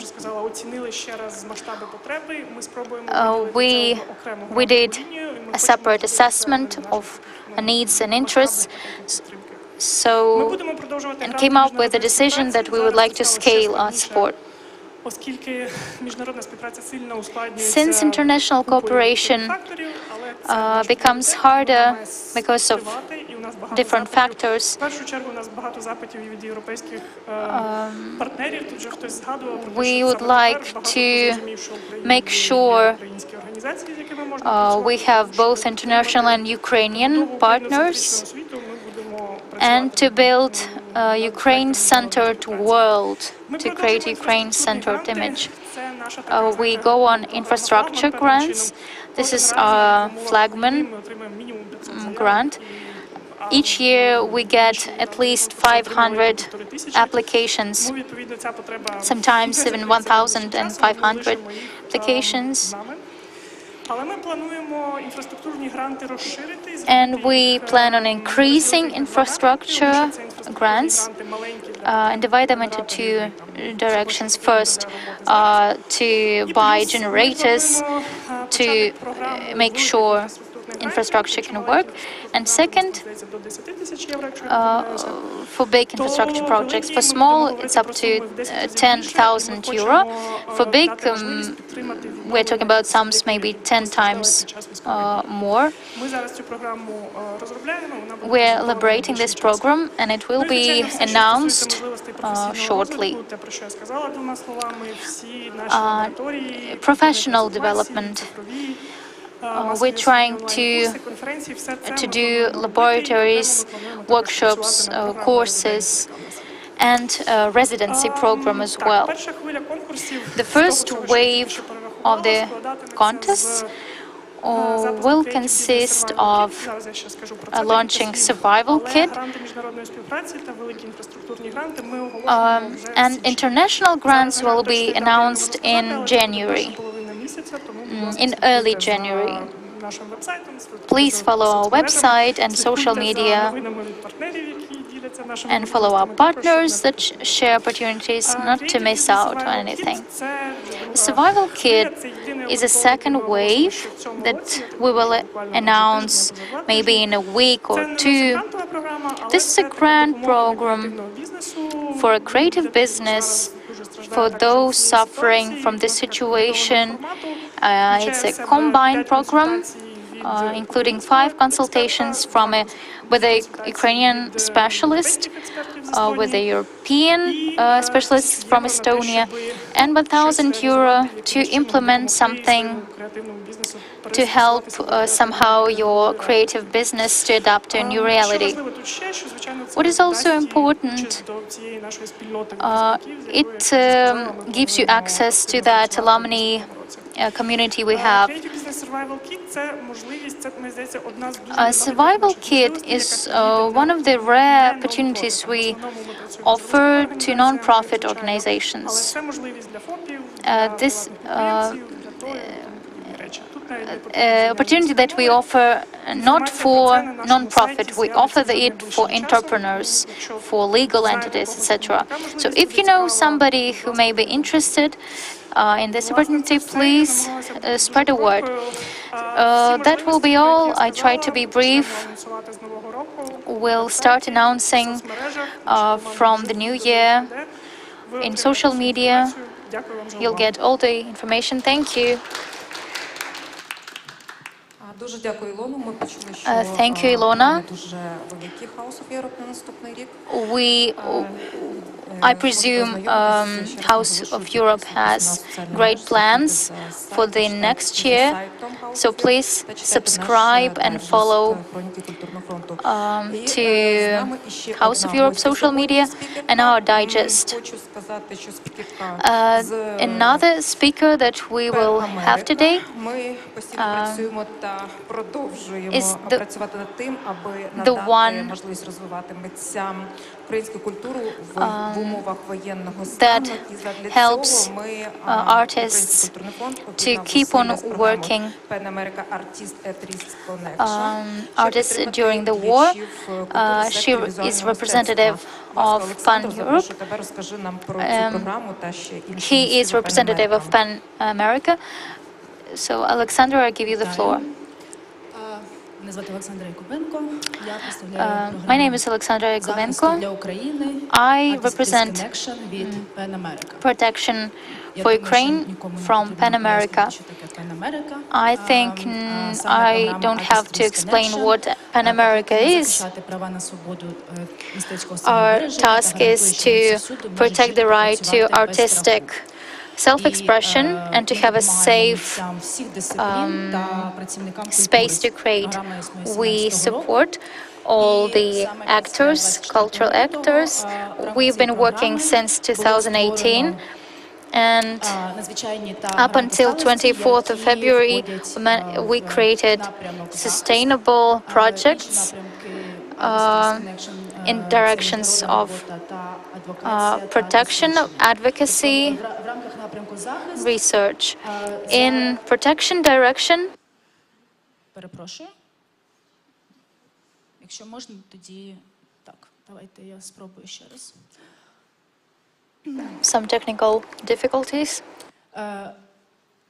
В напрямку захист створено звичайно фонд In protection direction, we established a foundation to support Ukrainian artists suffering from war, funded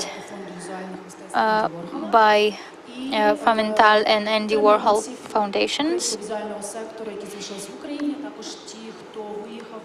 For those who stayed in Ukraine and who left the country after 24th of February. These are the foundations of visual arts, so we give these grants to visual artists. This is the list of possible applicants, eligible applicants. It is not full. It may include goldsmiths, etc.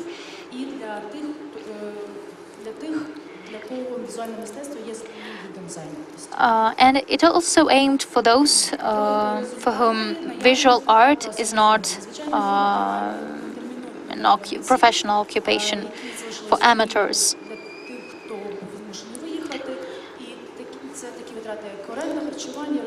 We can cover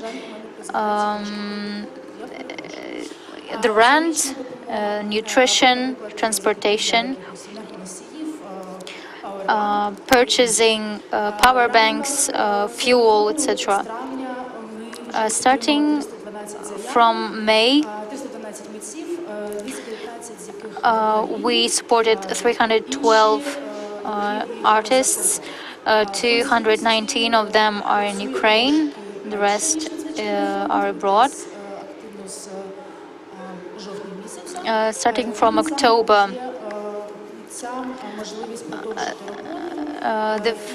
the fund enables artists to carry on work, to attend workshops, lectures, facilitates travel, and covers travel expenses.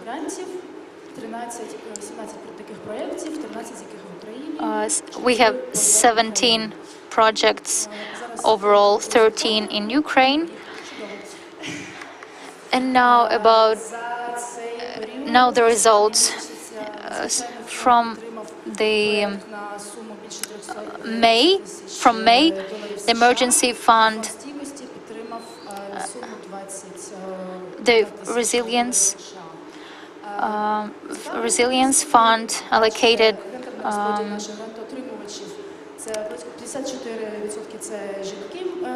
money for 54 for artists. 54 of them are women, and there is a percentage for transgender people as well.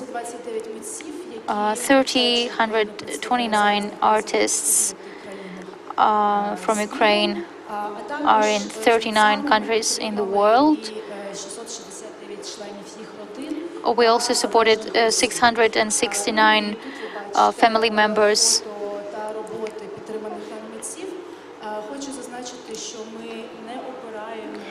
We do not select projects according to the quality of their work. We do not evaluate their work, the value,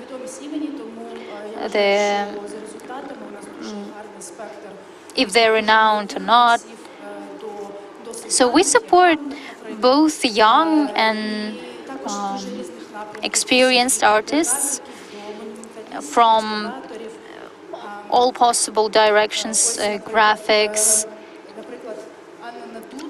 For example, Anna Naduda is her work Берегиня, the one who keeps the home safe, now is exhibited in Prague. Now she represents Ukraine in Mexico. We also do the project World Supports Ukrainian Artists. You can find on the corresponding website stories of the artists that we supported. You can use either our website or QR code, or just type it in the browser. Pan America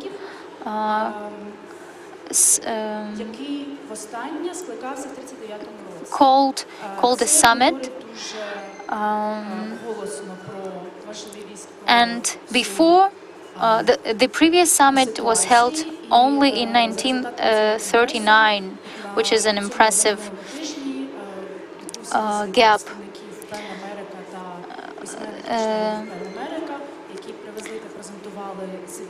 There were meetings of Pan America and Pan Ukraine,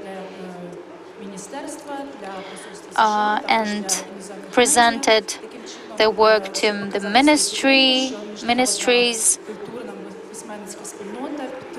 to show that a cultural society supports Ukraine and sees the level of heinous crimes committed in our country. Some tips for potential applicants to any international foundations providing direct payments. So please get yourself euro bank cards in euro and dollars in order to avoid problems. For our programs, you can only have PayPal. Yeah, that will be all. Thank you. Thank you, Alexandra. I would also like to add that information on contests in visual arts you can find on our website and on website Pan America. Don't miss out on this opportunity to resume your activity. We will be finishing our event. I thank all the speakers and all the viewers listening and watching us, present here with us and online.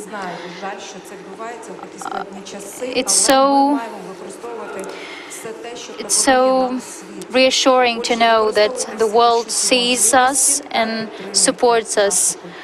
Please support our culture for the sake of our victory. Thank you and see you.